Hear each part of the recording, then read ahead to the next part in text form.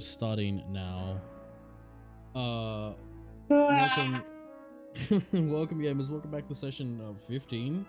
Jeez, session 15 of Fallen Morrow. Didn't think we'd get this far. Does someone want to start us off with a recap?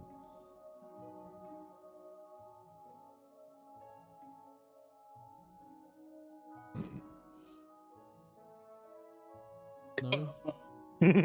No one wants to get a free inspiration for the session?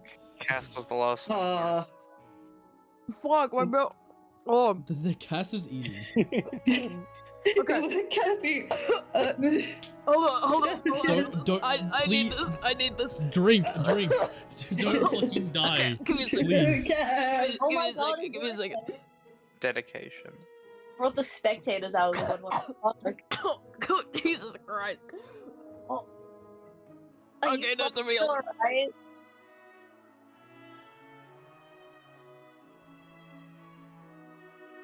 I was with you. Anyway, I think Cass may have just died. No, I needed you for a character. No. Anyway.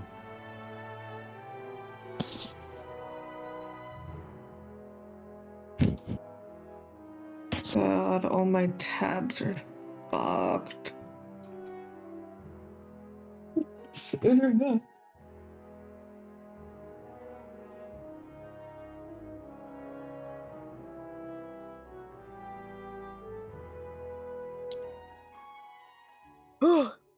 Okay. You all good? Okay. Yes. Okay, sidebar, I have no idea what happened at the start of the session, last session. However, I know there was John Trinkets, or maybe Jack Trinkets, or maybe Jimothy Trinkets. Okay. Great deals for even better prices at Jim John Trinkets.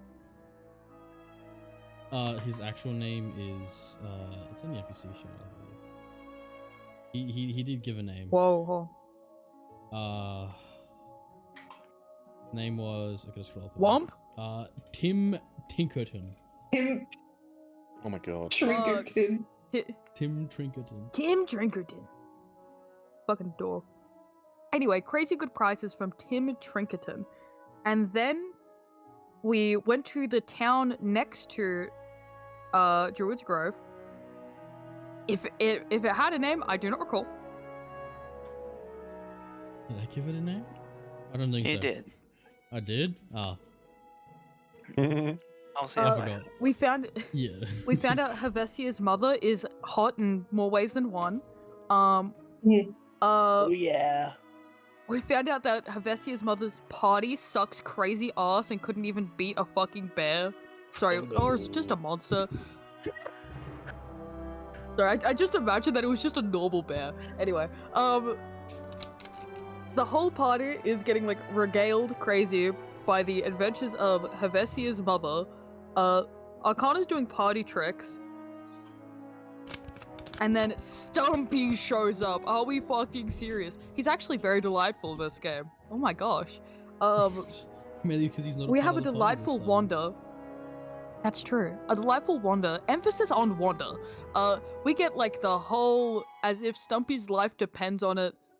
Let me tell you about every tree, including Oakley. I fucking hate that guy. Oakley.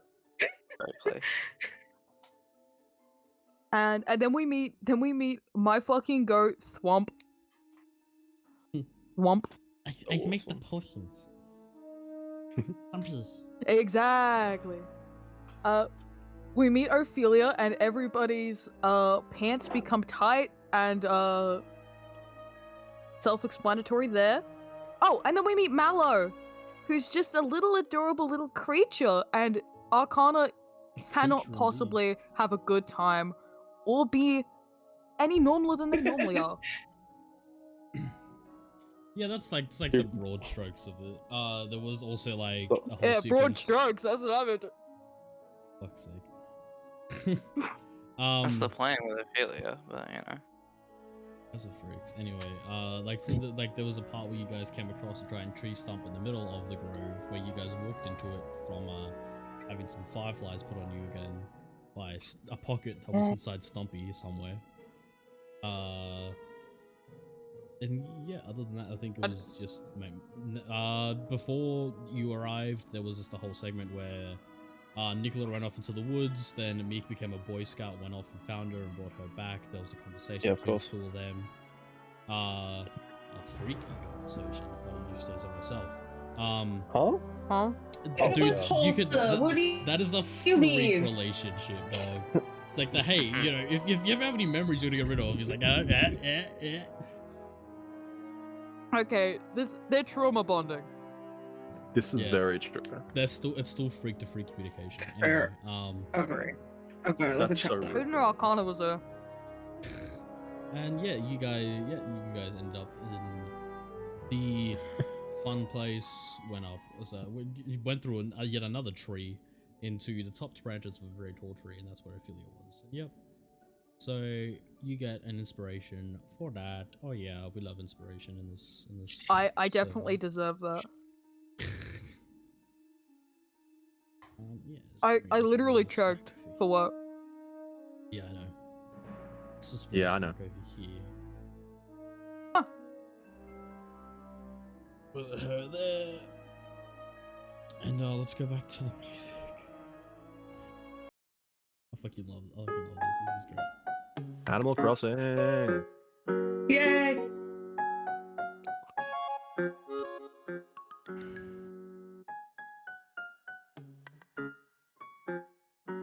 I believe we left off with Ophelia talking to you, Arcana, about Mallow's newly found apparent abilities. Oh, fuck, you're right. Hold on, I gotta try not to check. Oh. Oh.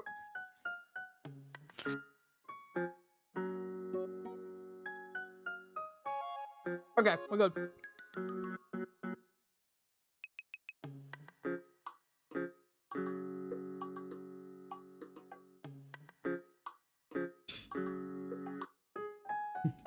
It's Meek also looking at the books. Dog, Meek is listen. hashtag looking. I just noticed the books in the library there. I'm like, fuck. All right, yep. Yeah, if you wanna look at those books, go and roll me a investigation. Oh, thank you. 15. Yeah, with the 15, it seems like there's a good majority of it that seems to just be like kids' books, like, you know, like little storybooks, coloring in, all that kind of stuff. There's a few books there on like rudimentary like skills like spelling, maths. But then there appears to be books there on maybe the higher shelves, so that they're out of reach of Mallet, that seem to be belonging to Ophelia herself. That seem to be, you know, certain books on like parenting tips, as well as Parenting books! as well as certain books on, you know, certain topics, like, you know, ranging from psychic abilities to various, you know, magical and arcane tomes revolving around. Is there smart books? You guys can roll me d20. Who's doing it? Who's doing Okay, what, bro? low-key, do I use my inspiration on this? It depends. It depends how well you roll. It depends how well you roll. Oh, maybe not. How's a 7, Grim? Let me. Well, I mean, lucky number 7, you know. Oh, if you guys combine that, it's a 10. Yeah. I mean, okay, sure. You guys all rolled odds, so we'll say since you guys all rolled odds, yeah, there's like a small collection of like 5 or 6 that you can see them top 14 to is the not back. odd. 14 No, is go not kill odd. yourself. Go kill yourself. Anyway, You're getting what you wanted. Shut up. You fucking got what you want. You know what? Just because of that, I Yes, smite teacher, there Arcana. actually was a test today. God. Ooh, Dude, I it was an don't intelligence care. check for me. I don't care. Just let it go. Let me be stupid, okay? Leave me alone. Anyway, what your rolled prime numbers? Is that better? Anyway, yeah. So yeah, you guys. You know, 14's not this is prime, I'm sorry. small. I'm good. All right, guys. I'll see you guys next week. Have a good one.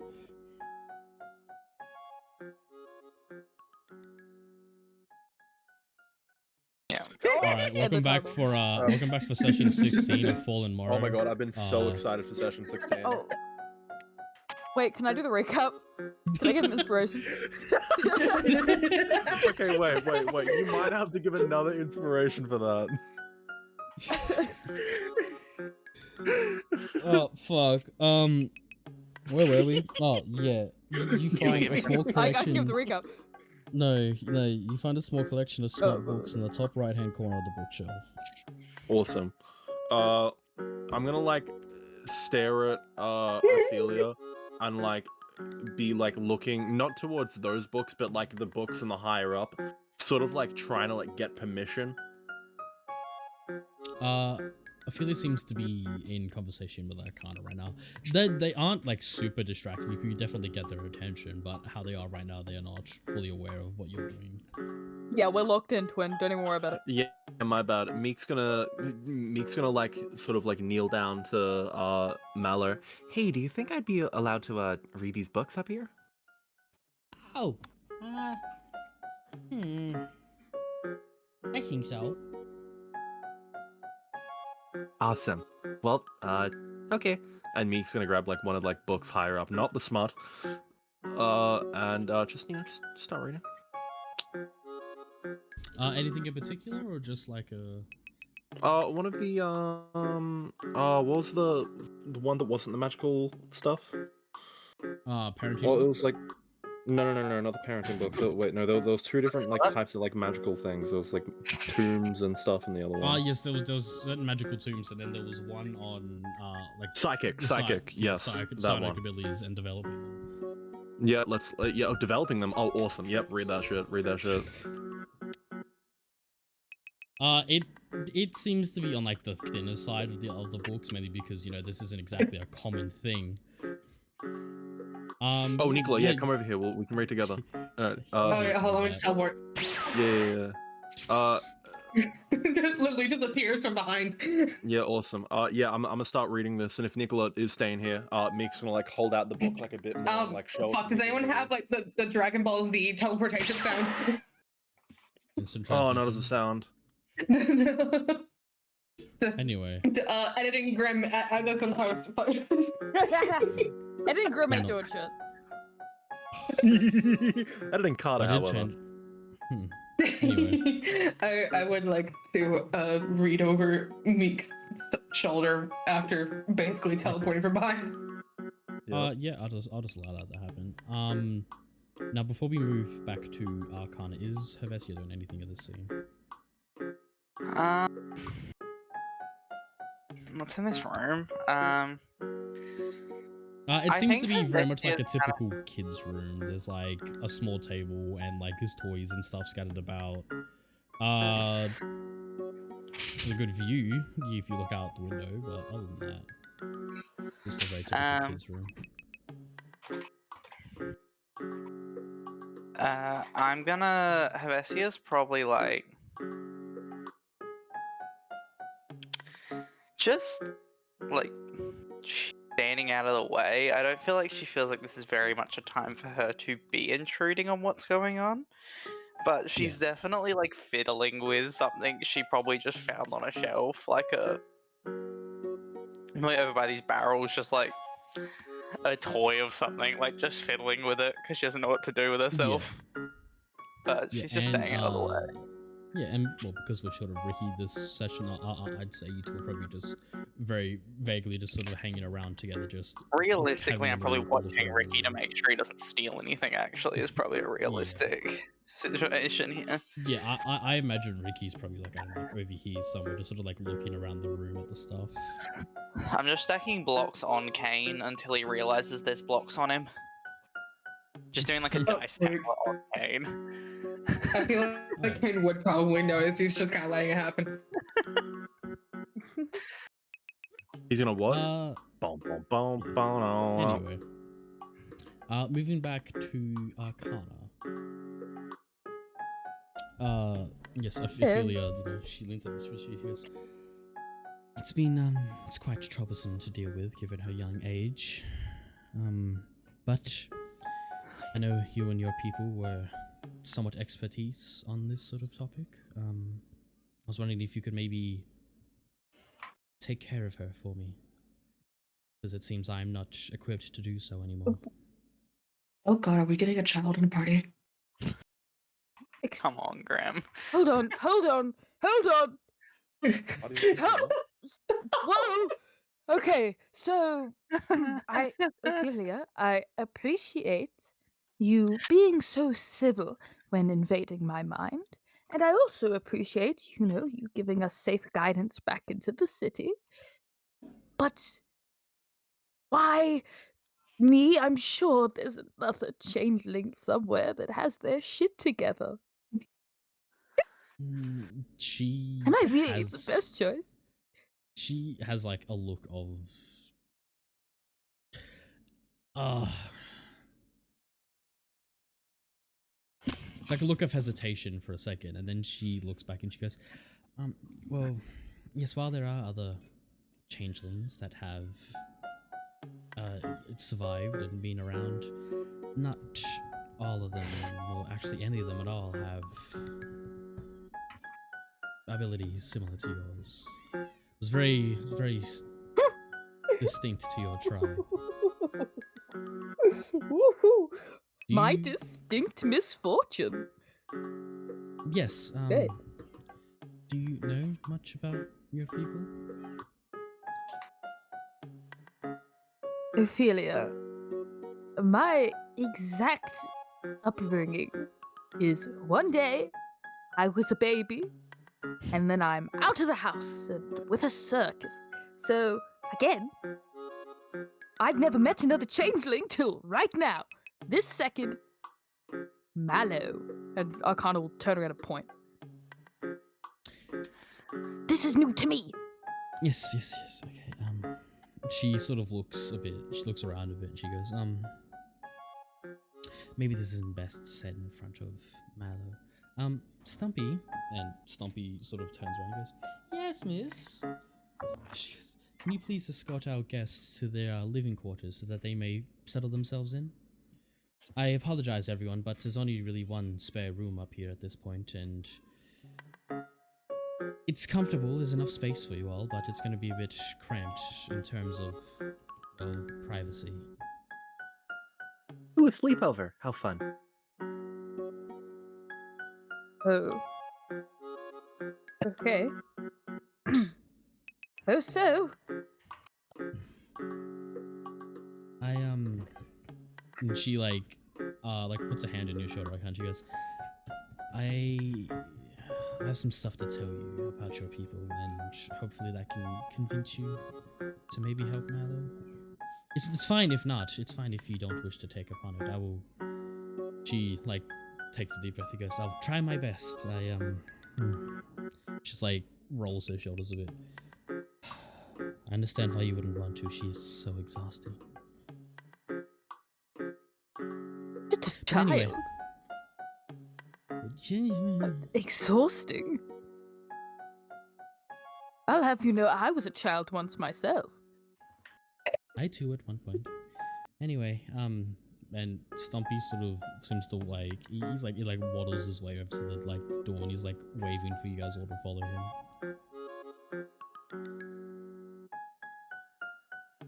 I'll Suppose follow. that's the chauffeur. Arcana will go. Hey, can me and my friend here keep reading this? Of course, take it with you. Alright, come on. And like Meek is like still like holding like the book like for Nicola to see as like he's walking.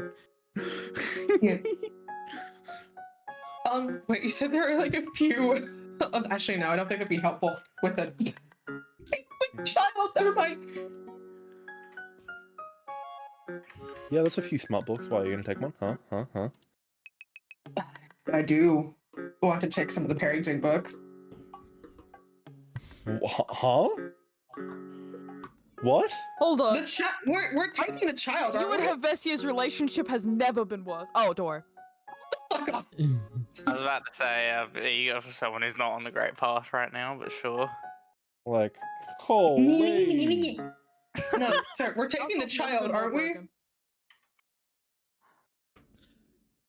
Possibly. Are we taking the baby? Okay. Then I might grab like two the parenting books or something. Yeah, she doesn't seem to stop you from taking whatever you wish from the bookshelf. She seems to be a bit more preoccupied. Okay, as you sort of, you follow your way out, Ophelia comes and she sort of like, she holds you back for a second. She goes, please come this way. I will, best discussed in private. I don't want a certain one overhearing our conversation. It could distraught you on them quite a bit. Okay. Who are we talking about? Is it Meek? I promise. He's fine. He'll be great. What?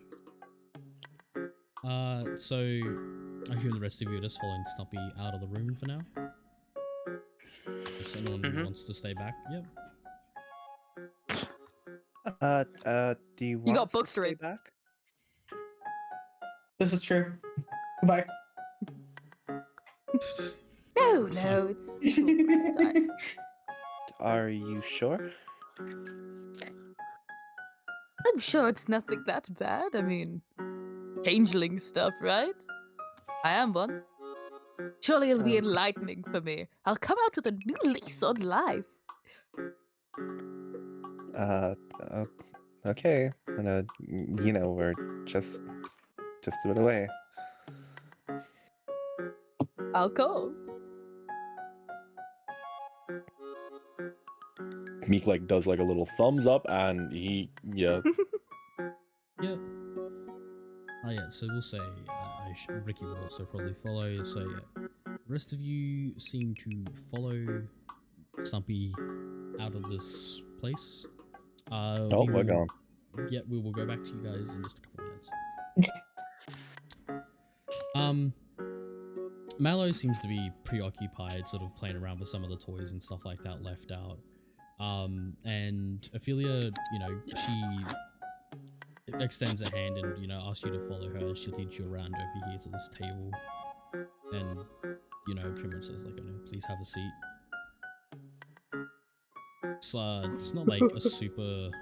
It's not like a super, like, huge table. It's made out of, like, a large tree stump that seems to sort of, like, have been killed and, it's died off, so they used it to make a table. And it seems, it's about the height of a child's table, so it's a bit awkward for you guys to be sitting at, but it's more or less of a place for you guys to just sit rather than an actual,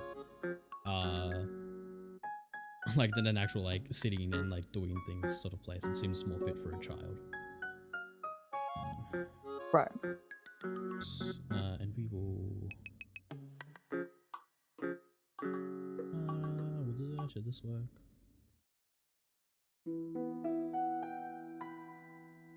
Yeah, roll this. She looks at you and says, so obviously you can tell that, well, you haven't met many of the changelings, but, well, she gestures a hand to you and she goes, not many of them look like you. Even though you guys can change in how you look, they all seem to look more humanoid than you do. And well, if you've seen Mallow, she's slightly more humanoid, but if you can tell, she clearly has features that aren't typically of your kind. And I'm to say, she's got horns. That's because she grew up here with, like, seeing other different people, a lot of different kinds of folk we have around, and over time she just perceived herself as looking like one of them, and she had those appear. Why didn't she put on a face, put on a persona to look more human, natural, so she could go out into the world? She's a changeling. See, that's the thing. When I found Mallow, she was with another group of folk that live down in the town now. And when I found her, she was still just a young child. Even though she still is about a couple months old, and she had been rescued because there was an attack in your tribe, one that killed almost everybody, except for those of you who are out in the world who have no real ties back to that tribe other than your blood.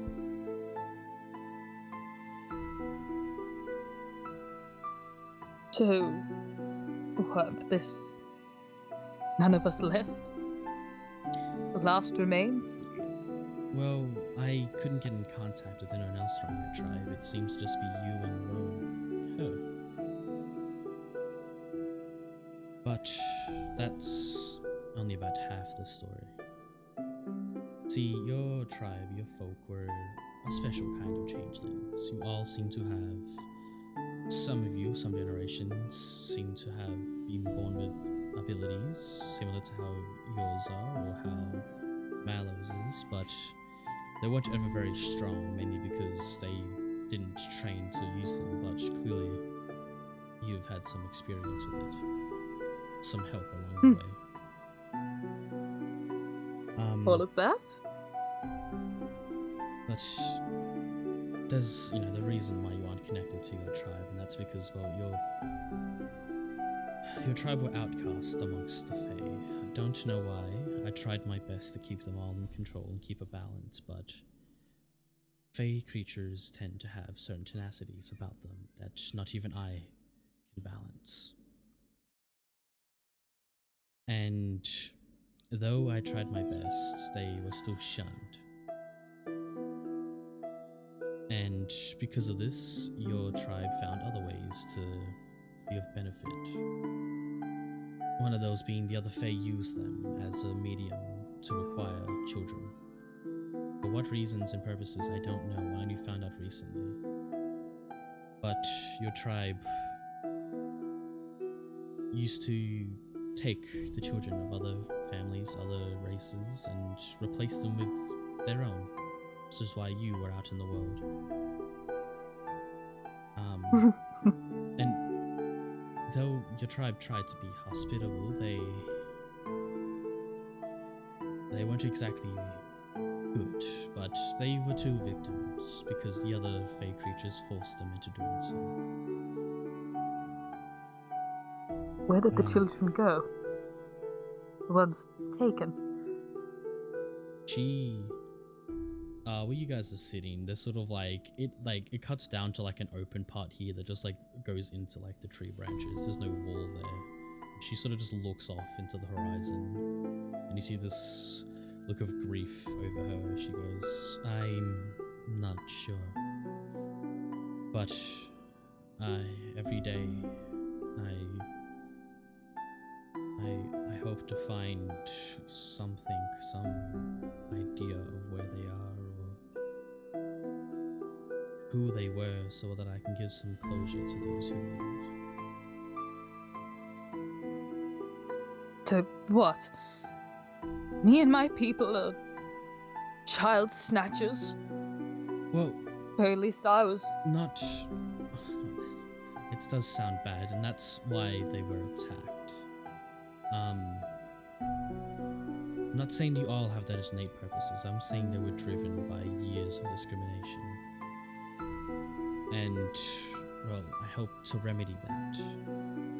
Because, well, changelings are one of the very few kinds that I'm able to find left after the wilting, after my forest disappeared. It's your kind of few and far in between. There's the only other one I've really even met of you is Mallow. I can feel the others out there somewhere, but they don't seem to want to join me or come by my side, which I understand, and I won't force them to. They're in hiding for a reason, so...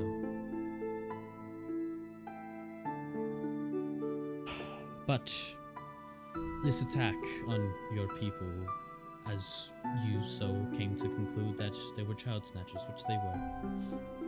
I'm not justifying that by any means, but the people that attacked thought that they were doing right. They were attacked by a group of Genasi who came across a village who had been recently affected by this epidemic of child snatching.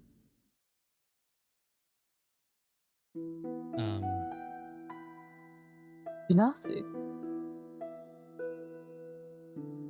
Yes, they And attacked,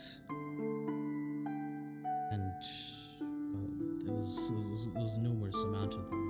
I'm not too sure, but she knows, and she sort of like turns around in her chair a bit and like looks towards where Mallow is. But I can't say they weren't justified by their actions, because the story they were told wasn't entirely wrong. They attacked because they were told that there was a tribe stealing children from a small town, and I would do the same if I was given the same information. I completely understand their reasons behind attacking, and I just wish the right people were attacked and not the victims.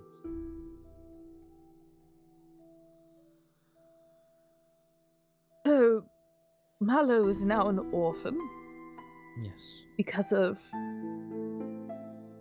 that, and Yes.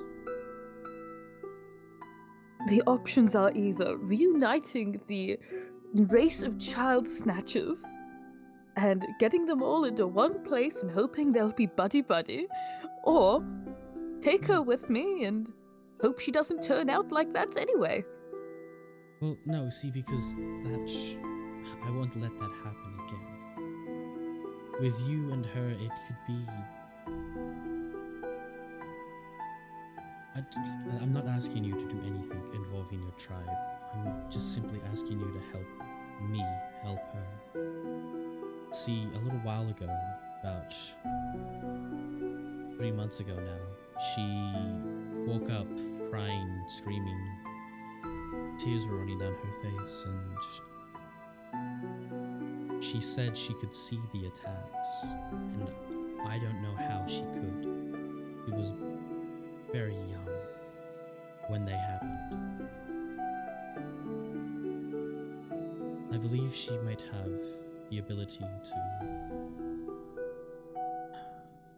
innately see the past sometimes. I don't know how it works, and I thought you might. Right. Okay,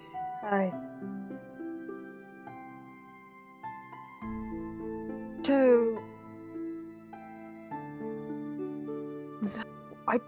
I don't know what I'm meant to do here, Ophelia. I'm truly Look, at a loss. she sort of has this air of... It's just this air about her, this air of uncertainty, and she looks and she goes, look, I understand that it's a lot to ask, and I will make arrangements to make sure that she is safe. Okay, I've got people that I can call upon to protect her. She's got her own... She looks and hesitates for a second. Nanny, in a way. And it's not Stumpy. Stumpy's the caretaker of the tree. I was gonna say- She's her nanny.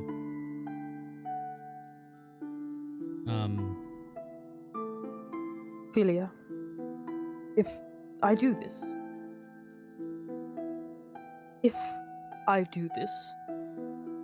you can't hold me accountable if something happens to her. I won't. All I need is someone with more expertise than me.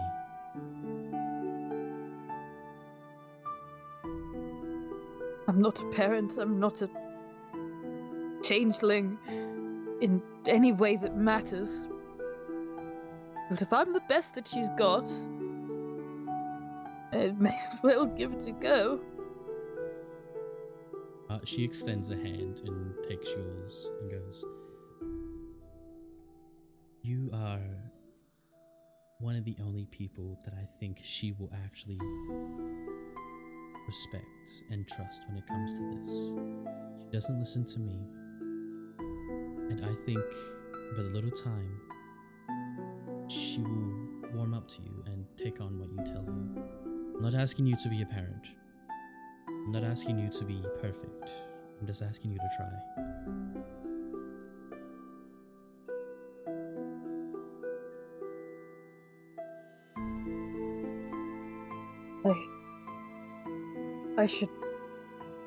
I should ask the others.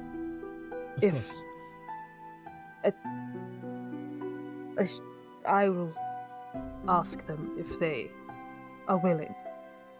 If not, I'll Of course. And as I said, I suppose can I'll arrange. take her with me anyway.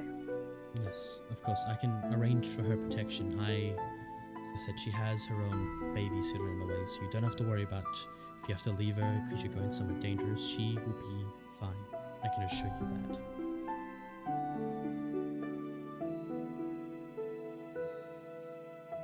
Okay, I'll allow me to.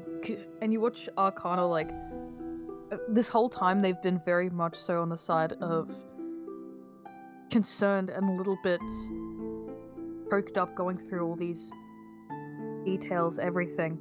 And Arcana sits up a bit more. Allow me to consult the others, and I'm sure they'll come around. I mean, Helvetia, I'm sure she's either guilty for being part of an implicit genocide, or maybe she's just a natural-born mother. And I'm sure Meek will find it interesting.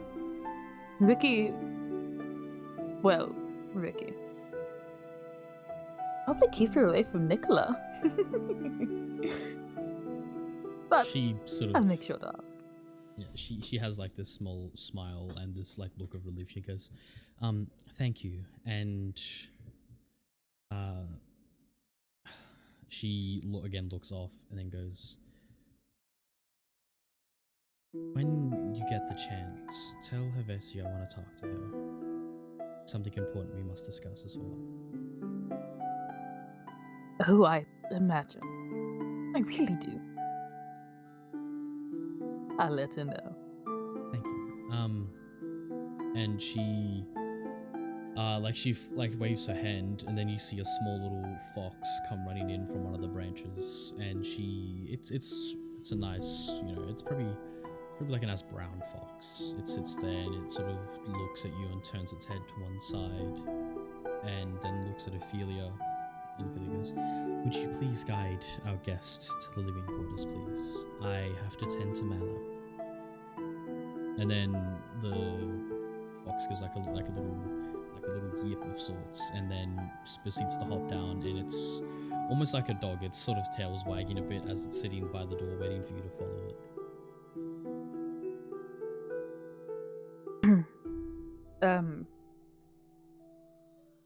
Thank you, Ophelia, again for being so courteous. I'll go discuss. Thank you. Ata.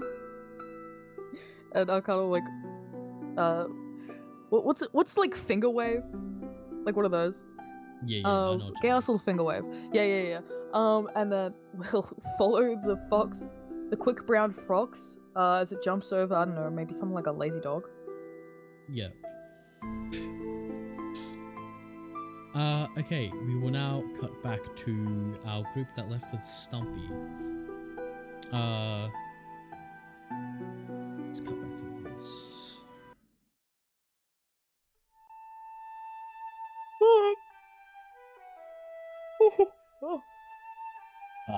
Hey. Hold up, let me bing. Boom. Go up here. And then I gotta get this Stumpinator back. Oh yeah. We love Stumpy. And then I will move you guys back over to this one. Yay. You guys, Stumpy leads you back out from that little hall there, and he sort of goes back out. It's, I'd say about now, it's probably, about probably like late afternoon, early evening, and like the low rays of the sun are beaming through the branches of this tree. The Stumpy walks out and goes, "Wow, it's beautiful, isn't it?" Yeah, I guess I'd say so. Meek says while he's still like looking at the book. Yes, "You're not looking, but sure." Oopsies. He sort of like leads you guys down like over like this way, and he's doing the whole thing of like pointing out different stuff again, and he points off towards we'll say, see this building down over here. I'll focus ping. We'll see. Oh, yeah. And he goes, "That down over there, that's our in-house blacksmith. If you ever want to go talk to them." Oh. But I think they're busy right now, as you can see. And then you guys see there's like a small puff of smoke that seems to be coming out. They seem to be working on something. Whenever there's smoke coming out of there, every time I go in, she yells at me. But anyway, this way. And he starts walking across this little bridge thing here, and he goes, "You know, the living quarters is really nice. I used to stay in there sometimes, even if Ophelia told me not to." Any reason why you don't anymore? I have my own room. As Meek is walking, he's still holding the book out for Nicola to continue reading. Yeah, I believe Peaches are correct. Yeah. Yeah, You got guys sort of, as you guys start walking across this little bridge, there's this big gust of wind, and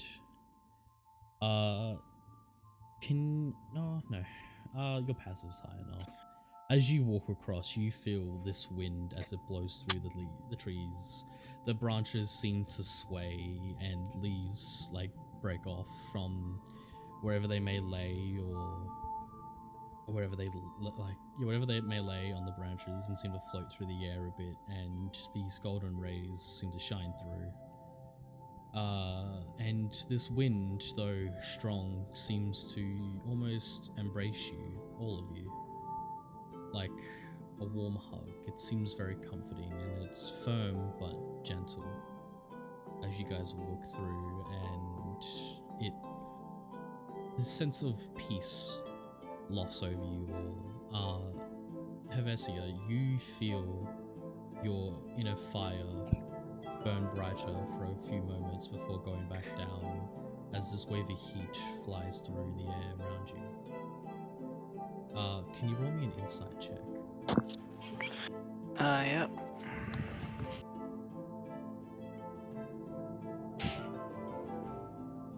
Oh shit, that's actually good. 19.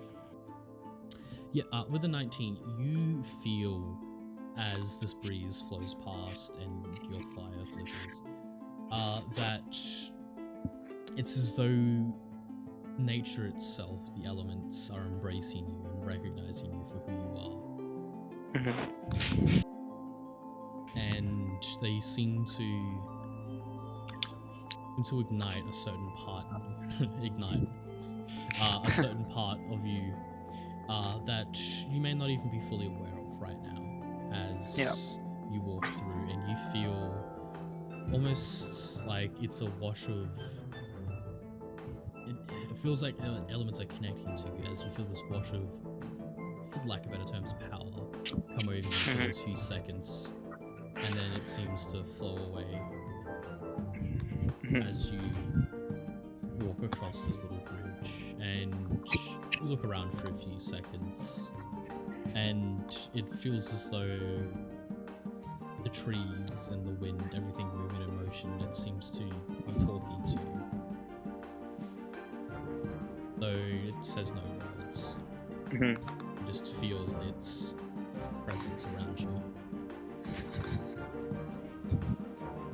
I think she probably stops for a moment and lingers in that. And then eventually we'll just follow on after everyone.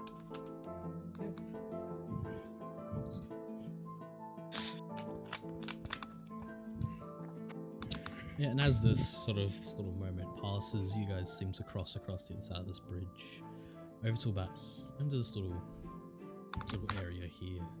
And Stumpy points off down to this little other bridge and says, well, if you ever want to go down over there, it's really good place for shade, even when it's really sunny. Oh, if it's raining, the road doesn't get wet over there either. But here we are, and he gestures to this little house that seems to be embedded into quite a large branch. As he walks over and he waddles and opens the door. And yeah, as it opens into quite a small living space. There's a small kitchen area with a small dining room.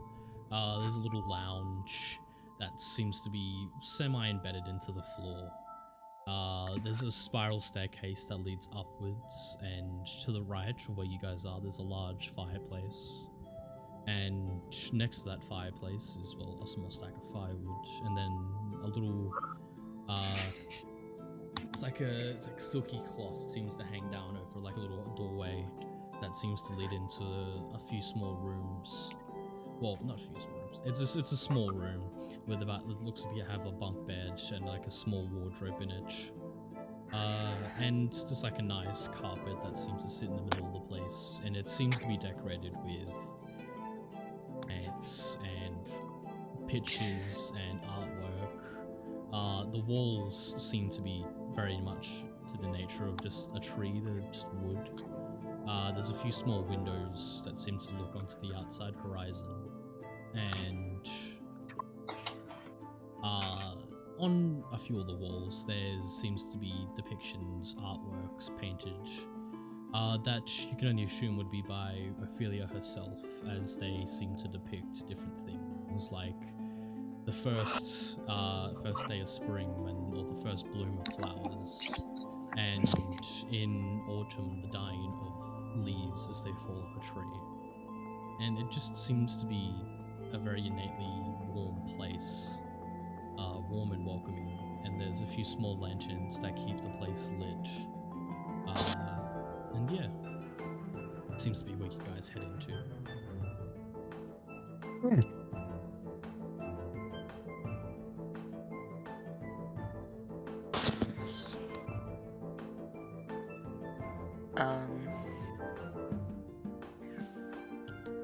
I think Hevessia looks around the enclosed space for a minute, just sort of trying to get her bearings of the place.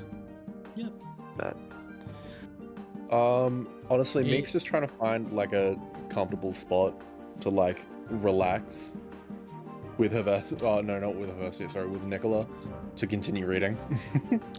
Yeah, I would imagine you two probably settle down, and there's a little embedded couch, a little conversation pit type area, and just sit down and continue reading that little book.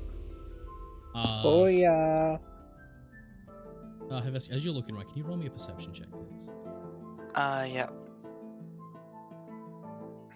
Oi. Just straight? Yeah, just straight. That's Like 2 difficulty- then. Oh, I was gonna say, call it Yeah. difficulty 5. I don't have any modifiers. That's fine. Look, I'll say, Here, like, Get me to do it. Get me to do it. Get me. No. here, look, with it too, you sort of seem like it'll work. Like, you're gonna get too much more. You than want what Ricky I to just give me the help described. action? Yeah, yeah, sure, yeah. Ricky will give you help as you two walk in, yeah, so you can reroll. It went to a 9. We're good. We beat the Okay, yeah. DC. Yeah. Yeah, as you look around this place, it's very much as Ophelia described. It's not completely super tight and compact, though it is very close space for you and the rest of the party.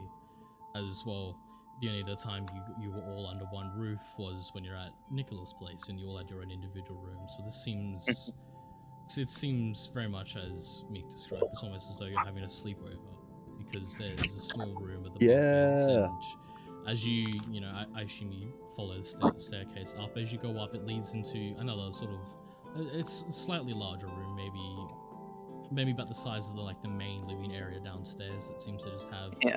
small little outcrops and nooks where there's a bed or a chair, and there's some small bookshelves up there, and it seems to very much just be upstairs. It's just a small little bedroom with a couple beds, and very much the same sort of decorations and plants and stuff like that.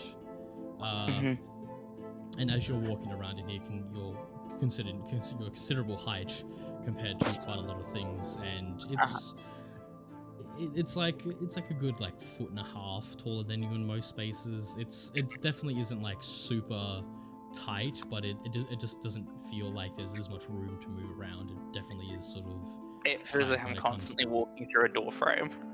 Yeah, it's sort of it's not enough for me to fit through, but it's a bit off-putting. It's not like you're going to be super uncomfortable. It's sort of just it's a very tight space. And yeah, I'll say maybe you make your way back downstairs, and at this time, you guys see a little fox seem to scurry its way up into the door that's, probably been left open a bit as Stumpy's, walking out. And behind it is Arcana returning to the group.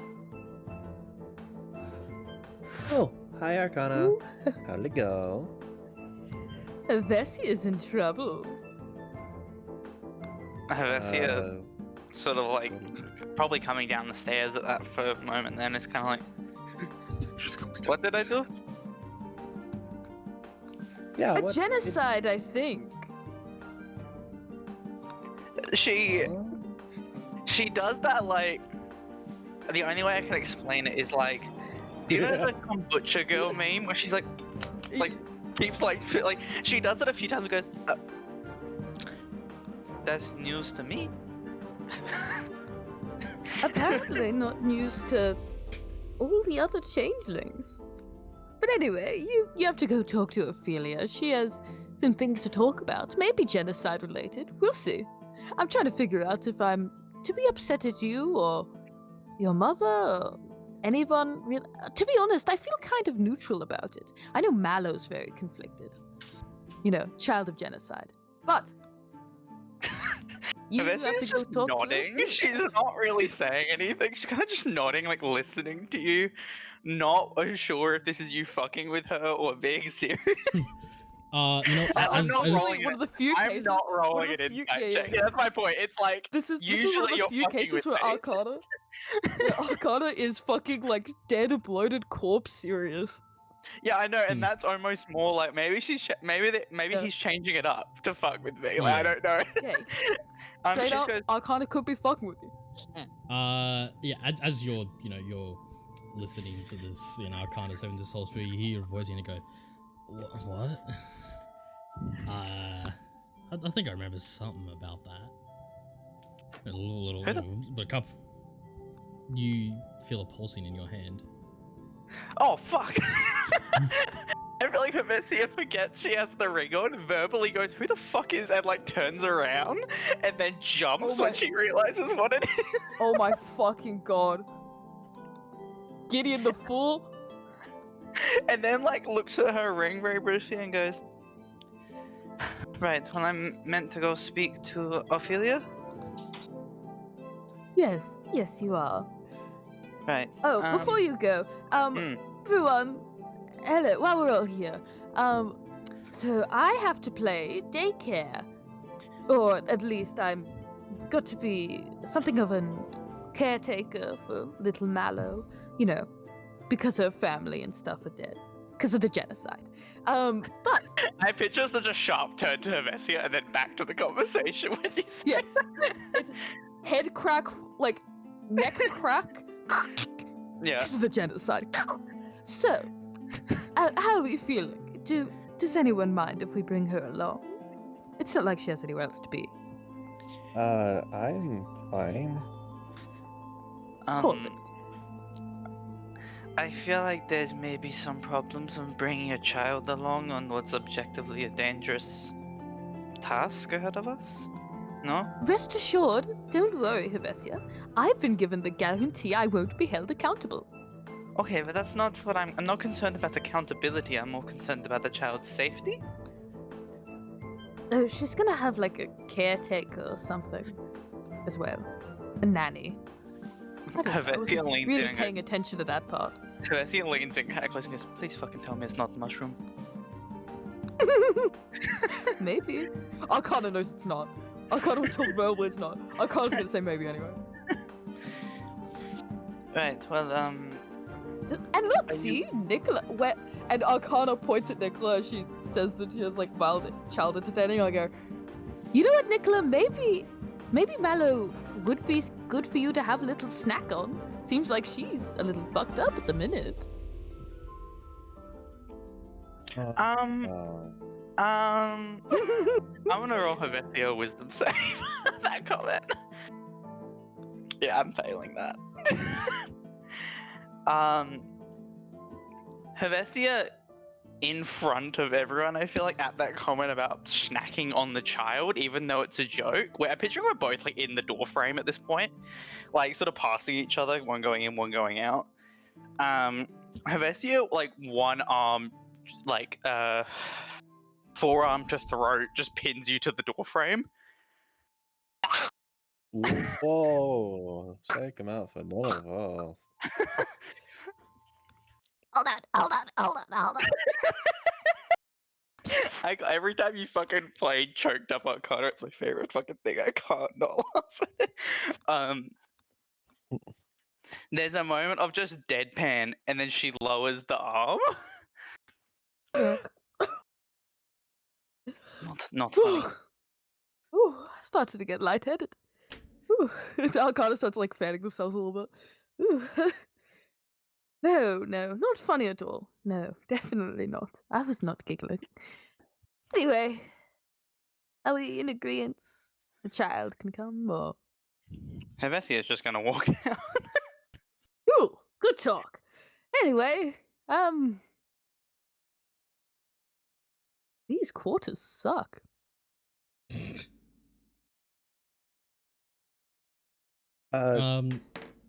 Sleepover. Yeah, as you know, I'd say we'll leave that scene there for the people inside the little quarters, as Arcana seems to walk in and calls it shit, which is fair enough. Hevestia, you exit back out, and the little fox that let Arcana back in is sort of sitting there looking up at you, and then wags its tail as it sort of seems to just hang around your legs as you start walking. I think she'll kneel down and just be like, "Hello," like not really aware of if the fox is intelligent or sentient or anything like that, and just say hello to the fox quickly. Does she realize it starts like walking towards the direction she would be walking? Like it's leading her almost? What's your passive Is that the insight? idea? 10. Yeah, with the 10, yeah, you seem to pick up that it seems to sort of be leading you in a certain direction. She just goes, "Just one moment, friend," and she's going to walk across to the clearing that Stompy mentioned. The one that's sort of open, but it hides. Stumpy? What? Stumpy. Stumpy, what I mentioned. Walk across to the clearing where it doesn't, where if it rains it shelters, but it's still like outside, I think, but it covers from elements. And she's gonna walk over there. She's still got her bag at this point, and she's gonna dump her shit in sort of a corner over there, fully not planning to sleep in the house with the others. Yeah, you do that. There's no one to stop you. The fox sort of looks at you a bit puzzled and like cocks its head to one side, and then as you seem to start walking back its direction, its tail seems to wag a bit and lets out like a yip, and then she breaks off a piece of jerky and tosses it to the fox out of her bag.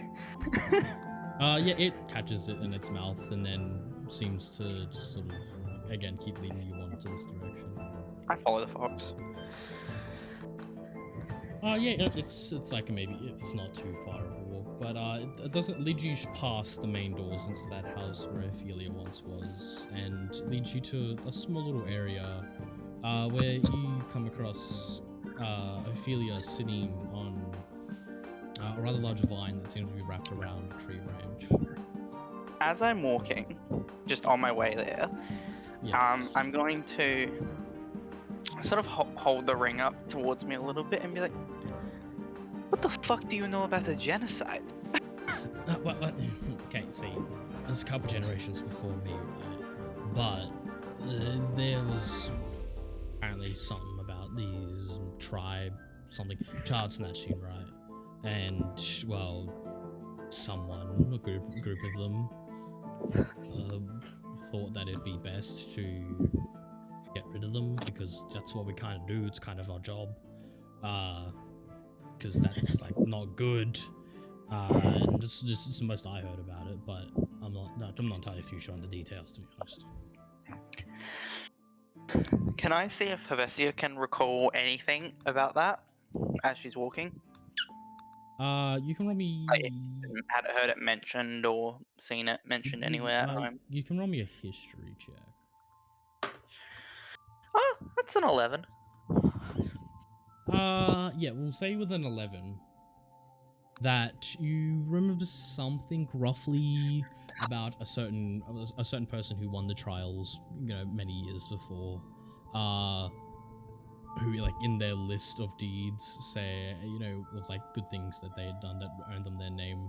One of the more prominent ones was something revolving around with some other people assisting in the recovery of some lost children, but it doesn't seem to mention much more about how that happened or what went about it. But out of everyone that you can maybe think of, given like the frame from when Gideon was around to when this event seems to have happened, because he said it's a couple generations before him, you get an idea of that. It definitely something around there could have possibly happened with this person, but you're not too sure who they are. But you do remember mention of some sort of events that seem to correlate with the story. Okay, so she's like connecting dots. She just wants to get an idea. She goes, oh, fine, and just like puts the hand down and walks into the room where Ophelia is. Because I'll leave you to it, and then he seems to just like the voice seems to just vanish from your head. What the fuck does that mean? I think he might be into you. He knows your type. It's true, he's in my head. He probably doesn't know my type. Yeah, Hevesia will walk in. Yeah, you walk in, and Ophelia seems to turn to you and goes, that'll be all. Please go back to the smith shop. I will call upon you if I ever need you again. And the little fox seems to... It had that piece of jerky in his mouth for like quite a while, and then it seems to just like take it all down in one gulp, and then just gives another little yip, and then scurries off into the branches somewhere. Goodbye. Serious, the fox runs away. Yeah. She turns to you and says, please have a seat. There's much to discuss. Hevesia's sort of like standing, like hands behind her back, so just like a slight nod. And will approach, sit down, pull the sword to the side, as it is very difficult to sit down with a great sword. Yeah, you go and you take a seat, sort of like I'm once like right next to, like you like next to her on this large. I sort of think sort of. Bridge. Yeah. And this, she has this like air about her that seems almost like concern and worry for a few seconds before she waves her hand, and this vine seems to unravel itself from the branch and lift the both of you up until there's a clear spot in the trees, and you can both see out onto this far horizon of you just see just as far as your eye can see to the horizon line. There's just trees and vines and small mountains, and it just seems very much like you're looking into a never-ending forest. As you see the sun the sun setting down over the canopy. Hevesia definitely does like a quick left to right look as that happens, and they get shot into the trees. Yeah. And just goes like, it's a helpful trick. Well, I am in control of everything in this little domain. That is also helpful. Well, yeah, it's in a way it's connected to the Feywilds. It's a little pocket that I seem to have been able to intrude into, but it's nothing like it used to be. Right. Pardon the bluntness, but I don't quite understand what we have to discuss. I've worked with people who have worked with you before, but we've never had any direct contact to my knowledge. Hmm. So she hasn't mentioned me, has she?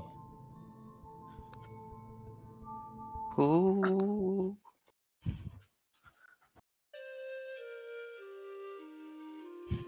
She looks at you and she goes, "Your mother. She Oh. didn't mention me at all."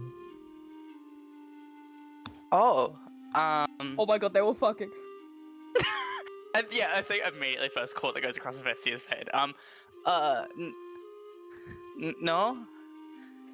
Well, she looks off and she goes, "I don't blame her. After what I did to her, it doesn't surprise me she wouldn't want to mention it to you." Did she? What exactly happened between you two? She looks at you and then there's this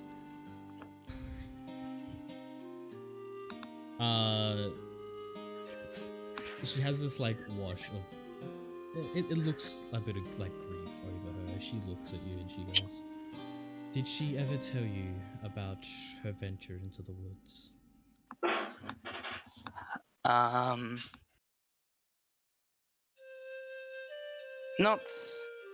Not really. We discussed not much about her life before home. Truth be told, I didn't really know she was an adventurer until right before I left. She was quite a good adventurer. Her and her party, they did many good things around the forest. They often came into contact with either me or some messengers of mine that asked them to do things, and final, and she looks away and looks back. Final one is what was the last straw.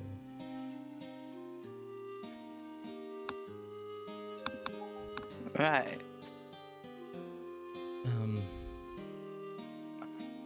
See, and she looks off and pauses for a second. The people listen to the music. I want to turn this one up a little bit.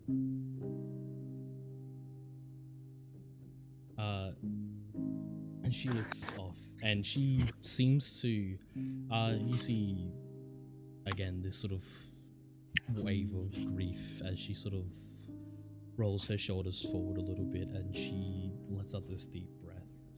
She goes, there was an animal in the forest that caused much disruption, and it would take down trees, it would attack the animals, it would attack some of the homesteads in the forest that belonged to the people down below. And it was a beast of destruction and chaos, and was ravenous. But Jeez. there was, at one point, a small town just outside where we are now, the Grove, that put out a reward for an adventuring party to go and get rid of it. And then that's when Aurora contacted me and said if I knew anything about it, and I told her exactly where that animal was. And her and her party went to go fight it.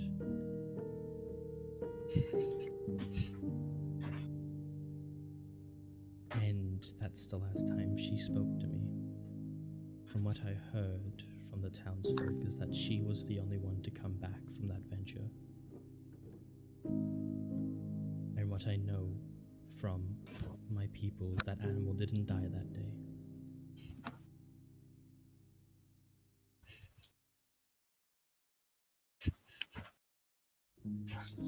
But it disappeared, did it not?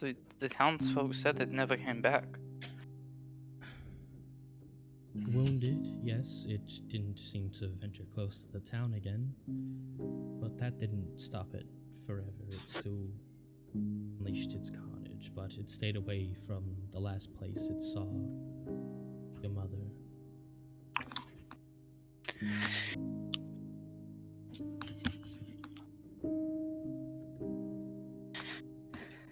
Right. I'm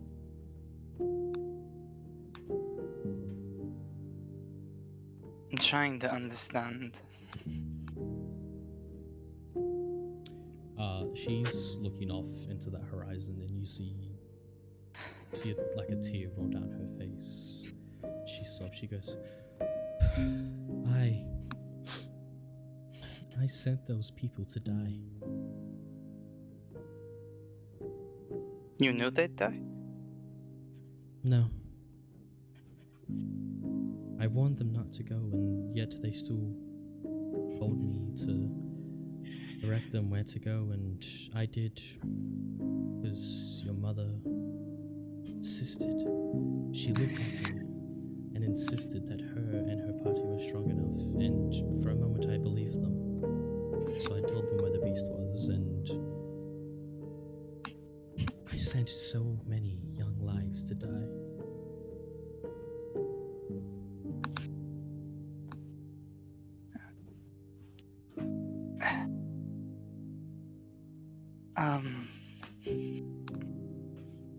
Well, yes, it's unfortunate, but it's not what you intended from the situation. And lucky enough for me, my mother survived, so. Yes.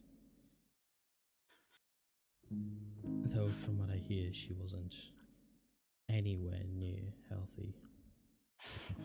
I heard that from what the townsfolk said, that for a while she was broken. I don't blame her. And she sighs and looks off and then looks back at you and she goes, call me selfish, but I figured that be angry with me because I'm the one that let them go, and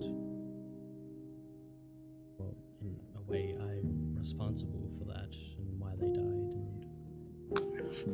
and an animal in my forest, I should have dealt with it, but I didn't because I didn't want to disrupt the balance of things. Well, as far as I'm concerned, my mother and her friends made a choice to try and do something they thought was right, and they couldn't do it. And you tried to help someone who asked for it. It's unfortunate how it went, but no one's at fault for that except for the beast. Also, I have no real prejudice toward this. Is the first time I'm hearing this, so it's not like it's. She looks at you and she goes, I'm glad to hear that.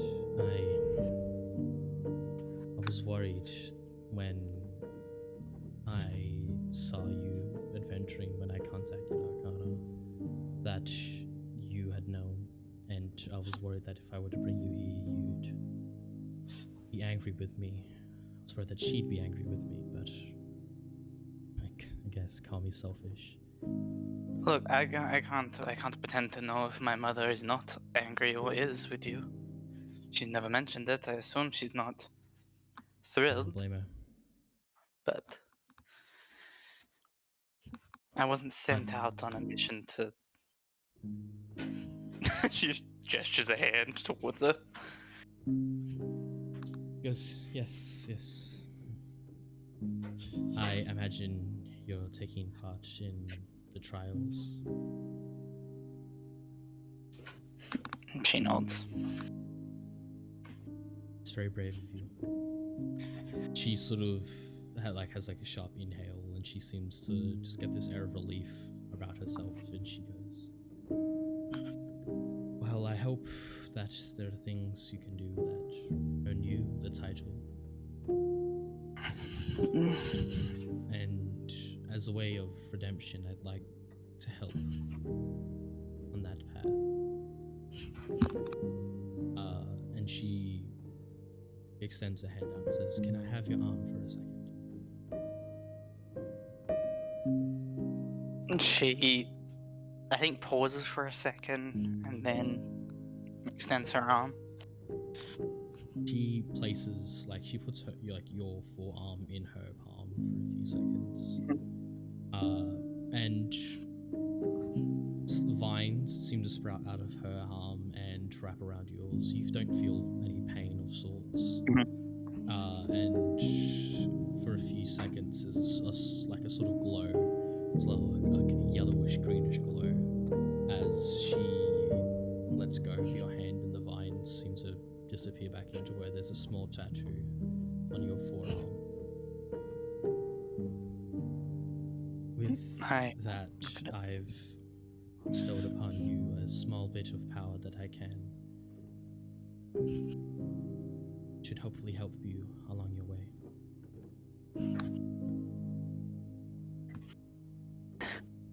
Thank you. Vesia takes a few seconds and goes, entirely off topic, but why did Arcana say I committed a genocide?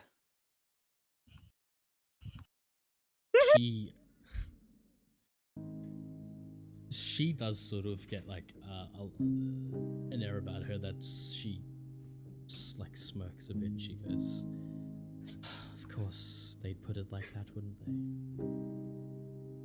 Not you directly, but at some time ago, that long ago, realistically, tribe of changelings lived on a border of my forest, and they were forced to take children by other fae.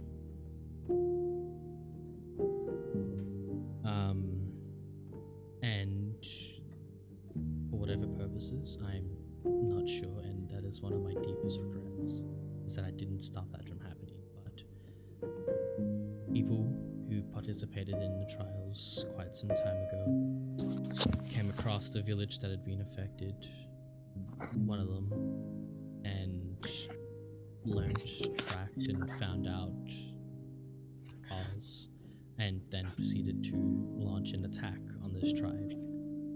And I don't blame them. What was happening was wrong, but in a way, the changelings were also victims themselves, and I'm not saying that justifies what they did. I'm just saying I really wished the Fae that were responsible were the ones being attacked, but they long disappeared.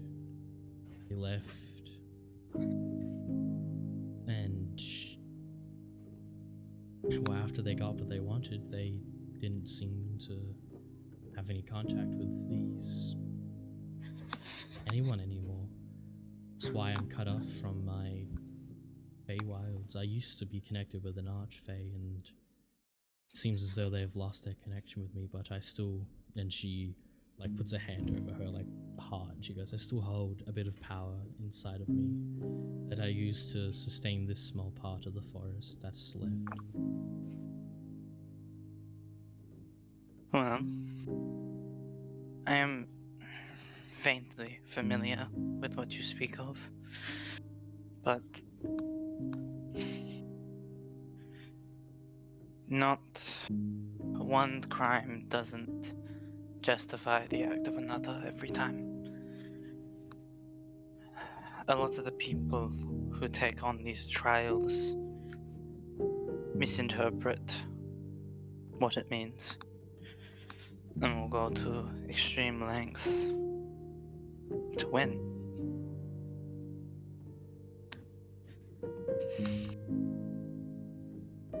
She looks off to the horizon and says, you've got a good head about you.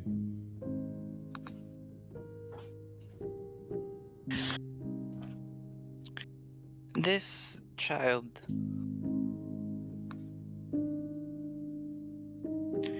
is it truly the safest choice to have Arcana raise this child? not entirely sure. But what I Because I can definitely say, have opinions on that. I can imagine so. It sounds really bad. But at Arcana's one of the only people who can help her, and is the only person that I can get in contact with that can help her. Right. But Arcana is not in their right mind either. I understand that, which is why Mallow has, in a way, she has a nanny of sorts. And they will come whenever Mallow is in need, whenever she needs to be protected or cared for. Of course, that's Okay. not stopping you guys from doing that, but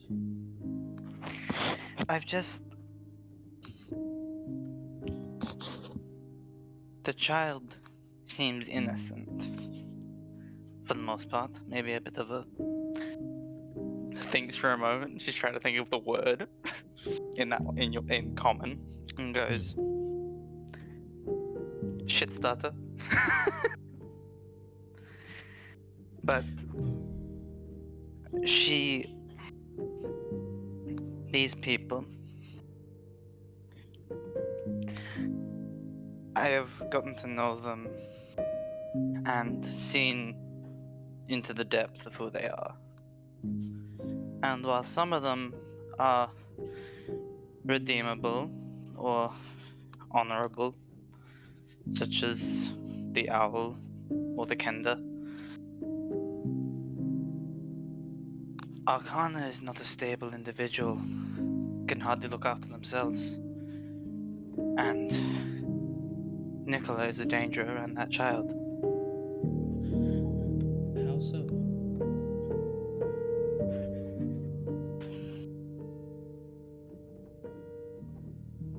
Nicola is not Drow. Not anymore. She is not of this world.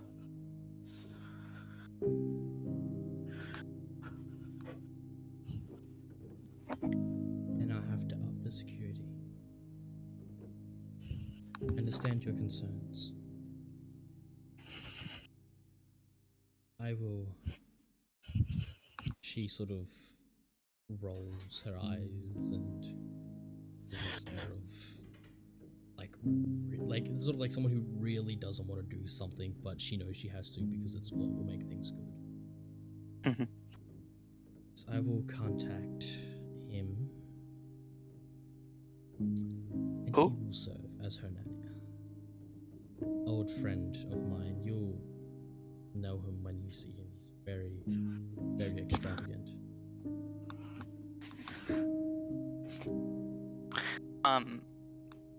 There's a lot of people that this group will shoot on sight. So I just want to make sure to note someone they've had a contact with.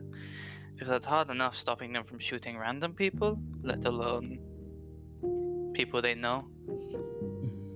Look, to be honest, I don't think any of them would have. This is someone who I met when I talked to the Archfey. It was someone that joined their courts sometimes for appearances, but I don't feel a connection with anyone in this party to the Feywilds, so I don't think that they would know this man. But if they do, then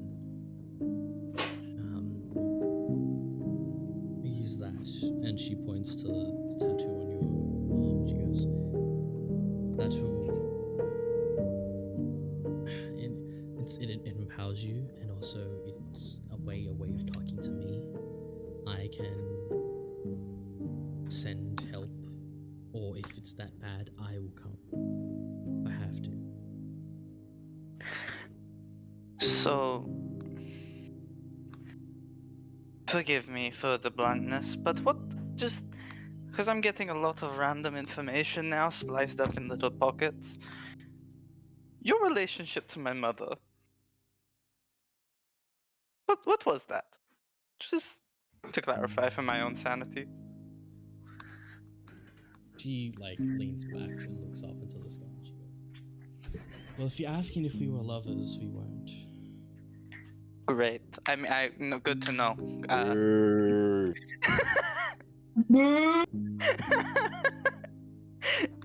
She goes, just wanted to clarify any awkwardness there, in case that was the Hibiscus trying to case. figure out if she has a chance.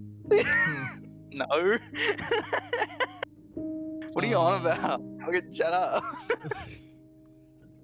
But she goes, "But we were, until that event, quite close. Your mother always enjoyed hearing her stories of the adventures she went on." Well, I wouldn't actually mind hearing some of those myself at some point, but it'd be nice to know who my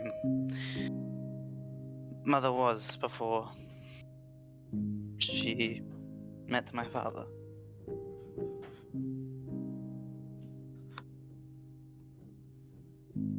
Just put it this way. Your mother, before she settled down, and before those, she starts to finish a sentence, and then like she's moving her head. She doesn't really want to say it. She goes, "The event, that tragedy.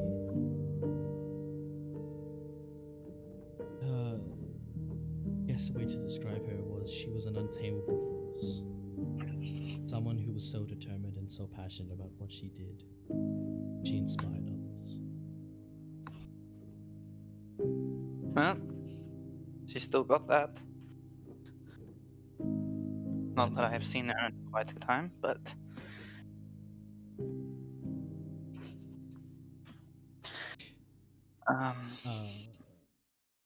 Go on. I think she just thinks for a second. She goes, so understanding the portions of everything, am I to believe Mallow was either one of these stolen children or part of that tribe where it was extinguished?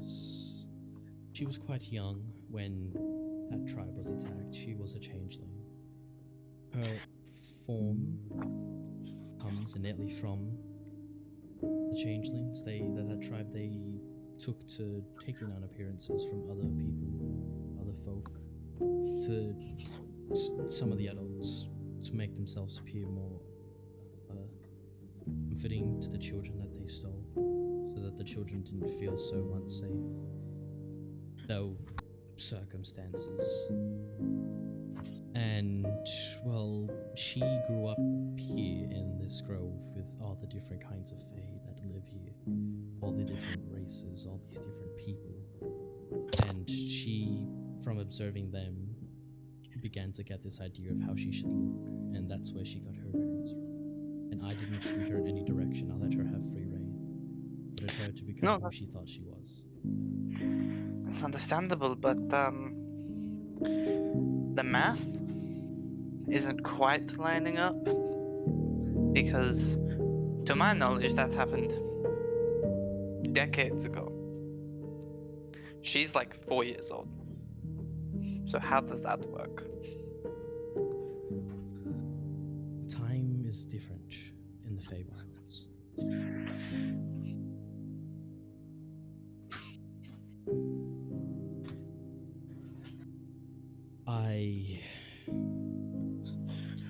Especially here, is not. It's a very weird space because, as I said, I have a small pocket of the Feywilds. We're not connected to the main one. I don't know how, I don't know why, but I do know we are there. And how time works in here is something I'm completely unsure of. I used to rely on my friend, tell me, and she just like does like a hand, like a poof with her hand motion. Just lost contact. So, has it only been a couple of years for you since that time? As well?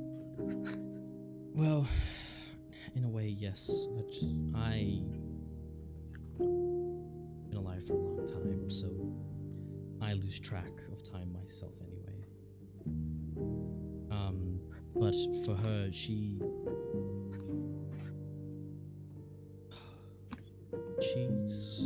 young. I don't know how old she told you she was, but don't believe her. She's about 5 years old.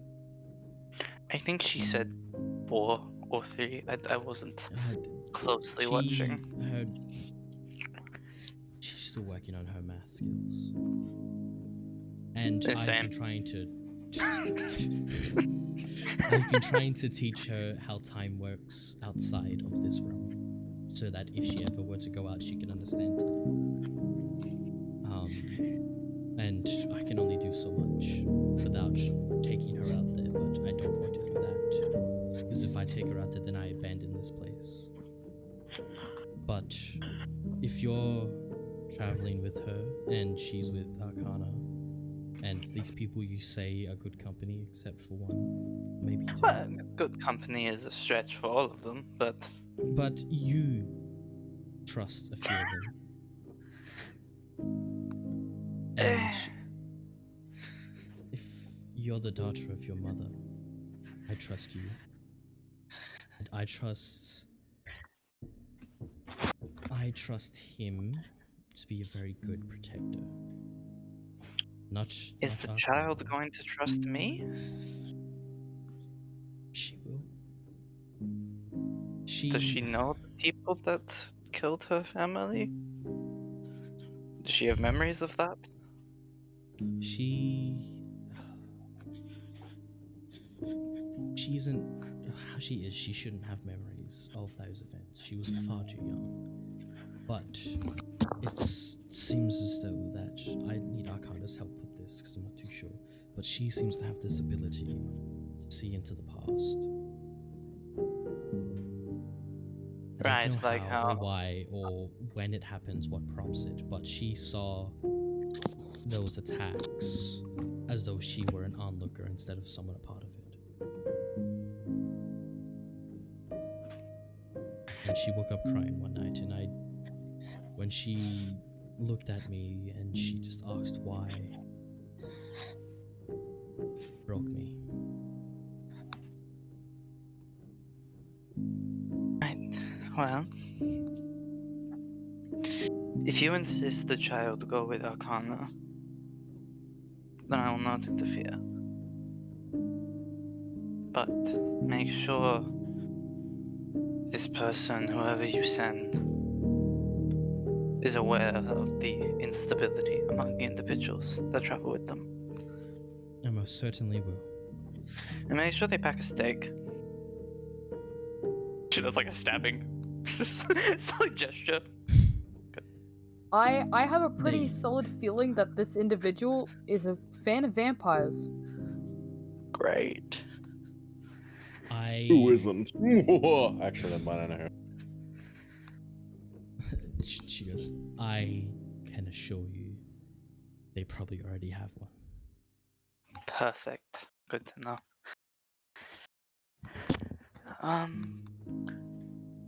Right, well, under the unlikely circumstance that I ever see my mother again, is there something you would like me to tell her?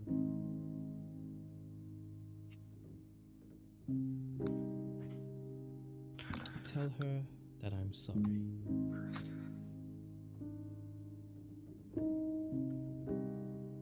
And if she ever wishes to, venture here, not into the tree, into the grove where you first came with Stumpy. Tell her to look upon the rocks and see what names are carved there. They had to have fucked.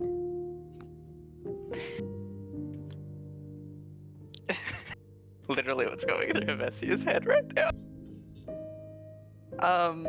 She's just like trying to push that out of her head.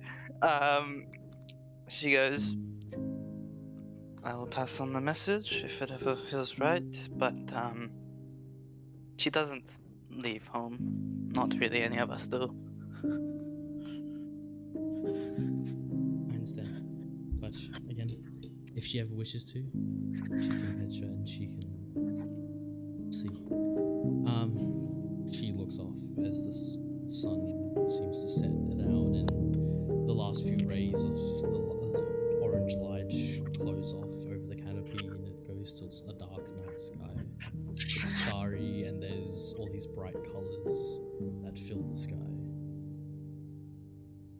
the moon is quite large as it sits there above you all. And she goes, well, I think it's about time I let you go. Don't want to keep you too long from your company, and Oh, I mean, like I said, company is a strong word than much more preferable company. that is fair. But if they are as you say, I'm sure they need someone to be a mediator. Yeah, probably. Although I'm not being super impartial at the moment. But yeah, I'll try my best.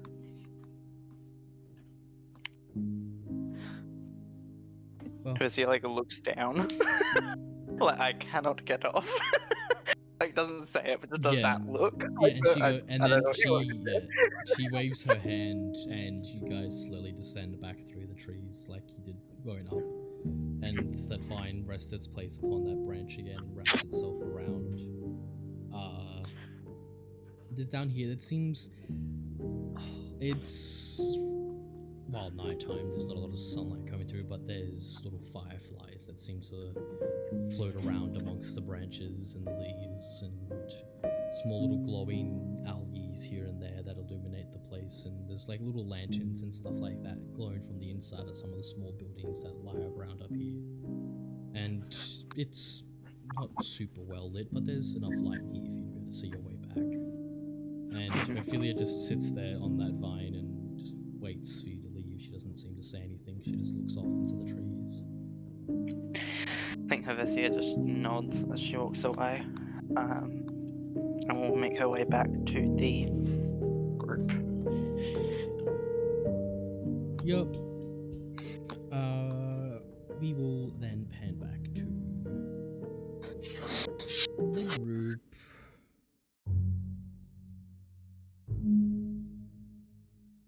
What while Vesia goes off and has their conversation, what have we been doing inside the small little abode you guys have been given to live in?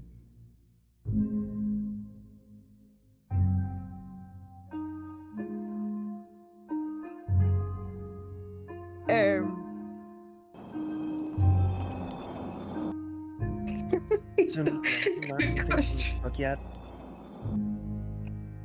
What book? The book that we've been reading?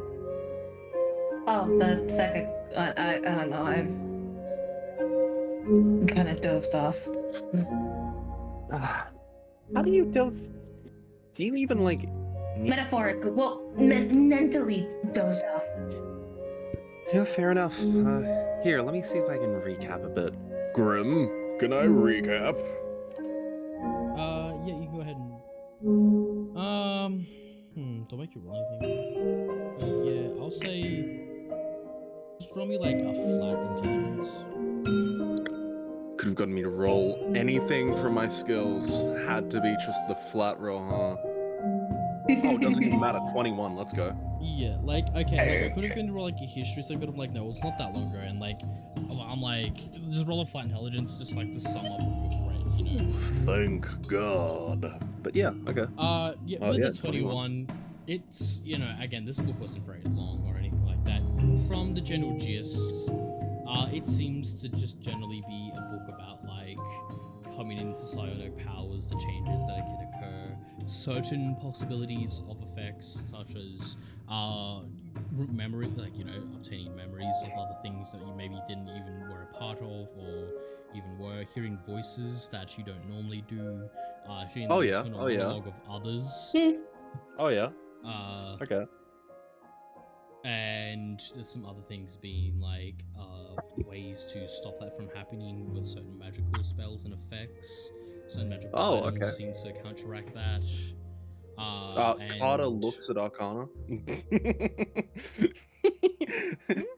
Okay. And anyway, yes. Yeah, and they're just sort of been like a small blurb on like things that have like people have tried to do in the past of like how to prevent being affected by these psionic abilities, or how people have tried to bring them about, but there doesn't seem to be much results documented anywhere, whether or not it actually worked or not. It just very much seemed to be like, here's some things that we have tried. To like bring out these powers. Yeah, there's some Yeah? there's some Okay. things where people tried to bring out some powers, and there's other things where people tried to prevent being affected by some powers of the sword. Okay. There's a distinct entry in there from some guy named I don't know, call him Hmm. uh, documented by some guy named Willie Buckingham, who decided to try and put on or don a helmet of tin to prevent them from being attacked psychotically. Oh my fucking god.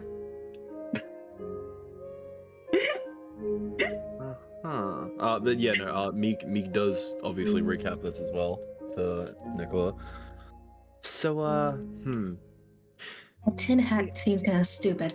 well, I don't know.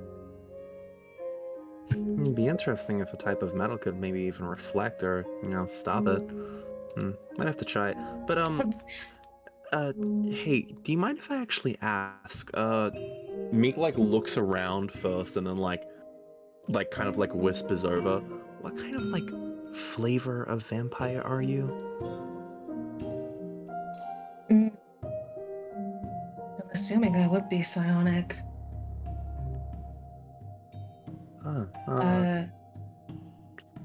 Nothing here really, I don't know, resonates with what I know I can do.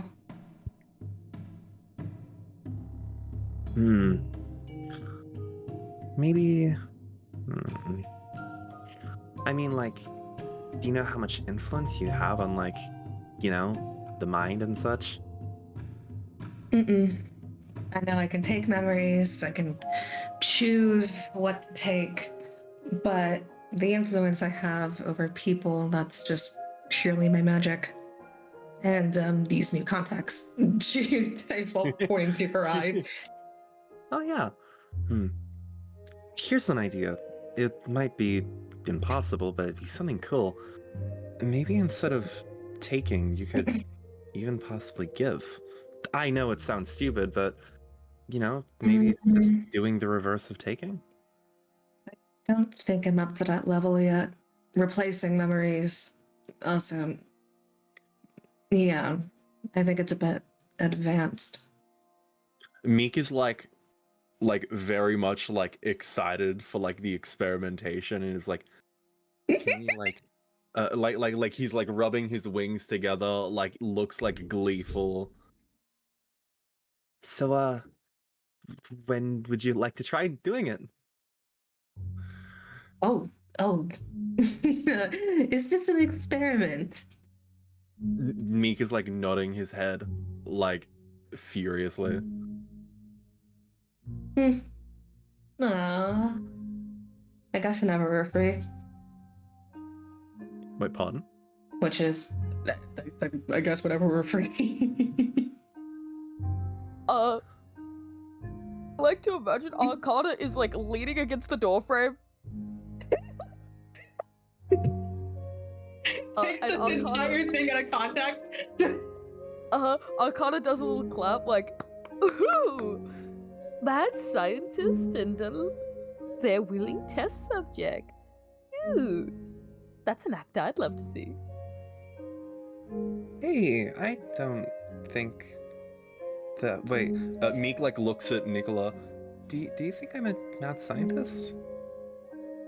I No. promise I think of you more than just like a test experiment. No, I am research. I know that. Was the implication not the other way around? Was Yeah, so funny for that one, by the way. that's so good. No, I love that makes Meek that so immediately much just better. assumes, no, I did this. No, I'm clearly leading this experiment. Not Nicola, the one who raised their friend from the dead through a horrible experiment, does autopsies and is going to be extracting your memories. No. Meek's so cute, dog. Oh my god. Sure, Listen, whatever as you soon say, buddy. Anyway, listen, as soon as we're free, I'd love to try doing stuff. I think it's so fascinating. And hey, if we're able to find the limitations of what you can do, I'm sure we can even try and push the boundaries. The possibilities could be endless.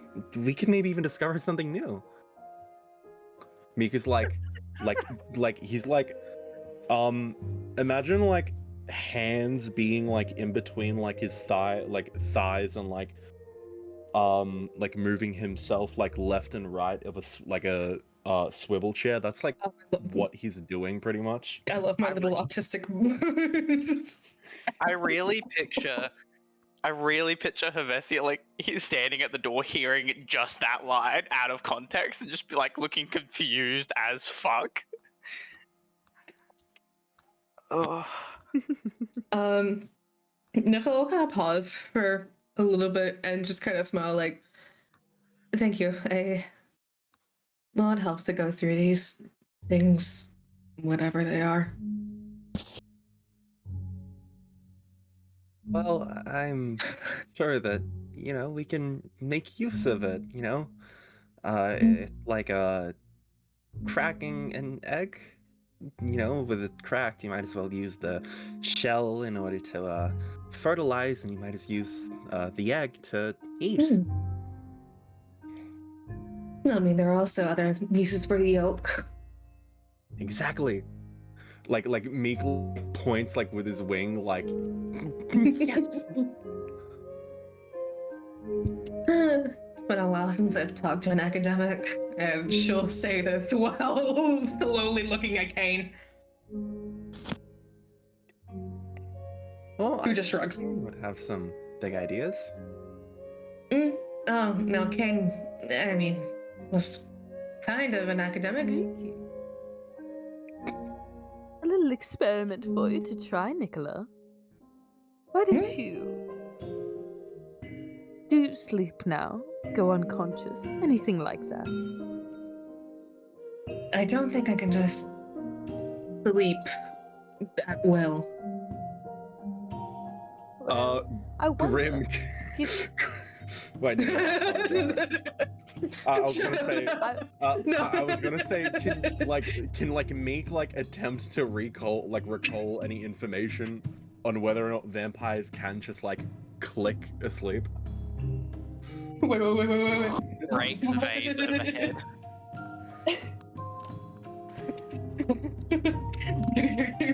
Give me a second to find again. But since it seemed before that, well, Kane's intelligence and ability to actually talk to us was linked to your life force and how conscious you were, now that you're whatever you are, does that mean that he's affected too?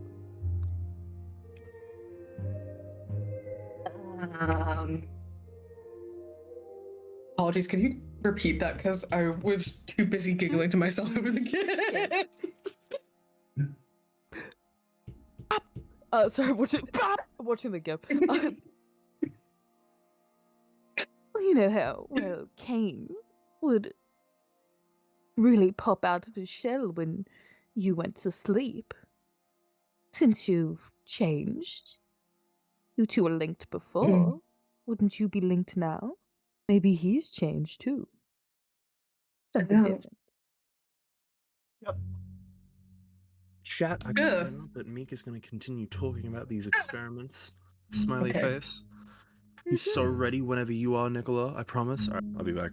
I imagine as you guys are saying this, I imagine Kane like in the kitchen, just sort of like munching on something he found. It's not even food. It's just like A bar stool.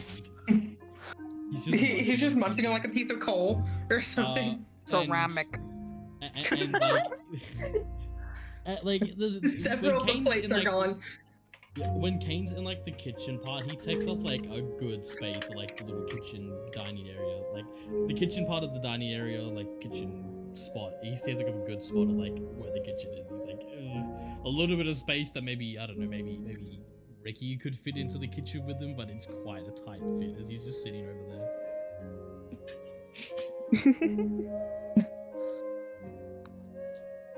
Look, the nature of the experiment that I did on Kane, I don't think he's linked to me in that way. How he talks when I'm asleep, I have no clue. That was something I was supposed to ask my mother, but she never gave me any answers. And I probably won't get the answers anytime soon. So, Have you tried reading his mind? what mind is there to read? Clearly, there's one in there. Deep down. I don't even know if I can read minds, but although I would like to cast detect thoughts on little Caney Waney. Can you send the spell card in the chat? Fuck, I don't think this was part of the vampire thing. I don't think I've actually added it to my. Oh, okay. Hold on, I think I will. I will now because I need to update these fucking cards. Jesus. Yeah, no, I'll just pull up the Oh wait, hold on. I can. Give me a second. I think I can. Look it up though. Oh. Hello. Good. Yeah.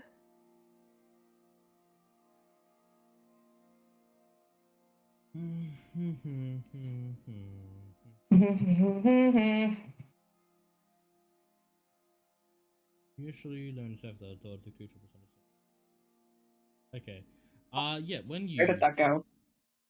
when you like initially start this cast of the music.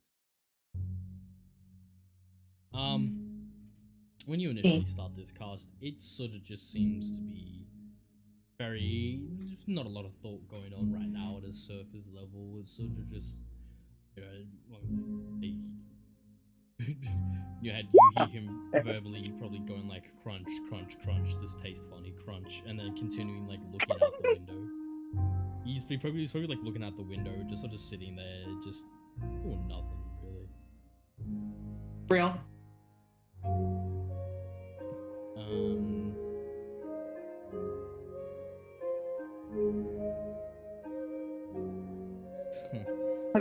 There's like nothing else. Well, detect thoughts as you cast it at the, as without probing any deeper, you just get surface level thoughts, and that's all that it is. Okay. At this, Nicola will just like cross her arms and shake her head. Nope, nothing. Not a single thing in that head. Well, you can, like, as an action probe deeper, just start constituting rolls. But for now, you seem to the idea that there's nothing going on. I don't think she'll look any deeper, honestly. Bonnie, please.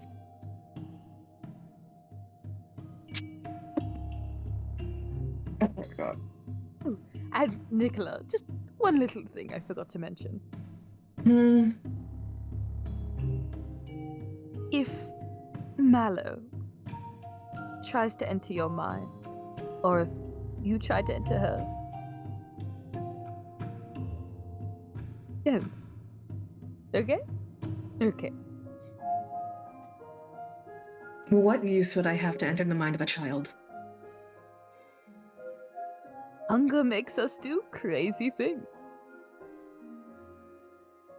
I'm still exploring the limits of that hunger, and actually, I wonder if I can take from animals. Ooh, the vegetarian option. How sentient must you be? And I'll just be another thing to write down. Exactly. I'm sure Meek there's loving this. I'm gonna go ahead and say maybe about now, after the, Hevesi and Ophelia have had this long conversation, you seem to rock back up at the door of the little quarters. Do you head inside, or do you just go back to where you put your stuff? I think I'll head inside just in case there's anything going on that I need to talk to anyone about, but if everyone gets ready for bed, she'll head back off. It's just... It's like early in the evening. It's not too late. If people are going to bed I think now, she... it's not really. Honestly, what makes more sense to me is I feel like Hevestia kind of like walks to the door, kind of starts to walk away, and then Arcana calls her from inside like that. And it's like the slow walk back. Yes. Come here. We have things to discuss. Solid 10 seconds of eye contact, and then walks in. She like looks at you, like shakes her head, like, "Whoa." So, I have a couple things I need to talk to you about. The first, of course, being, how did your talk with Ophelia go? Fine. Like side eyeing you a little bit, like what the fuck? But she's like, yeah, it's fine. That's Nothing. it? We just talked. Oh. Oh. Arcana looks like very visually disappointed. Like, Arcana physically like droops a little bit, like, oh. Well, I was hoping, what with you were so interested and Full like head tilt, like open eye, like what? Like that look. I don't know who I assumed it would be something important, so I wanted to hear the gossip. Did you think I was going to try fucking the druid in the first 5 minutes of being here? What? No, no. I gave. I'm like, Actually think Hevestia chuckles a little bit. Like I think you're like the no, and she's like doing the fuck you, and then you do 10, and she'll probably give off a little like Jesus, like that little like snicker. Ah, you laughed. That means I'm funny. I So, regret it. the other thing. That means I'm funny. But the other thing on the agenda, we didn't get to properly discuss it last time. But what's with you and Nicola? I know she's a horrible thing now, but why is she horrible? Oh, this one I would look- love to hear. I turn to Nicola, who is 10 feet away, yeah. and I look back at her and I go, I'm not quite sure what you're asking me. Maybe we can talk about it. Suddenly went from lovey-dovey, anything you say, sweetheart, to I will ram you through with my sword. Yes. So, is it because she's undead? Is there something there? No. Her being undead has nothing What to do is with it? it. Her being a monster has everything to do with it. Oh, And she says that out loud, I- 10 feet away. Okay, she. Not Nicholas looking at gonna you, just stand up directly at now. No. She's gonna stand up now and just be. I have been like this for 2 days. 2 days. Not even a day, actually. And how So- many times have you fed off us? 1. Insight check. Fuck that. That's a 19. Sorry. I actually, Fuck, that's I meant only to a say- die roll. Wait, shit! I meant to say twice. Oh, because technically the thing with Ricky, I'm just gonna. That's what I'm trying to get.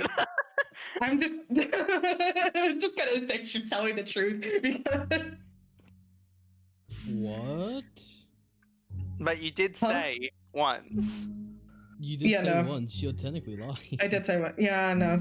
Technically, You have to roll a that's my deception. bad. Yeah, I'm gonna roll. Fuck it.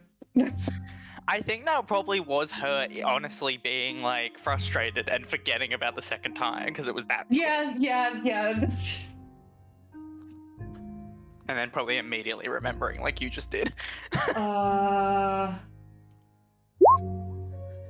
Oh my god. I don't even know what you rolled. It's not showing. Oh my 22. god. Hello, honey. Sorry, the dog is Um, staring at me.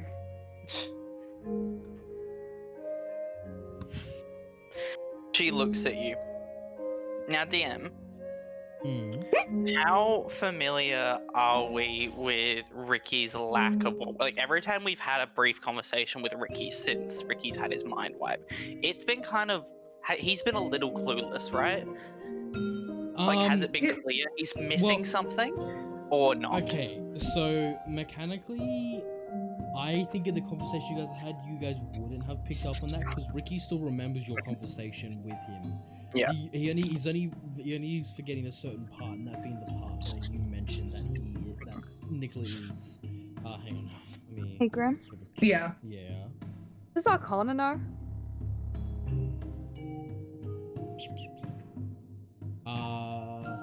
I feel like, yeah. Ricky is missing a part where you start saying that she is not trustworthy. Right. Does Arcana know? That is also an important question. Arcana definitely knows that Nicola fed on Ricky's mind. You just don't know Arcana? exactly what. You Right. just definitely don't know what he's missing, but you do Arcana, know like- Nicola did indeed invade the mind of Ricky.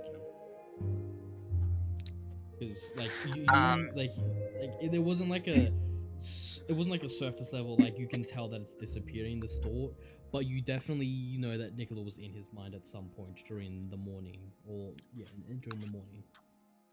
Oh no, last night would have been last night or whatever, whenever it was. And I don't. Yeah. Arcana was also aware of the wouldn't. other attempts.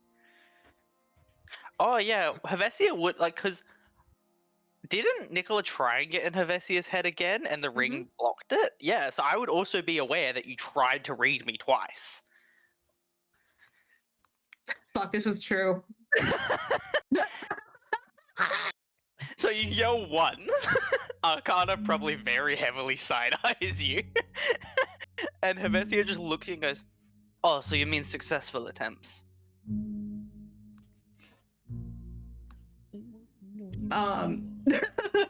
Okay, yeah, if I can officially gag, Jesus Christ. Arcana claps a little bit. As a person like watching this from an outside perspective, Arcana is my favorite bystander to ever exist. As someone I trying to fucking do love serious roleplay, the pain Arcana's of my the fucking biggest fucking instigator, dude. I fucking love it. I love Arcana. The biggest rage baiter in this group. Every group needs one. Yeah, absolutely. Everybody gets one. Anyway, she's just gonna like pause and like her ears tilt down a little bit, and she Is just a puppy? takes a deep breath. Is she a puppy dog now? She has.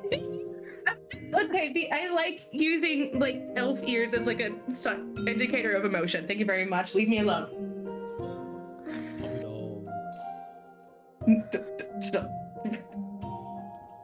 She would be more like a rabid bunny. I don't know. Anyway. We need a wet cat, Nicola, as soon as someone. No. Full ears drooped like a border collie, like just down. Like bangs covering her entire face. And just... Yeah. Oh. Anyway. She'll just like take a deep breath. She'll just take a deep breath and say, "Successful. Yes. Just I don't know what I'm fucking doing with these. I don't fucking know what I'm doing with these abilities. All I know is that there's no use in explaining this. You're not even gonna believe me." If it helps, from Nicola's perspective, all she would really know right now is the fact that she can now look into minds, the fact that she can look into minds, take memories from them, and that she now has the hunger to do so. Does Nicola Nicola, know if it she's a helps. vampire? Yeah. Yeah, okay. Yes.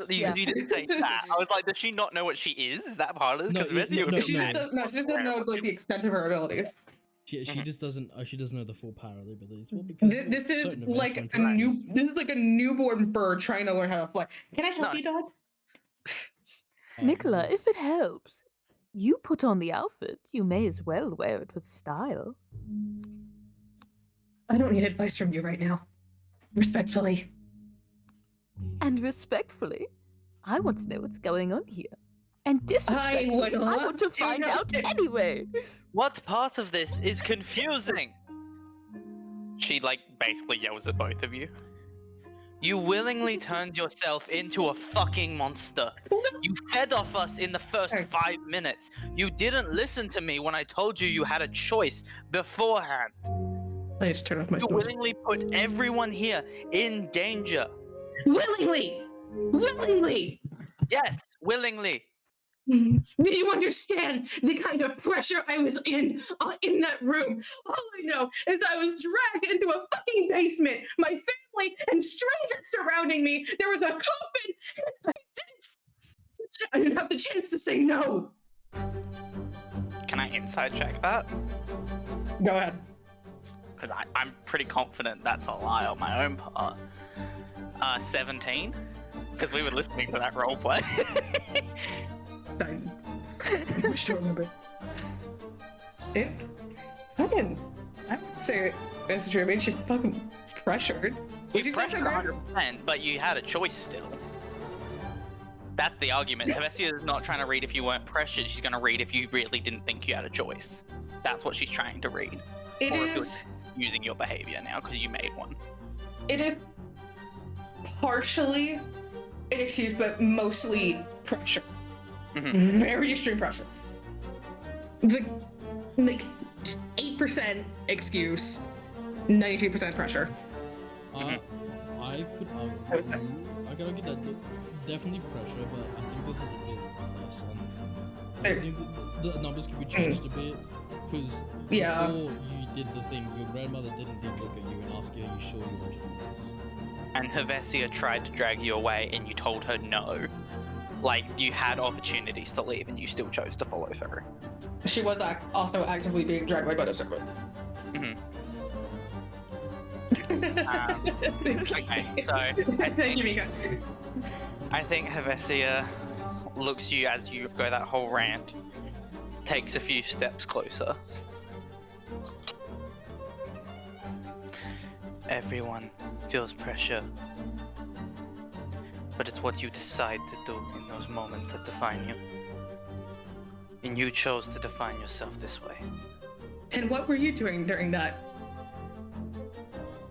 I was trying I to thought- burn the fucking building down to stop you. You could have followed me.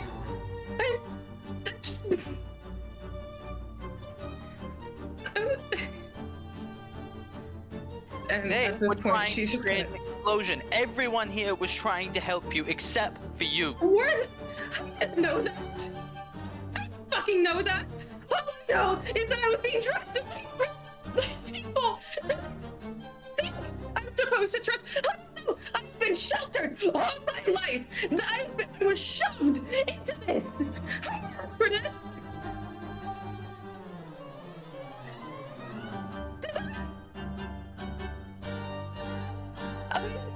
You Was spoke- doing what was best for my family. What I think that they want from me. I have never done anything to go against them. Do you know how hard it is to say no? Yes. I do. I told you I do.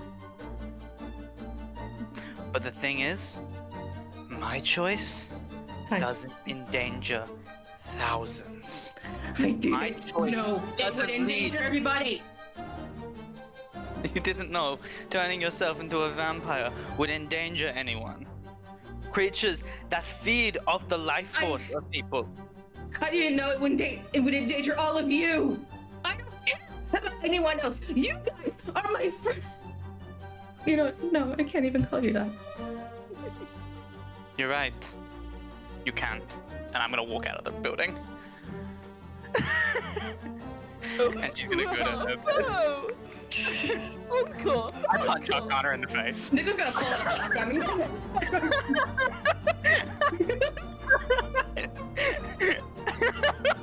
It's not even like a hard punch, Arcana's but I full, think like, it's full. spread out on the floor.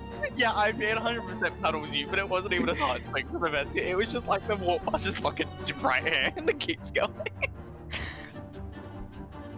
Probably meant to note there as well, like in the way that Nicola's ears were like drooping when she was getting hurt, Hervesia was getting hotter and hotter in that room. Like, she was becoming a danger to be standing in a treehouse for sure. Oh damn, yeah. Actually, Oh, roll me. oh no. I shouldn't have said No. that. No. Roll me a. Can you all roll me an insight? Oh, I All of love inside. Mhm. I don't. Well, someone message Carter to roll an insight. 17. Zero. Zero. You know what? For shits and gigs, I'm gonna use my card. 13 plus 6, that's 19. Okay. Solid.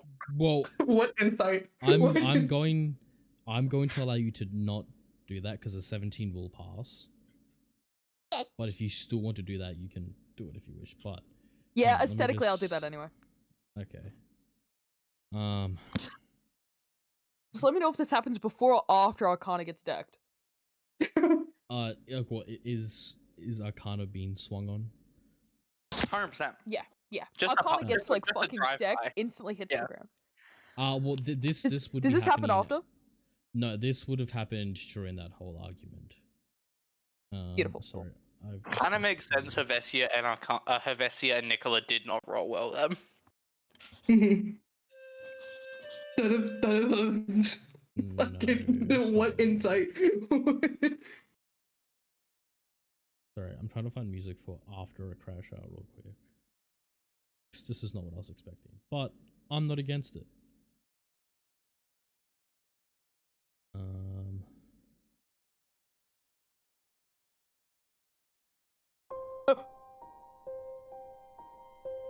I'm seated.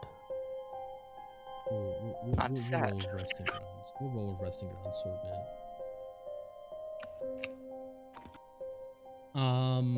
With that 17 on inside, when Hevesia started getting more and more angry throughout that whole argument, you saw not only was Hevesia themselves starting to flare up with their hair going more and more glowing, but it seems like the vines and plants and, well, considering just at a tree, the whole room itself seemed to move with Hevesia's emotion, almost as though it was in sync with her as she was yelling at Nicola.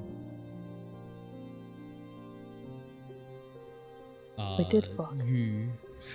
You from being an onlooker, when Hevesia started, getting more angry and flaring up, the plants in the room seemed to start growing at a rapid rate. There was vines that seemed to start crawling out of pots, and there was a growth starting to come down from the walls. But when Hevesia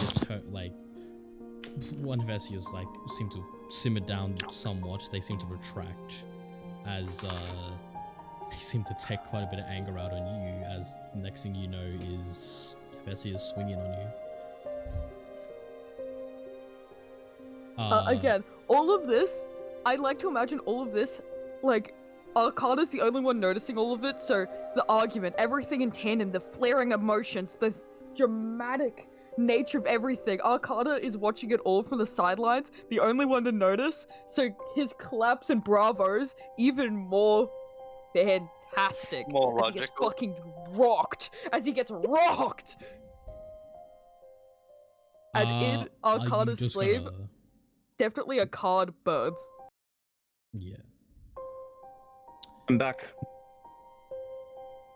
You missed the crash out of the century. You missed Aw, the whole fight. man. Like, yeah. Yeah, there was a whole fight between Nicola and Hevesia. Arcana got caught in the crossfire a little bit. And yeah, I imagine Hevesia slugs Arcana. I imagine Arcana probably doesn't go launching, probably just falls back into the wall, maybe slumps down to the floor. And I think, yeah, I don't, like I said, I don't think it's a full, like, she's not actively doing a full-fledged swing. yeah, It's more of like when someone's talking shit and you just like punch them in the nose to like fuck with their Yeah. like vision for a second. And but Arcana's weak as shit, and I think it does take Arcana off their feet, like we said, and they just puddle. I don't think it's a big ass like arc. I think it's just like straight to the floor. Important note: Arcana's nose is specifically more fucked up now. and I imagine you turn and storm out of the. You turn and storm out of the room. Yeah, she'll probably slam the fucking door as well, pretty hard. And Yeah, as you guys see, where she goes. as you guys see Hevesia walk out and slam that door, the plants, as Hevesia seems to leave, and well, I'd say they've calmed down just a teensy bit. Not as much, probably not fully calmed down, but their presence seems to leave this room. All the plants seem to retract, those lines seem to go back to where they once were. Their growth seems to stop. And when they slam that door, you feel it's not super intense, but there's a small rumbling throughout the tree. Not in reaction to how hard it was slammed, but it was more or less like a reaction from the tree itself. And Hevesia seems to walk off, I imagine, till they'll own some over to the spot where they left their stuff, and Yeah, that is where I will take a quick 5-minute break, so you guys can feel free to catch Carter up or get a drink, do what you must. Yeah, what the fuck? Alright, so Nicholas started talking shit. They were screaming, crying anyway. Going to So anyway, I started swinging. Also, holy, can I take a quick sidebar as like John Spectator? Peach, the delivery, I'm incredible, truly. I've needed to stream for a bit, so thank you. You're welcome. Absolutely fire. Big fan of saying I don't do shit. I need you to understand the absolute. I don't do shit. Followed by the shit.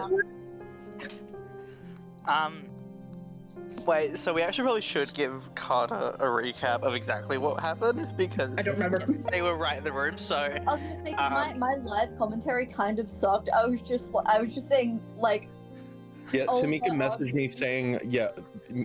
me saying, oh, they're arguing OMG with a heart with a line through.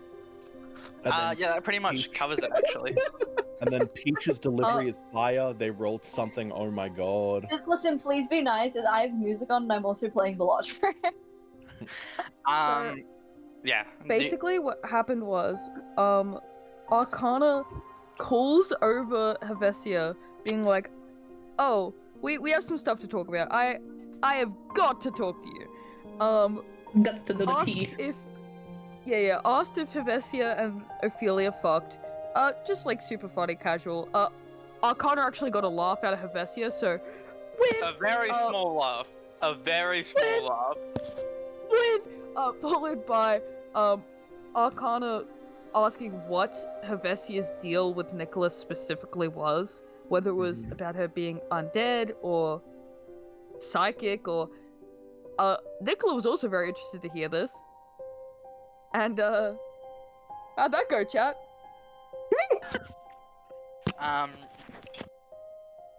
Pretty much, Hevesia was very upfront about it not being her being undead or psychic. It's about her specifically being a vampire and willingly making that choice to become one and put everyone around her and other people in danger. That's like a little bit racist, is it not? There's reasons to Hevesia's behavior, it's just not. Yeah, and I'm sure like knowledge. Racists have reasons That's, of. yeah, I was gonna say. Okay, but would you say someone stabbing a Wendigo for eating people is racism, or would you say that is survival? I mean, I mean, that's not both sentient, intelligent creatures, but they both kill people. I mean, also a vampire is slightly like. I feel like there's a level separating those. Incredible how even in another world woke Grimskull persists. Anyway, that's all I wanted to bring up. Continue. No. But yeah, Nicola then was sort of like, it wasn't my choice. I felt pressured, whereas there was some truth in that, but there was some Well, parts of that's it that fucking- weren't. Bonnie, you. Dog getting yelled at. And basically Nicola was like, I didn't know who to trust. I did what I thought was right for my family.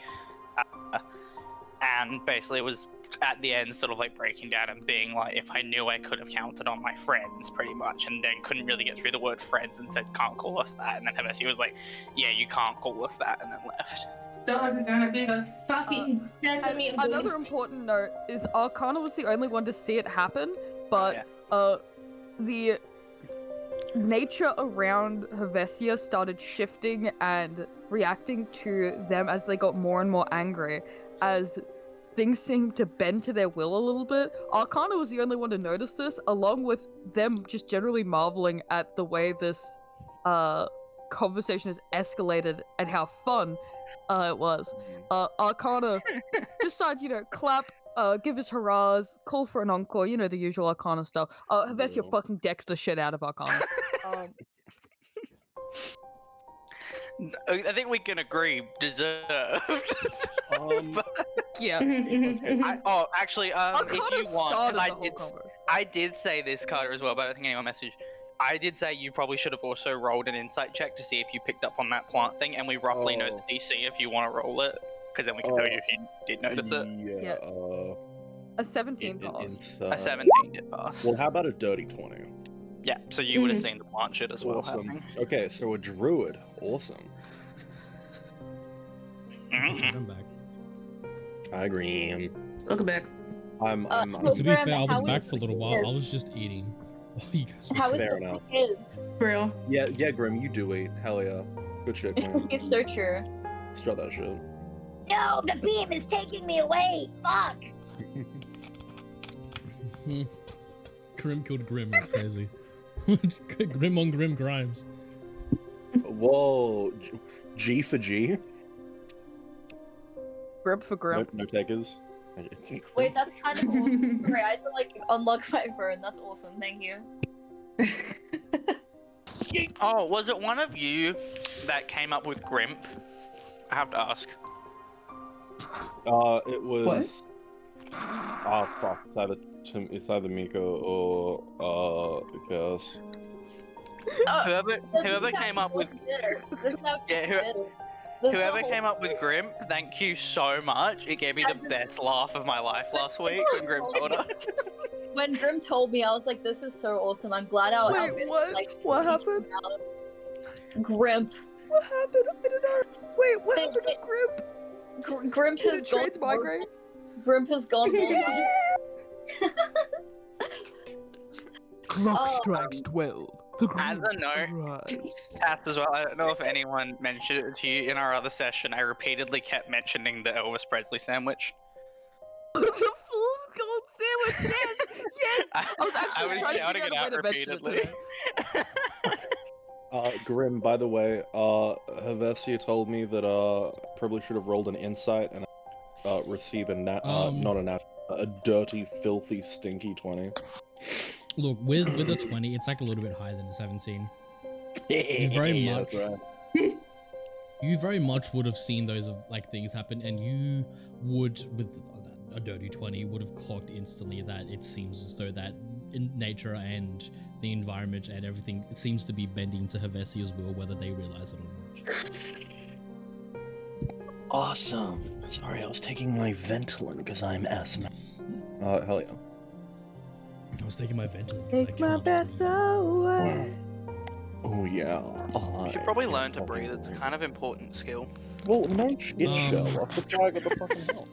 I think, coming back into the scene, we will cut to Hevesia, probably outside by themselves. I imagine you probably either standing or slumped up against a branch or some sorts, just sort of sitting there, brooding over what's just happened. What is Hevesia feeling in this moment? Okay, well, first of all, I feel like there's a certain vibe to Hevesia that the characters are listening, but the players I feel like don't understand. So, Helvetia walks away down this other passage, and straight up will like grab the nearest thing, pick it up fully, and just pelt it across the thing, shattering whatever the fuck it is.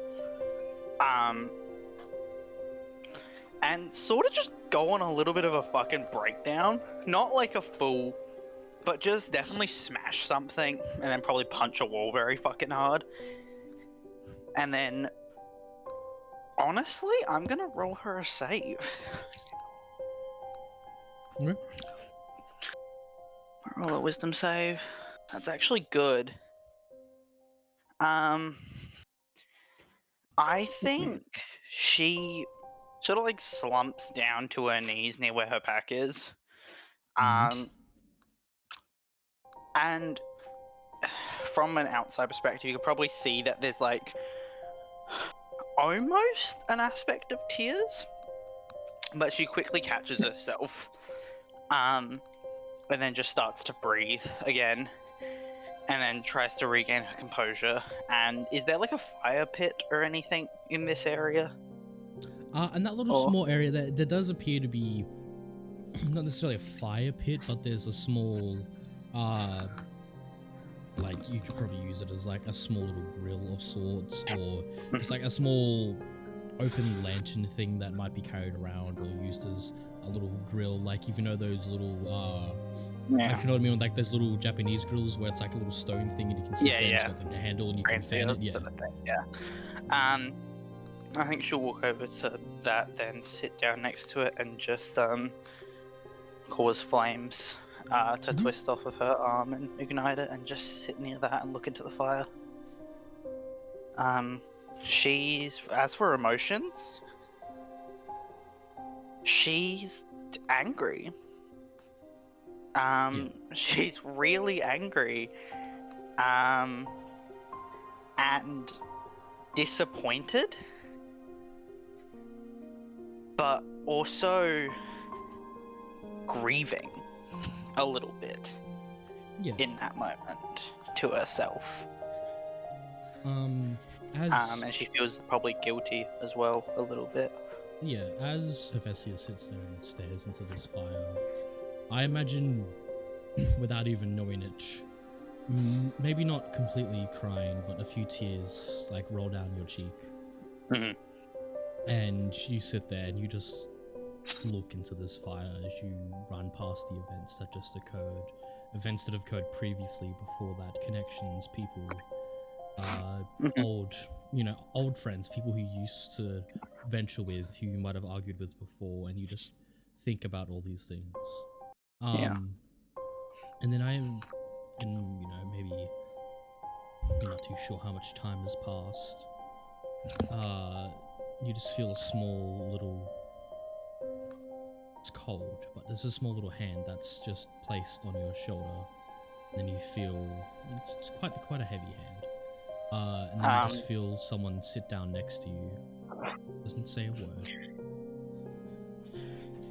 I think there's an immediate jolt, like that survival instinct of not wanting to be snuck up on.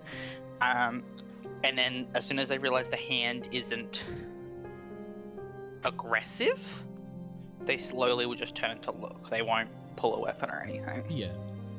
As you turn, it seems to be that, well, Stumpy seems to have come, and he's not saying a word. He's not doing anything. He sort of just puts a hand on your shoulder and then sits down, and then just sits with you watching the fire. A very confused side-eye from Helvetia. Stumpy is robotic, right? Am I wrong on that? Is he? He is robotic, but what he believes, he thinks he's a mushroom that grew out of the ground. No, that's my point. I'm just looking at him. I think Helvetia is just still so confused by this creature's existence, but the fact that it's a robot is a little bit more comforting, that it's seen her in sort of a more vulnerable state. But she will probably wipe off whatever the little bit of tear she has going is, and just look into the fire for a bit longer. She won't say anything. Yeah. I think you guys just sit there for as long What's a genocide? I think you guys just sit there for as long as Hevesia wants or needs to. And at whatever point you decide to sort of move and maybe make yourself comfortable to sleep, or if you just simply fall asleep as the fire dies out. As soon as you get that, as soon as like Stumpy gets that feeling that you're asleep or just wanting to be alone again, he gets up and just quietly moves himself away. You hear the small creakings of the little rope bridge as he walks across it back to the main area, and you hear a door close in the distance, but other than that, silence. You hear... oh well, so mainly silence. You hear the small breeze going through as the leaves seem to sway. And I imagine you probably drift off to sleep at some point. Yeah, I think I picture she sort of goes and lays on her bedroll, facing. She sort of positioned it so she's kind of hidden, but facing the like far off direction, like where the bridge is, but just hit a bit obscured, and she'll cast Produce Flame as she's lying on her back, and just use her control flame to make the flames just like shift and twist around her hand and stuff, just watching them in bed. And eventually you'd watch as the flames get dimmer and dimmer, and at the same time so does her hair and her eyes, until she snuffs out the fire with her hand and her whole body disalights. So she's not remotely giving off a glow right now, and she goes to sleep. I imagine as Hevesia snuffs out this flame, a little bit of smoke that puffs away from it. The camera, from perspective, seems to follow it up into the sky. Yeah. And then we cut from that, and we go back to inside living quarters after Hevesia's just slammed the door and walked off. Nicola, after that argument, how was Nicola feeling? What are their thoughts right now? I like to imagine that she feels like she's kind of hyperventilating a lot, expecting to feel like her heart coming against her chest, but it doesn't, because dead. Anyway, I'm assuming she's just gonna storm into another room and lock herself in to hide, essentially. There's not really many rooms here with doors. It seems to sort of be very open. But I imagine you maybe storm. Sleepover. I was gonna say maybe you storm your way upstairs and just put yourself in the furthest nook away from the stairs and just honestly. Yeah, I imagine you probably just sit there in silence for quite some time. Though not needing to sleep, I feel as though at some point emotionally she's exhausted, honestly. Yeah, I feel at some point Nicola just sort of lays there, closes their eyes, and not needing to sleep, probably just meditates. Oh no. Am I gonna get dragged into the shadow realm? No. Okay. I know, I imagine it's just you're drained, exhausted, both emotionally and probably physically from this day of traveling and all these things, and the argument. You might not even have like the will to do anything right now. So you drift off into a sleep-like meditation, just sitting up in that little nook. And I imagine a little while later, Kane follows you back up, say maybe a couple hours later. In this time, I think if you wish, Kane can gain a bit of sentience and sort of break away from Nicola and have a few moments to talk and do things for a couple hours before heading upstairs and just joining Nicola by the side. I believe that Kane would follow her up, and just as she's lying in a corner, probably surrounded like by a bunch of fucking pillows because she's just hoarding them, just kind of sit beside her. Yeah. Yeah, well then, Yeah. you can most definitely check up on people, Meek. As you saw the events occur, imagine you put down your book and you sort of just leave your Yeah, things no where they shit. are. No, but like I meant like you put it down and just leave your things where they are, how they were. I have to take notes. And Nicholas stormed their way up upstairs. You see Arcana still slumped over, probably holding their face after being slugged by Hevesia. What would Meek be getting from Arcana at this moment? How does Arcana seem to be portrayed to the people that aren't necessarily inside Arcana's head? Arcana, while punched, yes, and like holding their nose for the most part, they are still smiling. They, if nothing else, are a diva. You can't keep a diva down. If it also helps, I feel like Arcana's doing a lot of overcompensating at the minute, just with their own feelings. Mm-hmm. So, oh, did you see that too, or was it just me? I saw it. Hold on, can you give me a moment? And you watch Arcana, like, grab their nose, and, like, you hear little, like, sounds of grinding as Arcana holds their nose and then pulls it. Oh, there we go.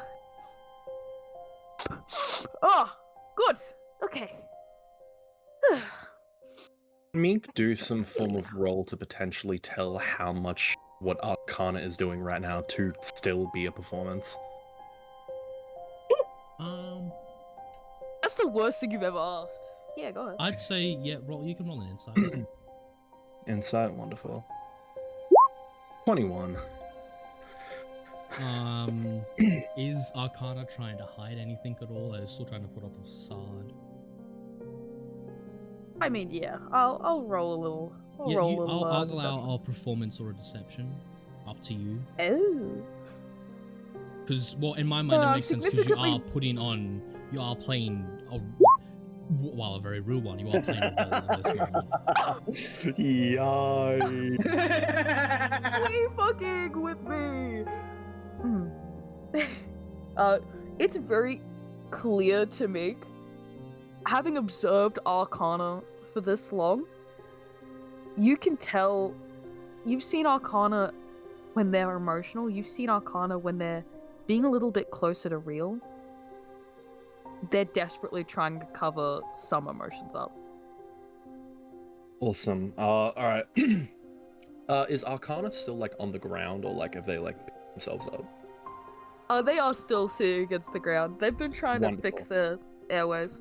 Wonderful. Meek's gonna, like, you know, hop up from his comfy spot. He's gonna walk over, and, like, you know, rest himself down next to Arcana.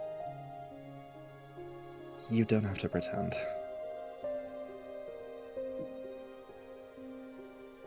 Arcana will turn to me. What? You saw it too. Clearly, what a great show. Not everything has to be some sort of performance. I mean, don't you still need a rest and intermission before you continue on with the next act?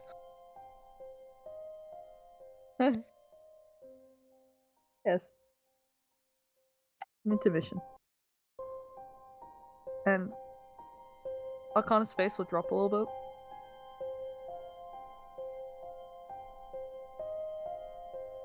Takes a punch in the face for that, right? No rest for the wicked.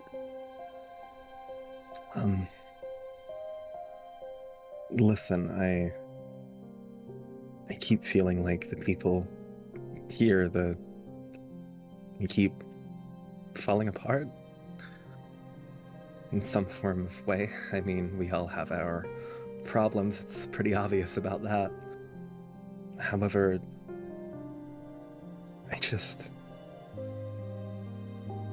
I wish that we could all be friends, at least. See one another through the other.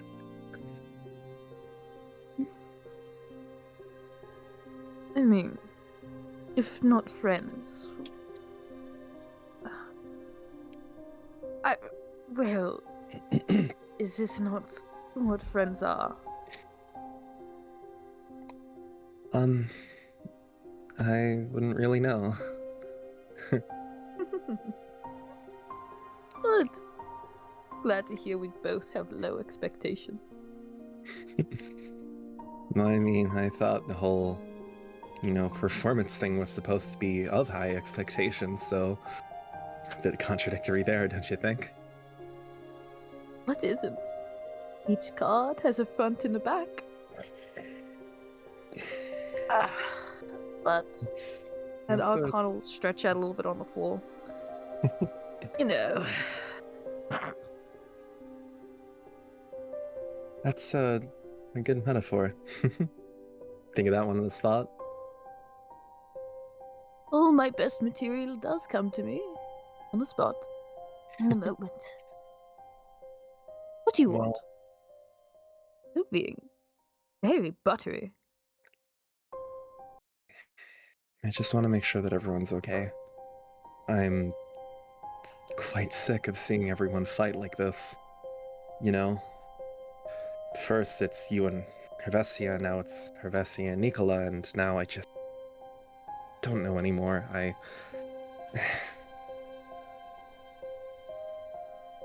Meek is like... Okay, alright, hope we're ready for this. Meek, very suddenly, is just gonna grasp onto Arcana in an awkward hug. We got a kiss? No. Listen, I care about you guys. You've at least made being me a bit more enjoyable, and although I've been given shit by everyone, I'd say that it's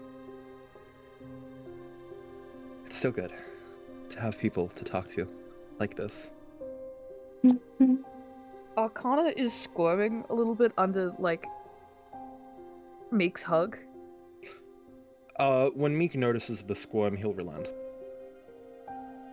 When Meek lifts up their hands where their feathers had been touching, there are now feathers on Arcana that have sprouted out. Thank you. And Arcana will cover up a little bit more. Listen, Well... Oh, no, please, talk. A lot of that. This whole party thing. We weren't much of one to begin with. Really, I feel like it only works if there's someone in pain or for everyone to take out their mutual feelings on. Someone to be a punching bag, right? Evesia, as goody two-shoes as they are, clearly has things going on. And they're not big enough to let the little people in their lives know. And you, well, what you've got going on. Rather than making it everyone else's problem, you keep it to yourself and stay quiet and pent up. Bad thing. That's just how you deal with it. Nicola's probably got it the worst right now. She's lost everything. Everyone. She's something she doesn't understand. And the only person that was giving her unconditional support hates her. I feel for her. But at the same time, I can't help but feel envy. Envy. Yeah. Envy. That's a strange one coming from you. Meek. I'm great. Don't get it wrong. Meek chuckles a tiny bit. She may have lost everything, but she still has us, regardless. And you have us, and Hervesia has us, and Ricky has us. And you guys are... I hope I have you guys too. I'm... You know what, mate? I think you're right. I think we do have you. Whether we like it or not. I don't know if I could get rid of you. So good at that. Buttering me up. Bring my self-esteem right out of the dumps. I think you'll be a great influence on Mallow. I'm not sure. I wouldn't want to become, you know, like my mother. Or I guess dad for that matter. Either or. Well, to be honest with you, Meek. I'm no role model. Whether anyone can be like me. And I kind of look down for a moment. Or if anyone would want to. No one should have to decide to be like this. What Nicola did. The choice to be like this. Mallow didn't get to choose. But maybe she'll be able to be something different. Maybe if I'm there, it'll be something happy. Control herself enough to be herself. Wouldn't that be great? No fighting. Happiness. Well, I think that as an actor, you'd need more confidence in yourself and being able to do something good. You know, you could either think of it as a performance or giving her the chance that you wish you had. Sorry if that sounds rude. I'm sorry. I'm a little gagged by that. Hold on.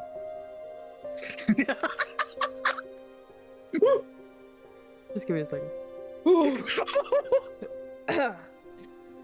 All right. Mika's game. Mika's ball. Always unaware of your game. You know,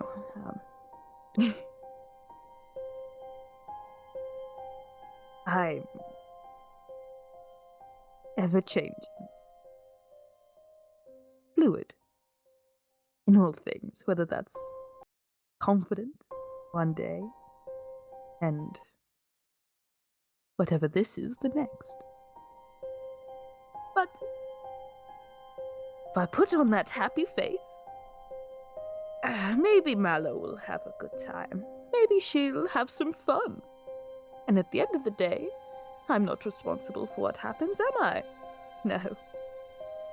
No, I'm not. So, let's get the group back together.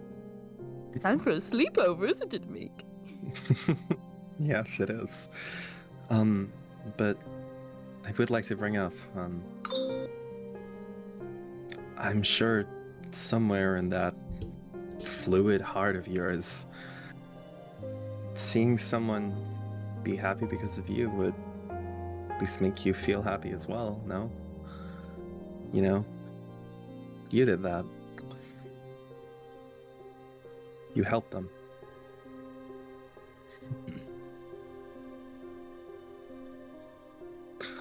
Well, I'm gonna check up on the others, if that's fine with you. That's alright, Meek. Seems like that feathery heart has helped someone already, doesn't it? I can help them. Thank you, Arcana. And Meek's gonna stroll. Oh, yeah, Regrum? Yeah, as you You let go of Arcana and sort of get up and walk away. Kane is upstairs at the entrance of the staircase, I believe. Mhm. And Yeah. you see, sort of, like kneeling on like a small box, is Ricky, looking through a small window that's next to the door, out towards where Hevesia stormed off to. I imagine it's very much in a sense of wanting to go out, but respecting the boundary and that Hevesia might be wanting to be alone at this point. And sort of just there. So I imagine you turn to go upstairs and you see Kane at the top of the stairs waiting. Well, real quick. Mhm. You know, just to do a little thing. I listen. I know that Mo isn't here, but like, I'll say this to Ricky then at least. I understand that wanting to leave her alone would probably be the choice that she'd want. However, I'd hope at least on the off chance that if it was one of us that stormed off, that she'd also try to catch up to us. If you want to, you can. I am not sure. Yeah, I know, because Mo isn't here, Yeah. so like, but like, I'm that's not sure what how Meek Mo would would say. react. Yeah. But I feel like in Mo would do the classic Ricky, like the not knowing what to do noise. I honestly feel like that's the reaction. yeah, that would happen. I think it would be that, and then very much be, I don't know if they'd look at you, if they just continue looking out the window towards where Hevesia is. Yeah. Either or. All right. But I think like I'll run it by Mo. At some point, be like, hey, this happened. Is that all good? But I think for the scene's sake, I think it makes the most sense that Ricky sort of just sits there and looks out towards Hevesia and just acknowledges what you said. We'll keep them in like stasis purgatory at least until we get the response. All right. But Meek's coming up the stairs. Yeah, you start making your way upstairs. The stairs creak a little bit, not because they're old or anything like that. It's natural. It's wood. It just sort of makes a noise as you go up. No one seems to make a move, but Kane is standing at the top of the stairs. Is Kane doing anything, Peach? I mean, Kane has been watching this entire conversation just kind of quietly, like, just I'm here. I don't want to make my presence known, but I'm here. Kane, may I speak to Nicola? Kane is kind of leaning against, I'm assuming there's railing. I'm assuming. Yeah, it's like a little spiral staircase, and there's like a railing going up it. Like a railing on like one side, the other side seems to be connected to like a pillar that, you know, supports it as it goes up the middle. Okay. He would be leaning against the railing, kind of hands crossed over, a little crookedly across the chest, but I think it's purely just the issues with being, you know, a zombie. And before kind of speaking, he'll like do this really bad cough. It sounds wet and nasty, just like wet and nasty. It's like I like it with your mother. What way? Keep it civilized. Keep it civilized. Anyway, and then everybody just sorry, someone talked in a bit. Anyway. A piece of ceramic comes flying out from the back of his throat. Oh, jeez, how did I get there?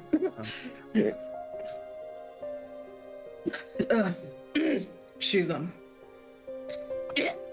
she's fucking really in my throat. Anyway, now. What the fuck? Yeah. This is Kane. Kane needs a fucking strap saw. She's asleep somehow, I think.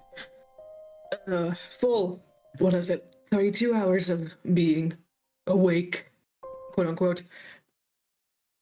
And this, I think it's best that she be left alone for a bit.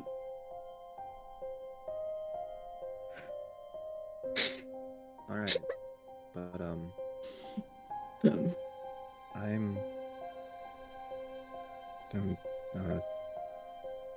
okay.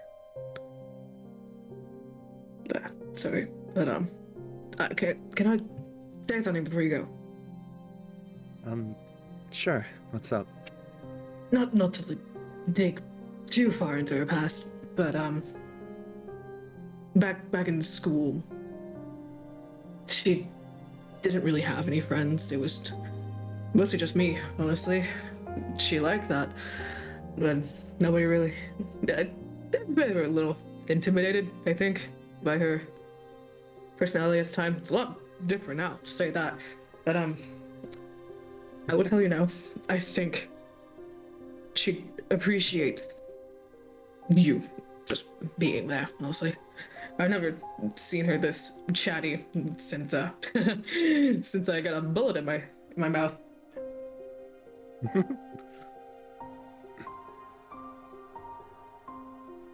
So, thank you. Of course, I'm glad that we've been able to leave a positive mark on her.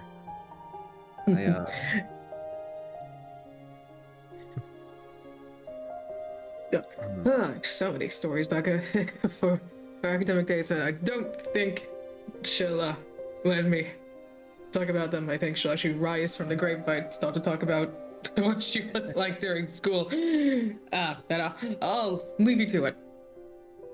Thank you, Kane. No problem.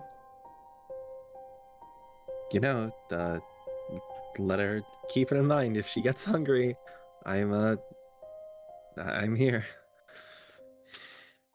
He'll like kind of purse whatever kind of lip that he has. It's kind of not there. He seems a little uncomfortable with that, but just kind of nods and gives a thumbs up. Thanks, Kane. And then, okay, well, I mean, damn, I only got to talk to Arcana. Shit.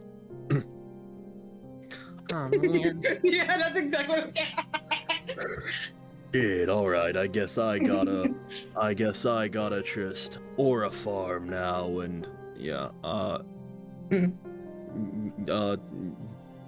yeah, Meek's just gonna just nest himself and then stay still for 4 hours. I need you to know I hit the speed gif when you said nest. Motherfucker, who would have known that I'm using bird-related innuendo? Avian character. Yeah, I imagine you go and I imagine you find yourself more comfortable on the couch again and sort of start going through more books and just sort of I mean, reading and processing not only information but the events that have occurred. Is anyone doing anything important of note during this time, or is it just hanging around and then eventually making our way to bed? I like to imagine Kane is trying to get all the pieces of like ceramic and coal out of his fucking stomach. Yeah, he's probably. Oh, what was that? Are you doing anything in the scene, or are you doing anything before you go to bed, or is it just getting yourself ready, finding yourself a bed somewhere, whether it be in the little bunk beds down here or making your way upstairs? I think Arcana is feeling as kind of bad as they could be. In the most like, oh, I need to sit here with my I need to thoughts. lock the fuck in.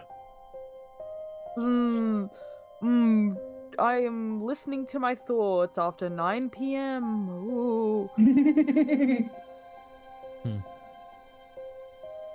I think Arcana's just gonna like where they got decked, even like sleep there, it's not gonna be a good sleep. No. For those listening at home, there's an ongoing bit about the clock striking a certain time. And there was a message made. Clock strikes and 9. then the no mic saying that the clock strikes 9. Clock strikes 9. The wound. Arcana arrives. Yeah, so I imagine. This is my Cane on wheels. Okay. And he loves you. Okay, rein it in. I imagine Arcana probably finds themselves falling asleep where they were.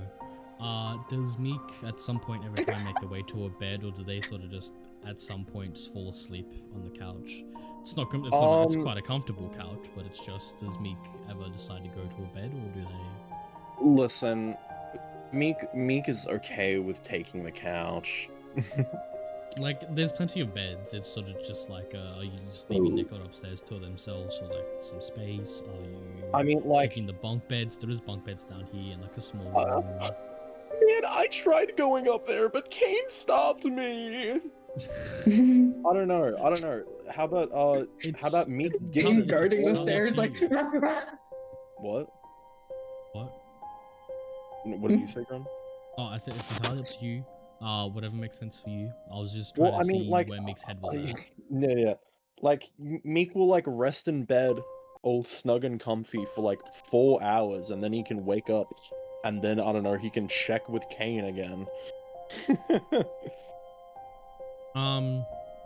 Well, yeah, so I get you that you just sort of just rest wherever you were at the time then. Yeah. Yeah, so we're going to leave this scene here for a moment as the camera seems to just fade up into the night sky. And for a little moment, we're going to be flies on the wall for a little minute or two. The camera sort of like, it flies through the night sky,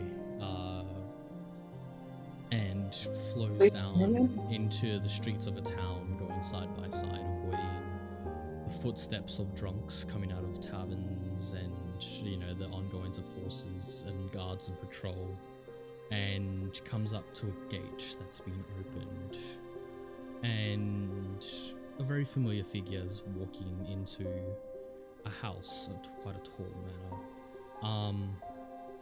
This person is this guy. I will ping back to them in the NPC channel so you guys can see who they are. Well.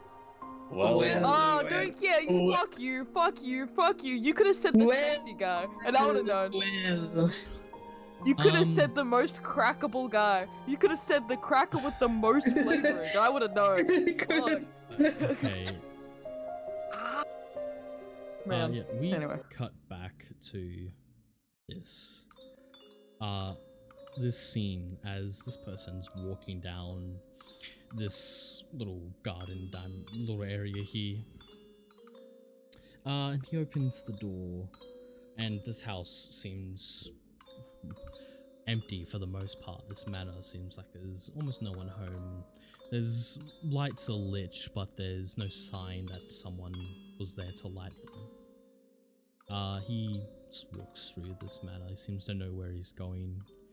Walks up these tall stairs in the main entrance and makes his way down a hallway. And he opens a door to a study. In this study, there's a fireplace with a chair facing it and a desk behind that chair. He walks over and takes a seat across on the desk, and he sits there and he laughs to himself. He goes,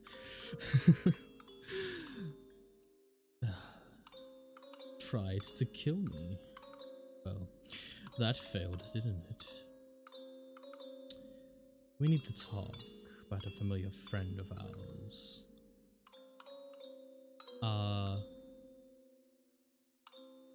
And the chair in front of the fireplace turns around, And you guys see save. If you want me to, I'll reply back to the image so you guys can familiarize who Okay. they are again. And Save sort of just sits there and smiles and gives a nod as they sort of pan and look off towards a mirror, and this white-haired figure seems to flick their hand and the mirror gets covered in this grey-black smoke as there's, from what we can see, it's not very well lit, there's a figure that stands inside of it. And from the little lighting we can see from our onlookers' perspective, there's a small glowing blue color about them, but they're robed.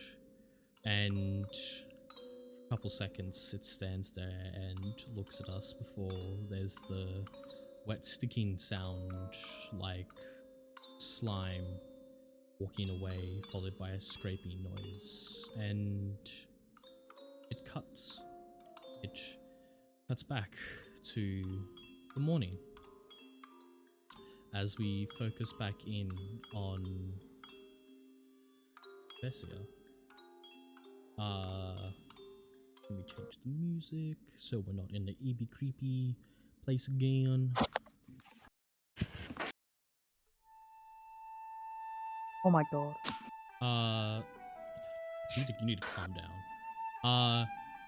Vessia, you lay where you were outside. A couple leaves and some things have collected on top of you.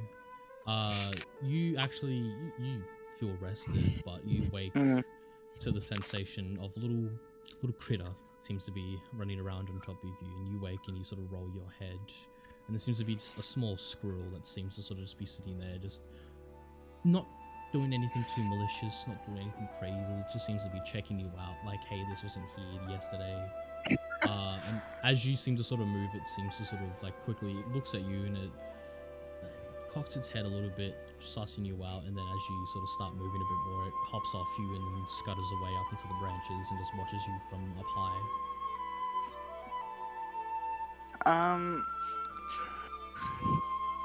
I think she slowly sits up.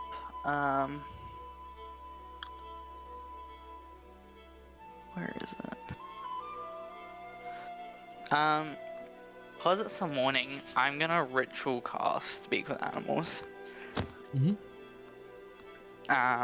Just as she's waking up and this whole thing is unfolding, and she'll sort of sit up slightly, lean over herself, and look up to the tree. Are you alright, friend? Huh? Friend? What is friend?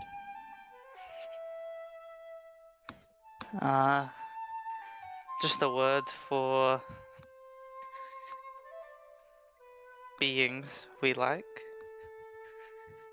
It sort of seems to use its little paws and like scratches behind its ear, and it seems to, its head seems to just be moving constantly, like how squirrels and small animals tend to be doing. And it goes,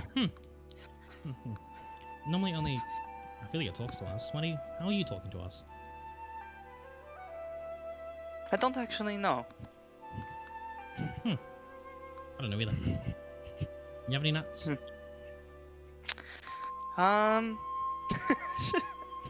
She looks around. How many rations do I have? Because I don't know if she'd have any nuts or anything in those.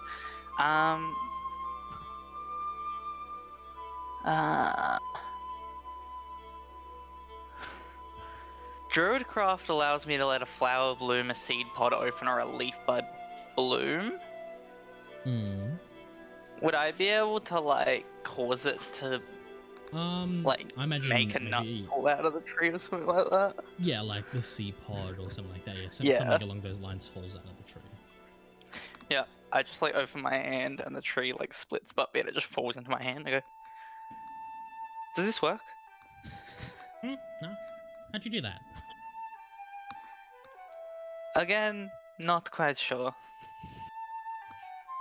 It sort of scurries down and like as you're you're sitting with like your knees sort of like bent, and it sort of like scurries up your knees and it like takes it out of your hand and goes, and it like takes a bite, and then it looks at you, then looks at it, and it just like shoves the whole thing in its mouth and runs up and goes, "Rrr," and then scurries away into the trees.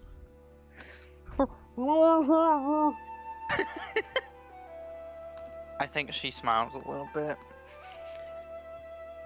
And kind of like cracks her hand a few times, just trying to understand a little bit, and will slowly stand up. And start putting her gear on. Doing a small workout. You know, 75 push-ups, 75 pull-ups. Not her 200 this morning, just a small one. Oh, not the 200, not the 200. Just a light one this time. Light one, Only 4 sets of each. Full set. Okay, yeah. Your abs hurting at all, Queen? No. Let me tell you, mine fucking are. Yesterday. Shit sucks. I did the gym as well, but now I'm sick, so that's the priority on my body. Yeah. Remember what your strength is again? Yeah, you do this. I think we cut to inside the house. As I think Ricky is probably curled up in that little spot that they were watching out the window from, sleeping. Probably on their backpack, to be honest, because Ricky's backpack is huge compared to them. I would like to think Kane probably went back at some point in the night and sat down next to Nicola. I think out of everyone here, I think maybe Arcana wakes first. They sort of... Okay, well, okay. 4 hours, baby. No, it's okay. Yeah. 4 hours! 4 hours, that's all it takes! Anyway. 4 fucking seconds! Okay, well, like, 4 hours is all it takes, but, like, let's be real, you can't sleep for longer. And I can be reading for longer. Yeah, okay, you know, but who's not to say you read for longer and then you're still in your 4 hours of sleep right now? You're fine, yeah, no, I see it, I fuck with it, okay. It's sure. Still the same thing, you just stayed up later reading. It's okay, it's fine. Yeah, I like to imagine Arcana wakes up first, probably, coming to, you know, consciousness, and you feel like a kink in your neck after you laid slumped up against the wall for the most of the night. How was Arcana feeling in this morning, waking up after the events that happened?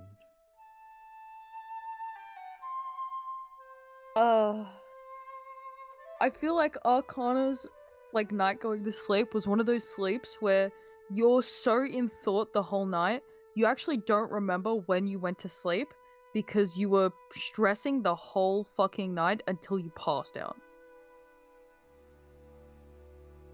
Mm-hmm. So at some point,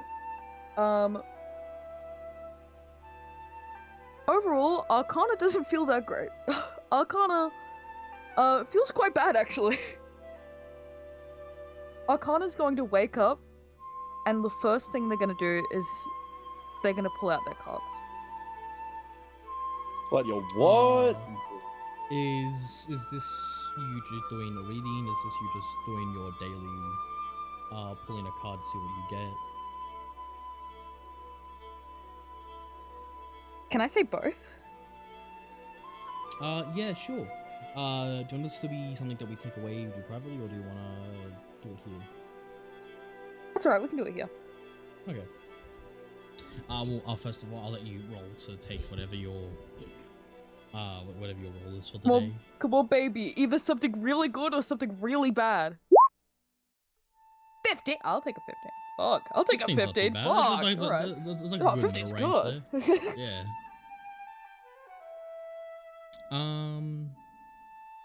Yeah, look, I imagine you sort of sit there and you start drawing cards, and your eyes roll back like they usually do, and, well, you don't necessarily fall to the ground or anything like that, you're sort of just still slumped in that same position. And yeah, you go back to a place that's very familiar to you, this black void of sorts, and you lay floating. Let's back to the moon. I believe it was this one.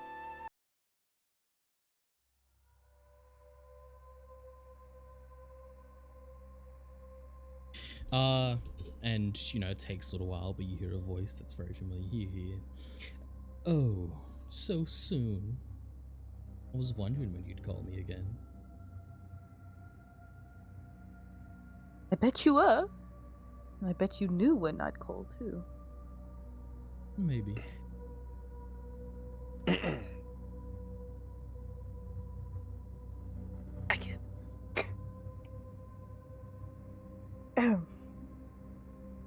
The girl, Mallow. Yes.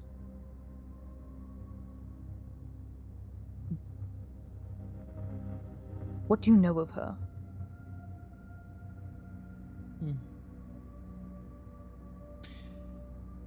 Well, from what I remember, is that she's like you, very much a changeling.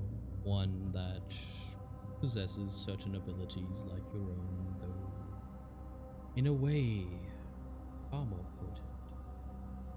Unfortunately, I don't do business with beings that young. It's Morrow code, if you believe I have one. But News to me. oh, well, all I seem to know. You can go ahead and roll me an insight check.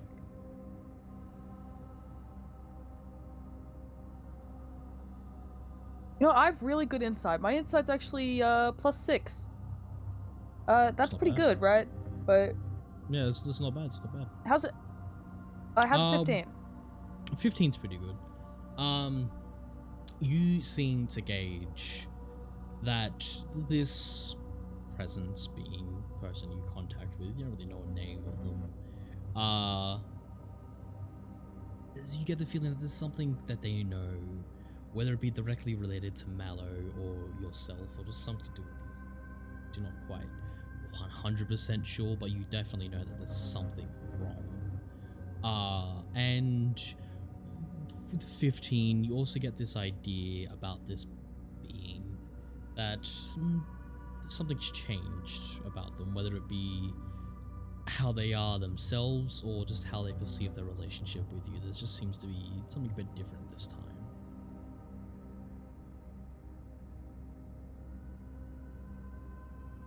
Even you change. But of course, We're shifting. everything changes. It's just a matter of time.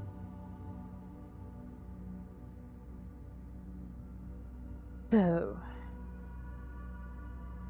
I didn't call you for no reason.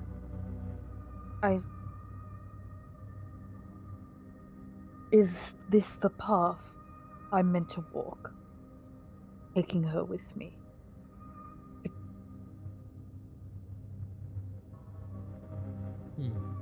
Let's harm her.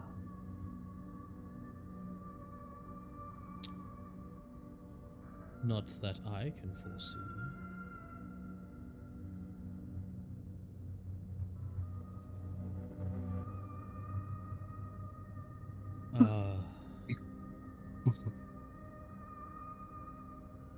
You've been with her may not be an issue, but it's been quite amusing watching the events take place. That was quite a show last night.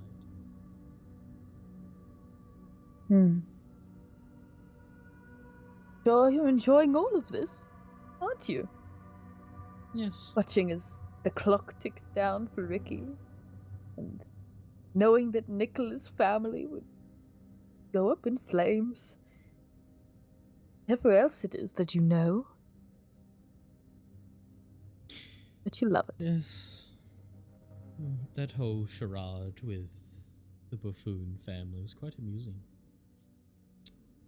And that whole event with, he speaks a name or a title, but it seems to sort of just distort from when he says it into your mind. You just don't seem to recall.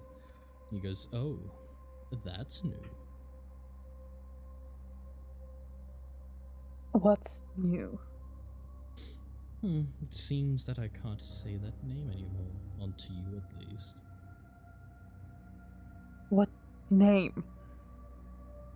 Name of a certain celestial, one that dons, and then again more like distorted talking. You guys, interesting. It seems that the Buffoon family has more to it than I thought. How You're intriguing. surprised. Glad you don't know everything. Gives me some hope that the story can turn out differently. Oh, but of course. I only give you what I can see from my own personal insight. And though there are some benefits of my being, general foresight is one of them, but I don't seem to know everything. It's nothing's for certain, things can change, as you know. But as always, the show must go on. What?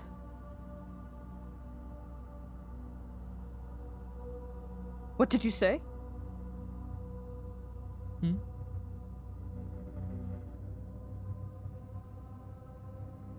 Were you involved with Julius? Was that your doing? Did you put him there to taunt me? To push me? Maybe. Maybe someone was testing the limits. The limits Maybe of what? someone- Of what I can handle? Of what I'm willing to put up with?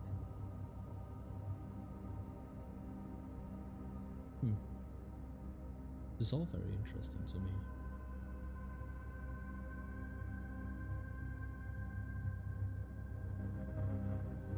Bet it is. Maybe someone wanted to see what limits something could handle.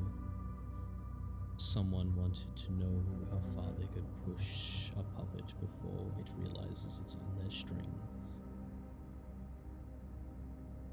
But regardless, if that is all, Arcana. Out. I said get out! You're the Enough one of who you! came here. I want you gone! We will talk soon. And your connection seems to be severed. And your eyes sort of roll back. And, you know, things go back. Meek, in this time, I imagine you would have woken up and seen Arcana with their eyes rolled back. I imagine with this interaction is Arcana's body reacting in any sort of way that's different, considering how their norms and behaviors have changed towards when they normally go to this realm, when they talk to this being. Yeah. So the visuals for Arcana are like obviously their eyes roll back, but their skin shifts as if there's ripples in water. Their heartbeat is visible in their skin as everything shifts in like a rhythmic trance. Rhythmic trance. Arcana has a +2 to fucking charisma. It's insane when they're entranced. Nuts.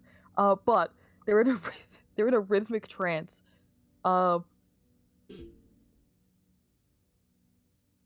Yeah, yeah. Sorry, rhythmic threw me off crazy.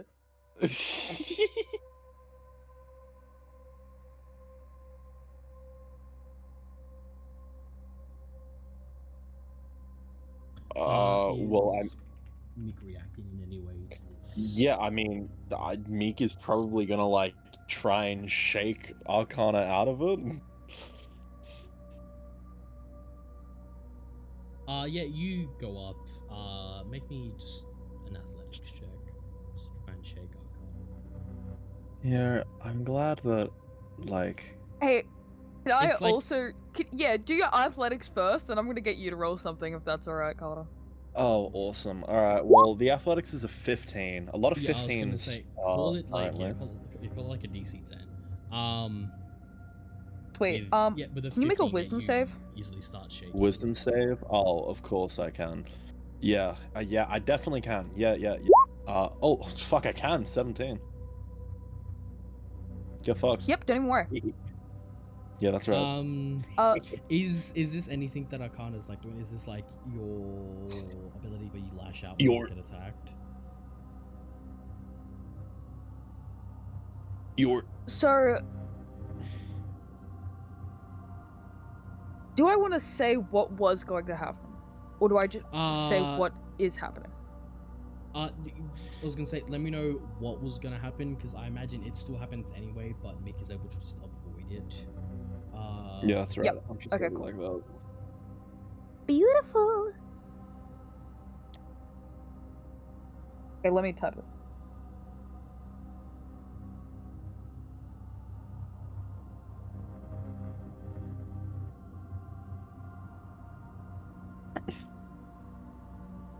This is a great session, guys. Oh yeah. Another case of Peach, I didn't do shit. Clearly a fucking lie. Oh shit.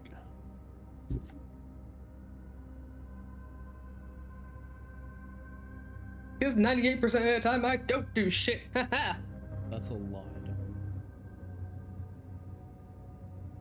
These past few sessions has been a lot of Nicola getting into it. I love it. Yeah.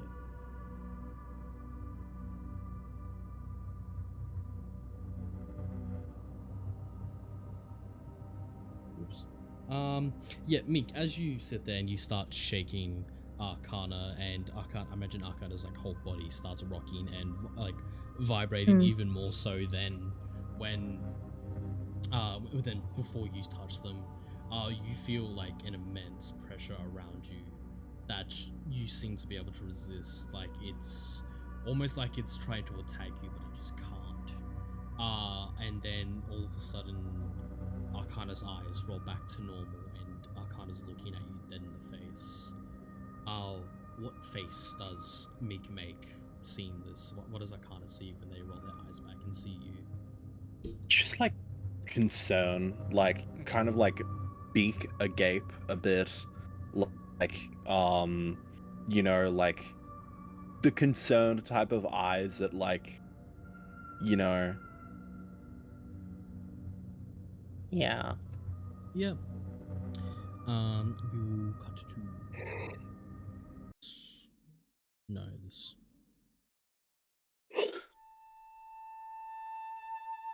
As this pressure relieves off, Arcana, you come face to face seeing Meek's face as big a jaw, just sort of concerned looking at you. What do you do in this moment? Arcana, as they like snap back to reality,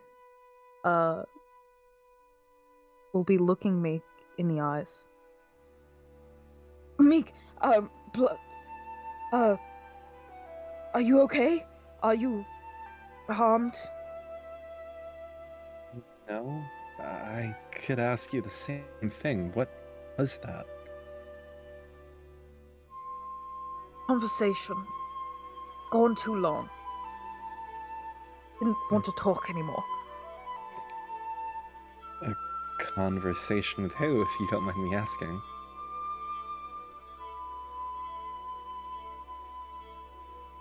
Arcana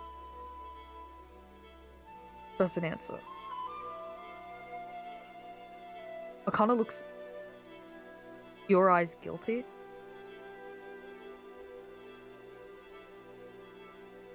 What's wrong?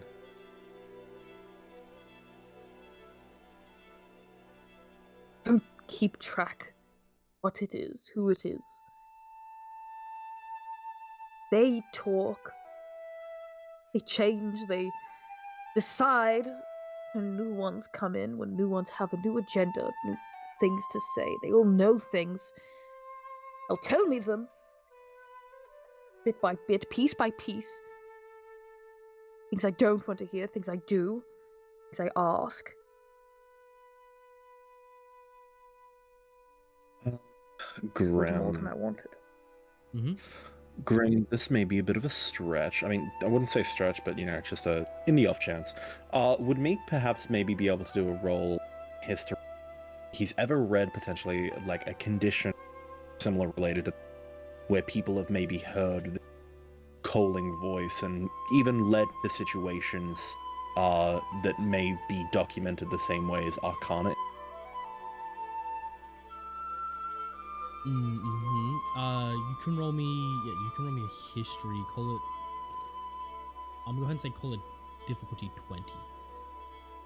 Because it is Awesome. quite. This isn't like quite a common thing, so you call me like difficulty. Awesome. I need to roll a 10 or a higher.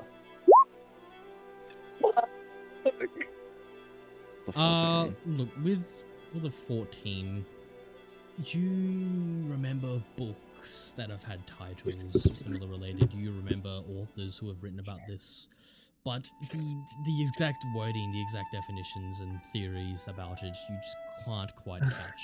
It's like it's on your tongue, but you just can't quite recall the exact details in this moment. Damn it.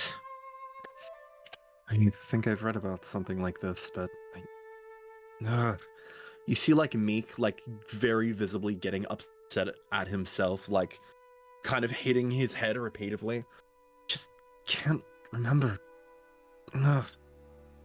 And like you can now like Meek then goes to his book frantically like flipping through pages to like just see if he can like at least find anything, probably to no result, and just seems very disappointed in himself. Fuck. No answers in your book? Bookworm. No, unfortunately. As much as I'd love to, it just... Damn it. Ricky. When I get tricky. When I get you, Ricky. Listen, I'm sorry, I wish I knew what it was. Listen, You're not alone, Arcana. I mean, we talked about it last night. Just... I mean, I hope you can trust me. Meek, I trust you. Do you wanna give an insight check to that? No, do you not trust me? Oh, what's 16? Oh. 16. The 8th? Arcana doesn't know if you can trust him.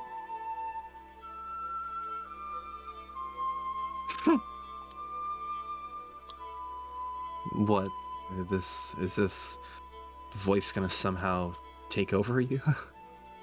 And like as Meek says that, he then like immediately like locks in to like see any like form of reaction. Probably not. Good. And as Arcana says probably not, he stops for a second and goes, I'm not a puppet, I'm a performer. I make my own choices. Follow a script, but not tight actions. I get to improv. I was gonna say, I would hope a good actor can ad-lib at least a few things, fill in the gaps. Exactly Sorry, what my best bits are. Sorry, I keep making this actor type of metaphor. Sorry. It's poignant. Don't worry. Plus, I like that you show interest in the craft. Well, it would take a bit of skill. Who knows, Meek? Maybe one day you'll be some big actor, learning from the best after all.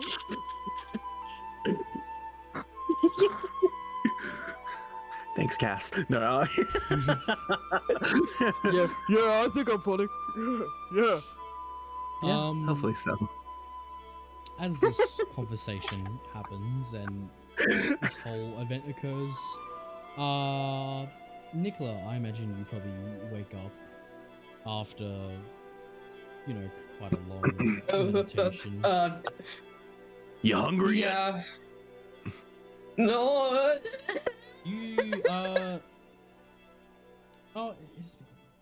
you, roll me, Oh. roll me a d20. Okay. Oh. Why did I roll it twice? Why did I roll it twice? And why is it a nat 20 and a 1? Okay. We'll always take the first roll. With a natural 20, you seem to wake up and you don't feel as though you need to, even though it's been quite some time since you last ate, you feel fine for now. You don't feel. Oh, motherfucker! Just get hungry already. Alright. Get hungry, get hungry, get hungry, get hungry. And you know, Let's trauma bond. Come on. At most, you feel like a parched throat as you wake up from this meditation. I imagine Kane probably sitting at the foot of wherever you were sleeping. As you rise, how is Nicola feeling in this moment? Shit. Like she will wake up just surrounded by those, like the throw pillows. Like there's a blanket that's been thrown up over her, and she kind of slowly like flutters her eyes open and sees Kane in the corner just finishing off like her braid. And she'll look at this, just kind of sigh and sit up as like he ties the ribbon on like the last braid.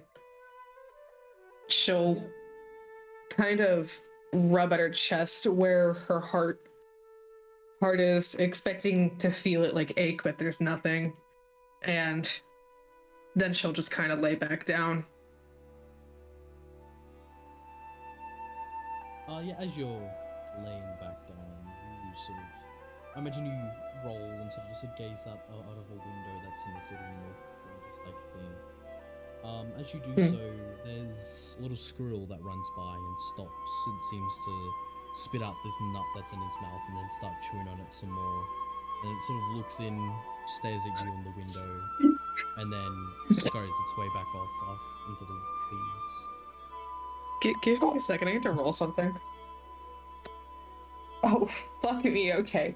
As soon as she sees a squirrel, she's gonna jolt up and run to the opposite side of the room while like just kind of yelling. That's right. Nicola's a city girl. Yeah.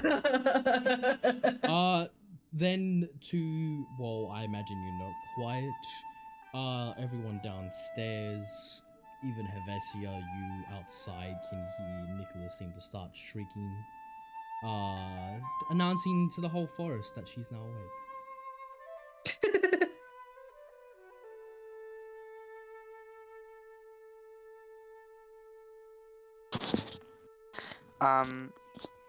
I think Hevesia looks up from what she's doing and then shrugs, then goes back to what she's doing, just assuming Nicola's overreacting. People downstairs, you reacting, you doing anything. I imagine this wakes Ricky up too, even though Ricky was still asleep. I imagine this wakes Ricky up as well. I know you probably can't do anything right now. Right. But... I think Arcana would be interested. If not, just to get the conversation onto something else. Yeah. Meek, do you hear that? I'm pretty sure I do. Wow, we should go check that out.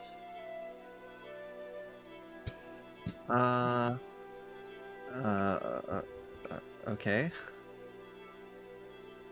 Yeah, I'm sure Nicola needs to feed or something. What? She's screaming. Let's just go. Oh, yes.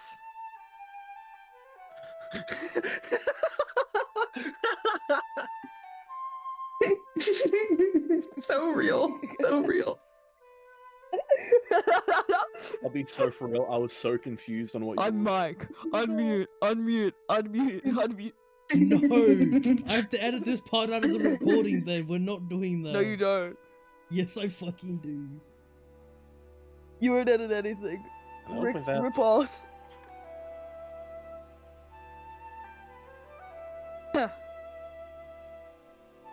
Nicola, so are you like dying? Sunbeam get you? You can see her just like by the railing holding her shotgun at the window where the squirrel was. Verbatim, Arcana will point directly at the squirrel. Look at Nicola. Look at the squirrel. Look at Nicola. Look at the squirrel.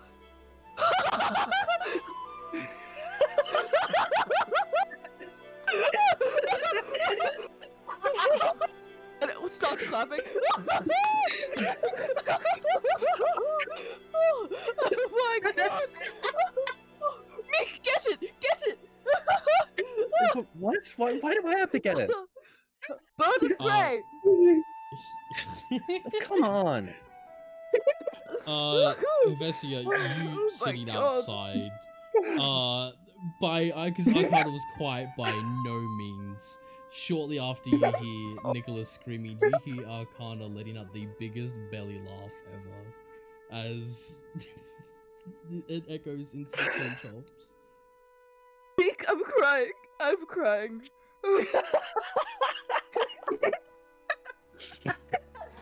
Like imagine Nicholas like still like freak the fuck out, like as like away from the ground as possible.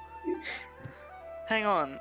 What am I hearing echoing into the fucking trees? Just these Oh my dickheads God. laughing? You hear after shortly after Nicholas screams is Arcana letting out the like loudest belly laugh ever. Like if like you don't even need to see to know that Arcana's probably like 2 seconds away from being on the floor rolling around. Like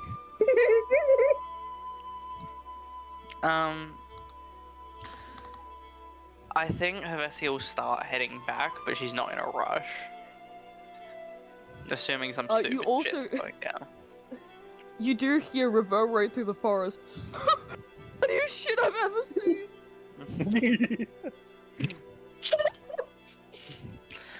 That is the most hilarious fucking laugh I've ever heard. I could not stop laughing. Oh, that's good. I Fire. like how Cass left the fuck back in after they stopped doing that. Oh, it's gonna get you! It's gonna get you! Actually, you know what? You see Mink like writing in his book right now. Vampires are fearful of small rodents. Buffoon family, humbled by rodent! Oh. Meek, that's nuts. That's nuts. Sorry. Yeah. Oh, my stomach hurts. As this, all events goes, the squirrel My seems to look at you stomach all, and it seems to shove its little, like, seedling nut thing back into its mouth and it runs its way back up the tree branches and disappears.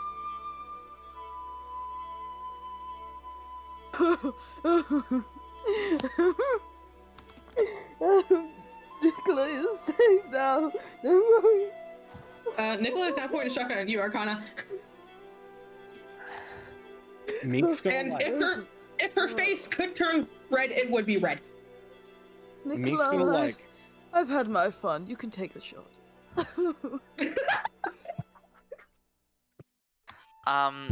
Havesia at this Oh point my is walking up the stairs. Oh.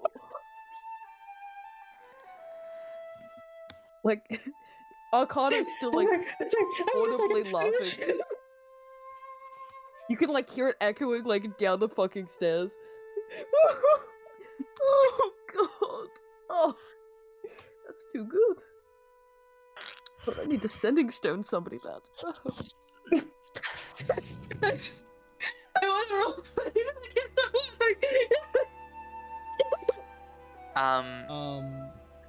No, go on. I was gonna say, Havesia walking up. What is the scene that's currently she's seeing in front of her? You walk upstairs, and the first like person you're met with, is the back of Meek that seems to be up the stairs last. Next, I imagine Arcana, if not rolling the floor, is probably like doubled over and laughing, holding their stomach, tears in their eyes a little bit. Kane probably sitting there over by the window where Nicola once was laying, sort of just confused in general. And Nicola is like up against the wall like a cat. As soon as it touches water, it's like she is staring directly at the window.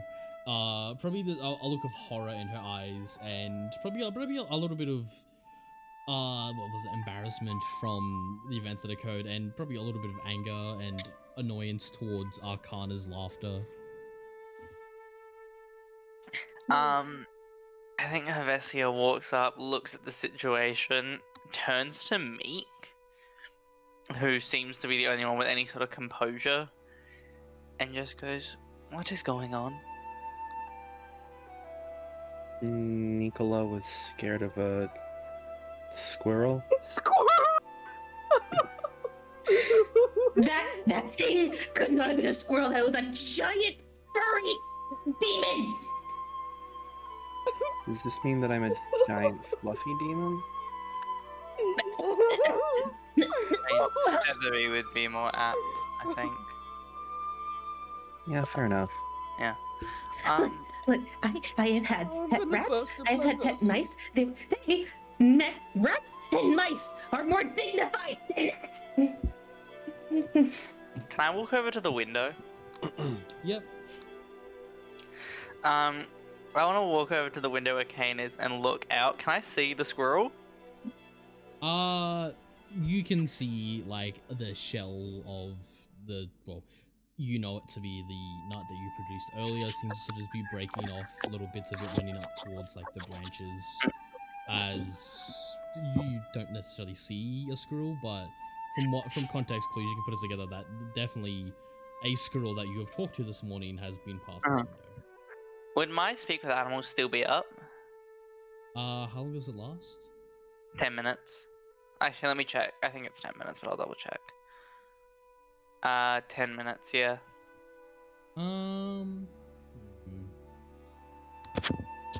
I'd say maybe you've got about like 45, 30 seconds left on it after the events of the morning.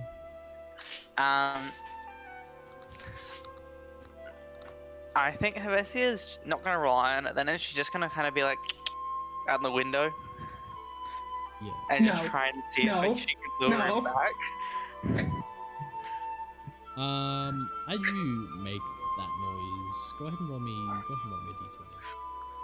d20. Oh my god. Can I roll this with advantage considering I fed him? No, just roll roll it flat. With a 10, kind of hoping multiple 5.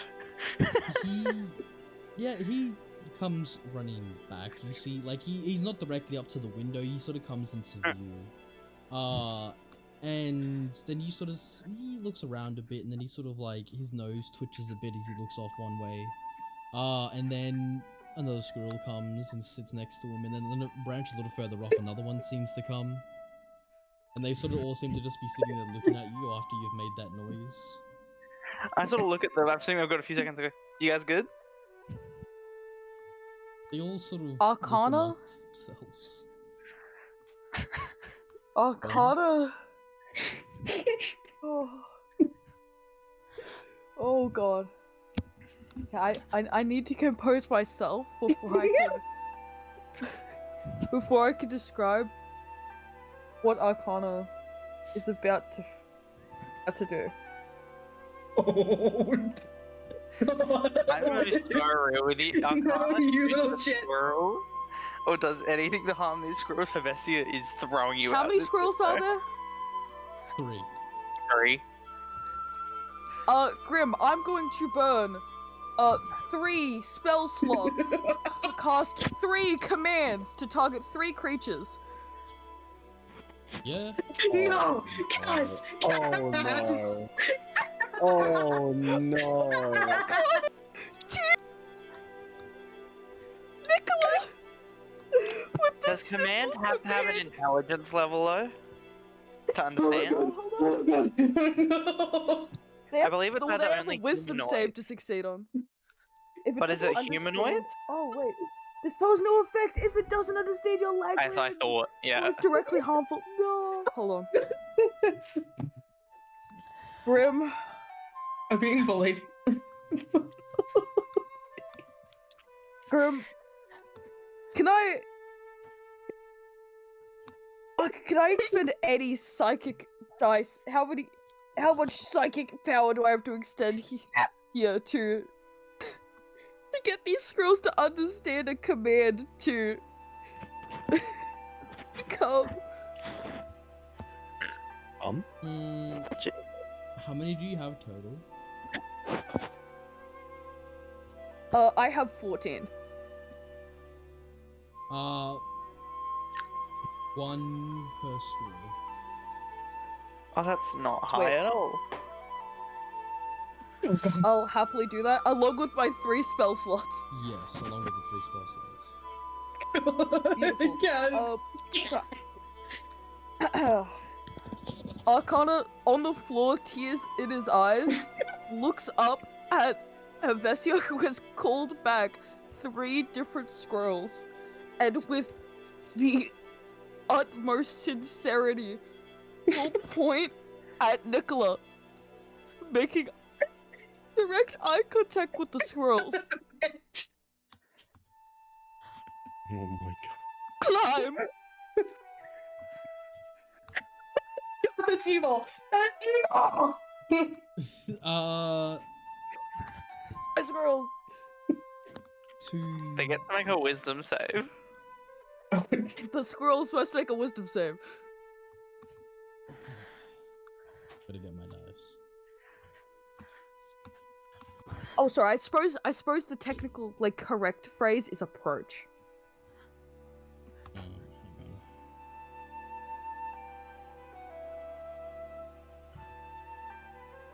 Sorry, I couldn't pull up a squirrel stat block. I wasn't expecting this. Oh god.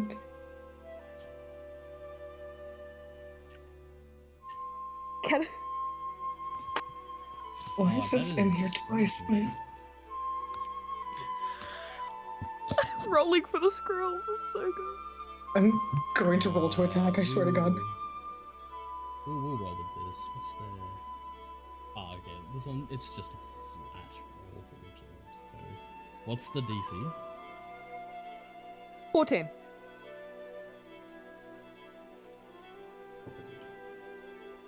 Two If of they them, save, this is the best thing. 2 of them fail. Fuck. So Okay, that's to fine. everyone's unsuspected, maybe some people's fuck, what was I gonna say? Some people's not surprised at the fact that I kinda did this. 2 squirrels seem to start bolting towards the window you're standing at, Hevesia. I closed the window. Arcana went Ah. from as happy as he possibly could be to distraught. Does Nicola know what you just tried to do? Cass? It was Arcana very wasn't subtle obvious. about it, even a Yeah. little bit. Not even a little bit. Absolutely. Arcana's done it to you before, absolutely. With absolute fury, she is going to turn to you, drop her shotgun, and just kind of lunge at you. Oh shit. Yeah, Roll yeah, me go an ahead. opposed athletics. You can make an attack roll. Oh, An it's a opposed grapple, athletics, you say? Yeah, an athletics. Oh, yeah, yeah. Acrobatics for Arcana. But oh god, I have a negative 1 star. Hilarious. Okay, Oh my acrobatics? god, that's so funny. Acrobatics or... You roll acrobatics. Oh fuck! Thank God! Wait, why? No, the one tackling should be doing athletics, and the one avoiding the Yes, tackle the should one do tackling does acrobatics, right? athletics, and the one avoiding does acrobatics. So Arcana's rolling acrobatics, Nicola's rolling athletics. Nicola, you lunge towards Arcana. Arcana seems to just sort of like roll out of the way, and I imagine you sort of just like, you don't hit your face into the wall, but like your hands sort of come and press up against the wall, and you sort of just like slam into it a bit. Roll damage.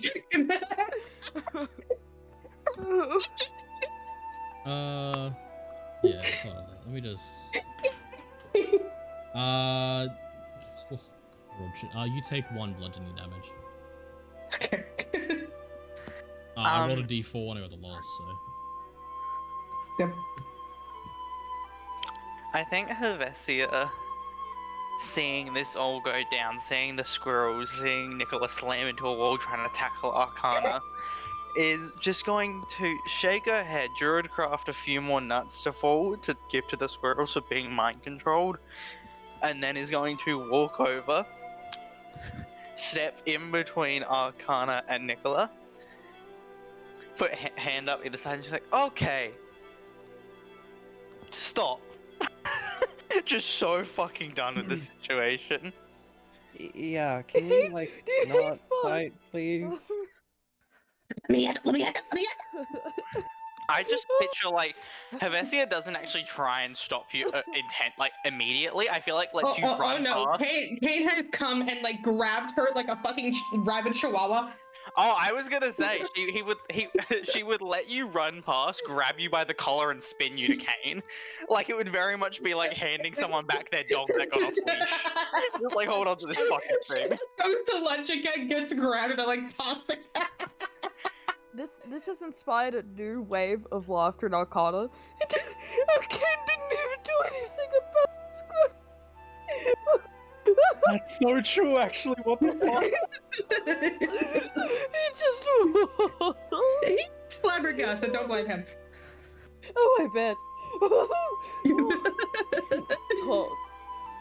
Arcana, Yes.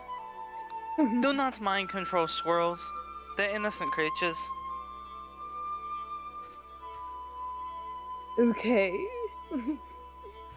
Sure, they would have had fun. No, they wouldn't have, because Nicola would have shot them. She's currently reaching for her gun. She only can't reach it because of how Kane is holding her.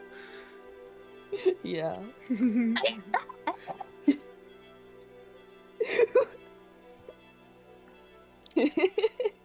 What? Jesus Christ, sorry, Nick. Hearing Peach's mic genuinely fucking like peak a little bit when you start doing like a rabid dog like let me out of as this whole scene sort of comes to that little ending, Arcana's still like probably rolling on the floor laughing at this point. Nicola being held and restrained, Meek and Helvetia just done with things, Ricky coming out of the toilet after blowing it up. There is like there's like a quite an echoing thud on the door 3 times. Someone's knocking. I think Helvetia turns to Arcana. Hevesia turns to Arcana and just goes downstairs. What? Now.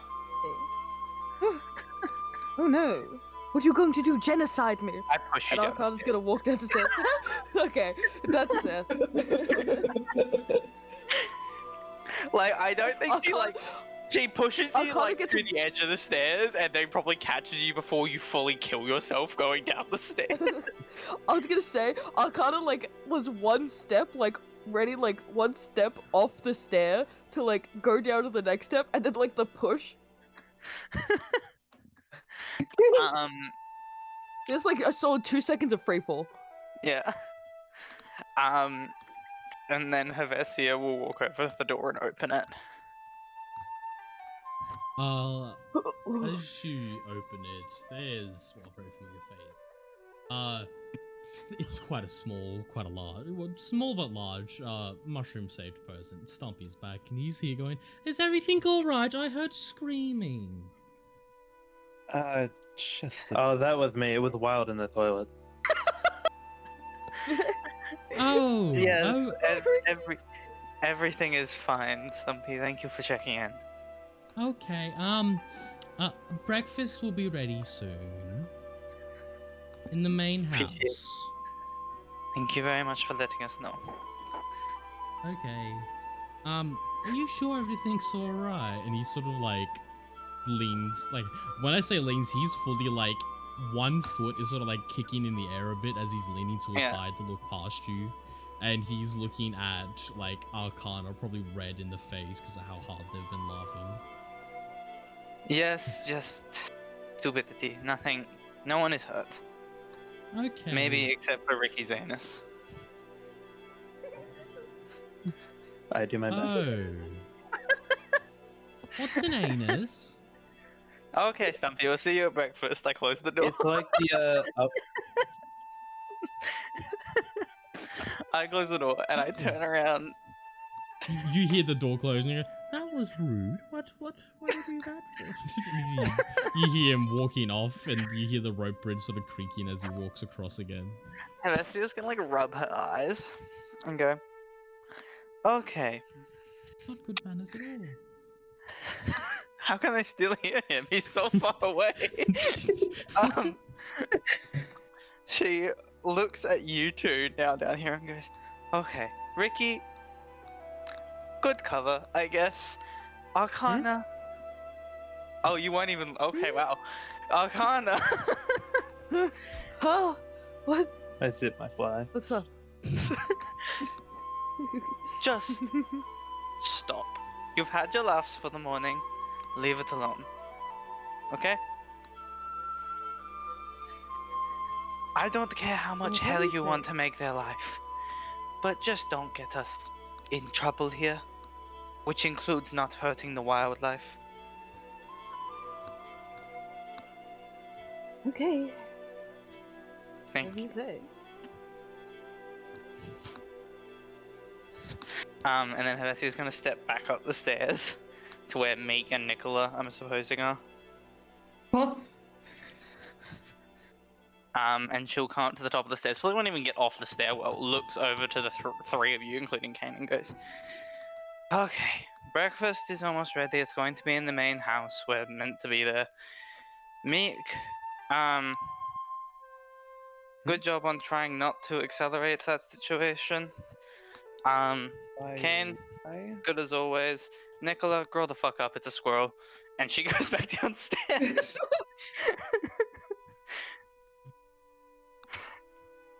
Did Meek say anything? Yeah, he said, why would he? She's just like, she feels the need to just comment on it all at the moment. She's like, okay, I need to let you know if you're doing the right or the wrong thing at this point, apparently, every fucking minute of the day. What the fuck? Not you, it's the whole party, and she's just not counting you.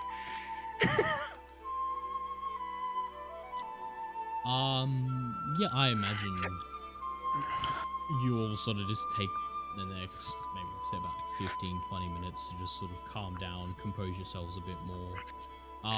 Nicola to not want to kill Arcana on sight.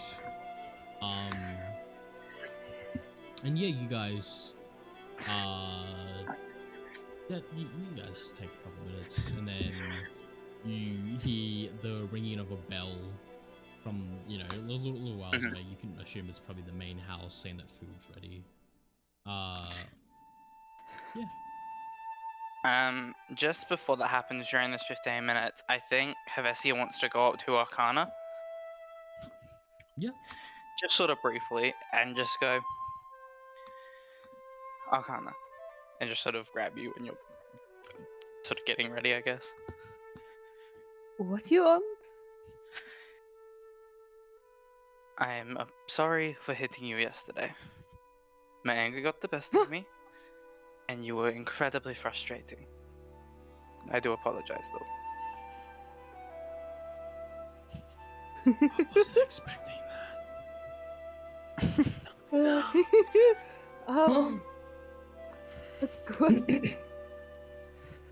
Wow. Don't make me hit you Maybe. again. I think you should probably apologize to Nicola, but... No, I stand by everything I said last night. Well, at least you're honest about some things. So, in for dinner. Lunch. Did we have dinner? Didn't. Breakfast. There you go. You finally got there. Okay. She turns around to go to breakfast.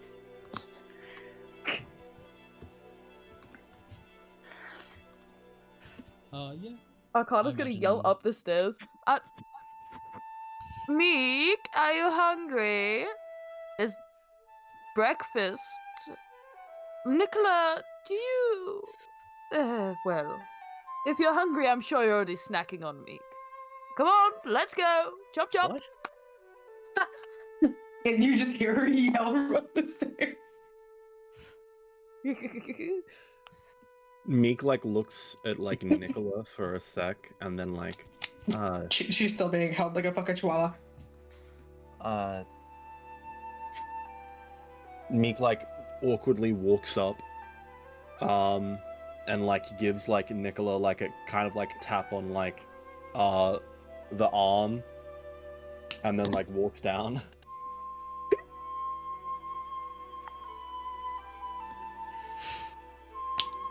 Yep. I feel like at this point, Kate is just dragging her along. Yeah, I imagine one way or another make you guys' way to the main house.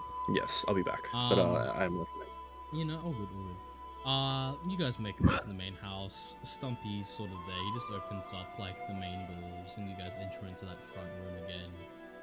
There's like a large sort of banquet table set up.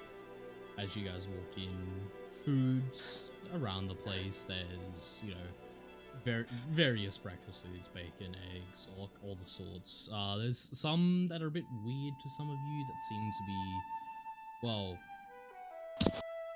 they seem to be, you know, possibly from the local cuisine. By local, I mean you're in the forest of fabled creatures. And yeah, you know, sitting at one end of the table is Mallow. She seems to be chomping down on like a huge stack of waffles. As Stumpy's sort of sitting there like, you know, no, you can't eat them all at once. Don't do that, no. And Ophelia seems to walk in from one of the side rooms and, you know, looks to you all and says, "Oh, quite an eventful morning, I can hear." Quite. Don't mind control the squirrels, please. Whatever you say, but I'm just saying it would have been very funny. I'm sure it would have. Please come, take a seat. We've, you know, got plenty of food to go around.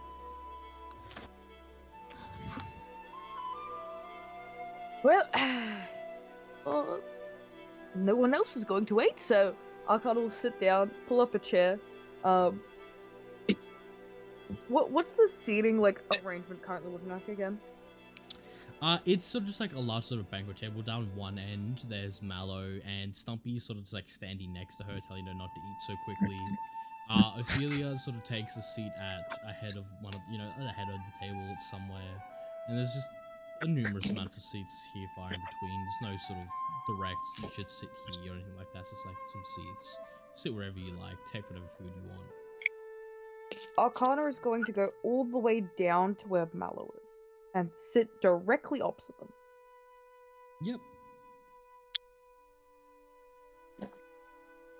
What you eating, kiddo? I'm eating waffles. You want her? She downs one and then sticks her fork into another one, and it's sort of like it's like it's just like the where it's like firm, but like it's still a bit loose, and she's like like waving her hand across the table, like, you want her? You can't do that. That's bad manners, Mallow. No, you can't. Mallow, that's gross and you're gross. Don't do that. I'm not gross, you're gross. Close your mouth when you're talking. Okay, I have things to talk to you about, and you're going to eat. And not talk with your mouth open. Got it? Great. We both know that that was malicious compliance. Or maybe you don't know what that means. Fuck. Stumpy looks to you. What's malicious? I think that's what Nicola is. You just hear her sneeze from across the room. Yeah, just before Bless you! yeah, Does Nicola feel a little bit from that?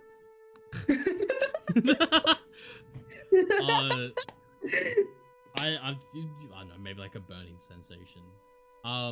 Does anyone else do anything in this scene? What are we up to just before we get into the conversation with Arcana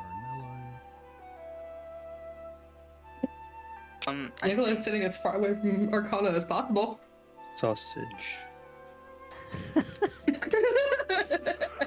Ricky Yeah, woke I up think- and just like, sausage.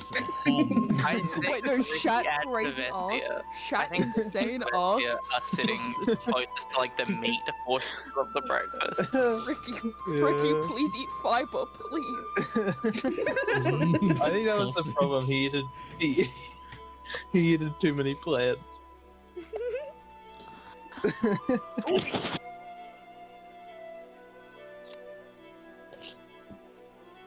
Yeah. So Avesia and Ricky start digging into some of the, some of the cuisine. Is anyone else doing anything of note? Are we sort of just hanging out?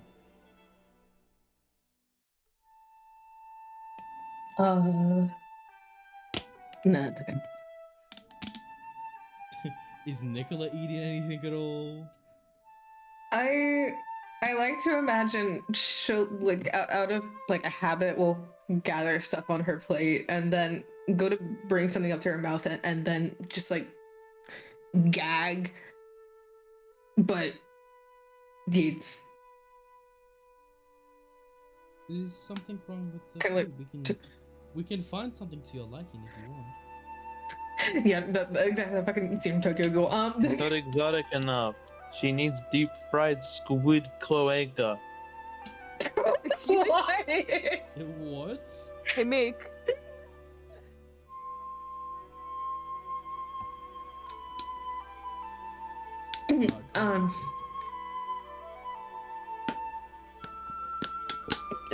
After just like putting the piece of whatever the fuck she grabbed down, she'll just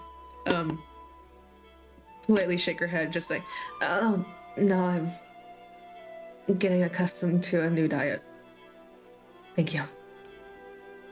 Ophelia looks at you and then there's sort of like a look of like concern for a second, and then she goes, "Oh, okay, I don't see why you need a new diet. You look phenomenal, but Oh. each their own." Oh, Whoa. Yeah, I imagine Meek's very much the same, sort of just getting a plate, eating, unless Carter says anything otherwise. Oh, what's up? Just just at breakfast. Is Meek doing anything in particular? Is he sort of just sitting down somewhere having a plate of food, sort of just minding his own business, or? He's got his glass of milk. Yep. That'll do it. Yeah, you stay down with a glass of milk. Now back to the conversation between Arcana and Mallow. Mallow sits there and does a big and and then sort of he goes, okay, you talk now, and then grabs like another big stack of waffles and then just starts taking them down one by one. For a few, she grabs a bowl of whipped cream and then just picks up the spoon and puts it on on top of one of them as it's in her mouth and then just starts chewing on it. I kind of blinks for a second at the ravenous nature of a child eating waffles, and then do you like games, Mallow?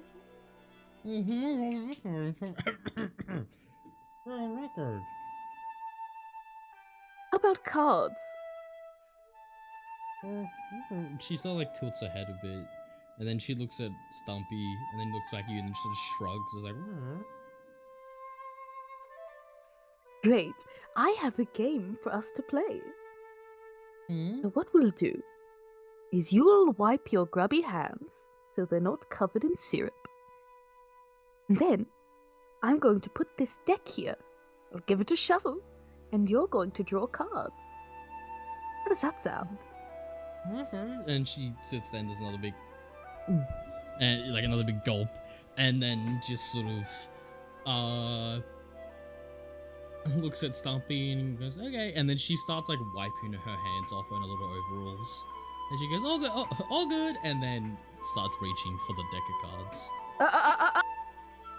Before you do, really think about cards. About what you could be drawing. About the possibilities beneath that each card could mean. Before you draw it, imagine what card it could be. And then Arcana moves their hand away from the deck and will let Mallow draw. No, I gotta look up what tarot cards exist. Ha! Fuck you, Grib. Fuck you, making you do research. Yeah, go fuck yourself, Grib.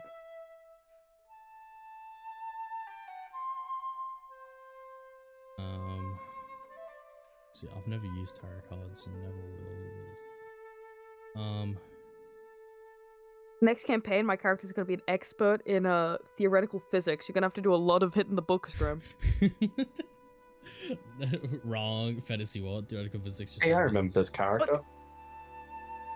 Oh, fuck, I can't bring Vorius back. Alright, anyway.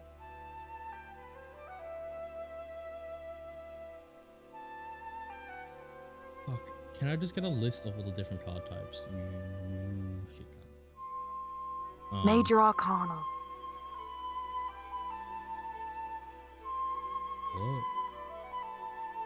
What? The Major Arcana. Major Arcana. That's pretty big. At ease! Major Arcana? Oh shit, I didn't realize they were in the army. Major Arcana. Okay, nobody freak out when Minor Arcana shows up. Yo! What the hell? What the? Yo! Yo!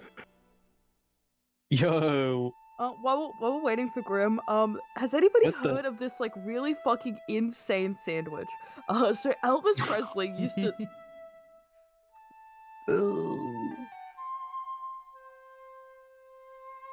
So it's a fool's gold loaf where half. Don't. Oh man. Why are you doing this? Okay, real talk though, chat. Do you think you could actually eat a fool's gold sandwich? I know the Do you sandwich. think you could eat a full loaf of bread cut in half, warmed, with a jar of peanut butter, a jar of jam, and bacon, I think I'd actually gag and die within like a bite. I think I So would much kill myself bread. on the spot. Yeah, right? Like, There's so much bread. I don't think even like avarice could get me to do that. Mika, I don't think you could. I really don't. I think you get 2 bites and then decide life ain't worth living. Because like that Okay. sandwich would be devastatingly bad.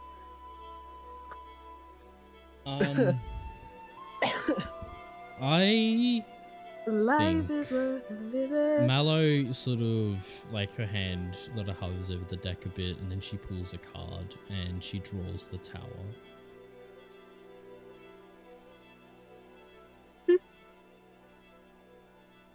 Oh, Is that what you fuck. 7 thought? troll bombs. Storm card. Is that what you thought you'd get, Mallow? I don't know what I get. She turns the card around and looks at it. She goes, "Is that a castle? Is this a The castle? tower. Tower? What does it mean? Arcana, what does it It mean?" means And she lots sort of of like things. turns it towards you and sort of starts like shaking it upside down as she sort of does the thing where like kids like put like one hand on the table and like stand up with their feet on the chair, sort of like palming the card towards you, sort of shaking a bit, like bouncing on her toes. Like, what does it mean? Well, in this way, and Archon will take the card. In this way, holding it upright, it's positive change. Change for the better. Destruction in a good way. And Arcana will turn it upside down. And this is the reverse. All those solid foundations are upheaved. Destruction. Change. The kind of change you don't want. Have another guess. Really think about it. What do you think is going to happen? Don't imagine a card. Imagine an event. Like finding a coin on the ground. Excitement. Feel before it happens.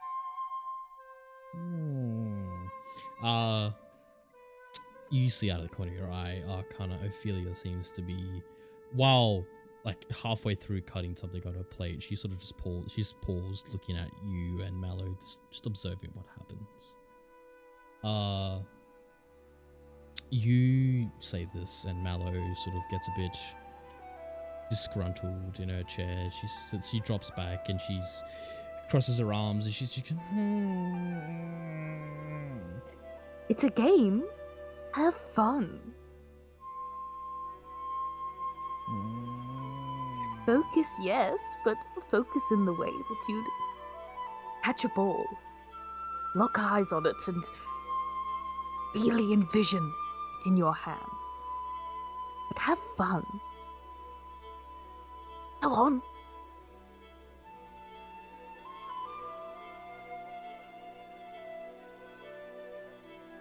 She sort of has, like, she furrows her brow a bit, and then as you say this, she seems to loosen and she becomes more calm.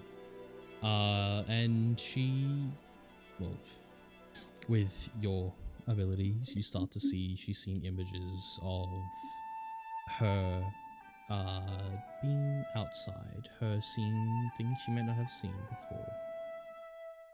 And then she sort of, as you're looking at her, you see her face sort of scrunch up a bit again as you see a hand pulling, and then it sort of turns from this just some normal hand.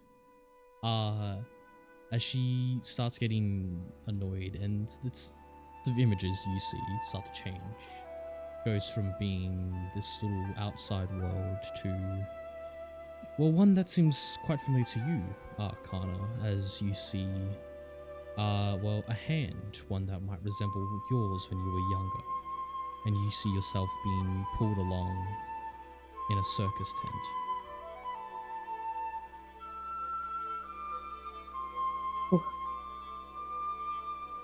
Mallow, The card. Imagine the card, Mallow. What will happen? What? Not what was. What will happen?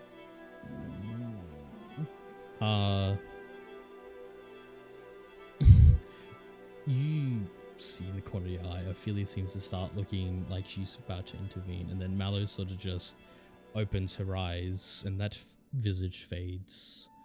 She goes, I can't. This game's no fun. That's okay. You might get it another time.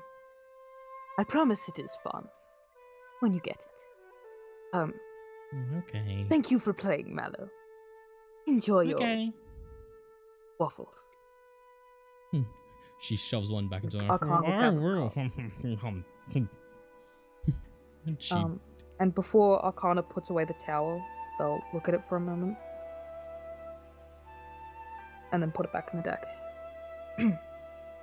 Enjoy, Mallow.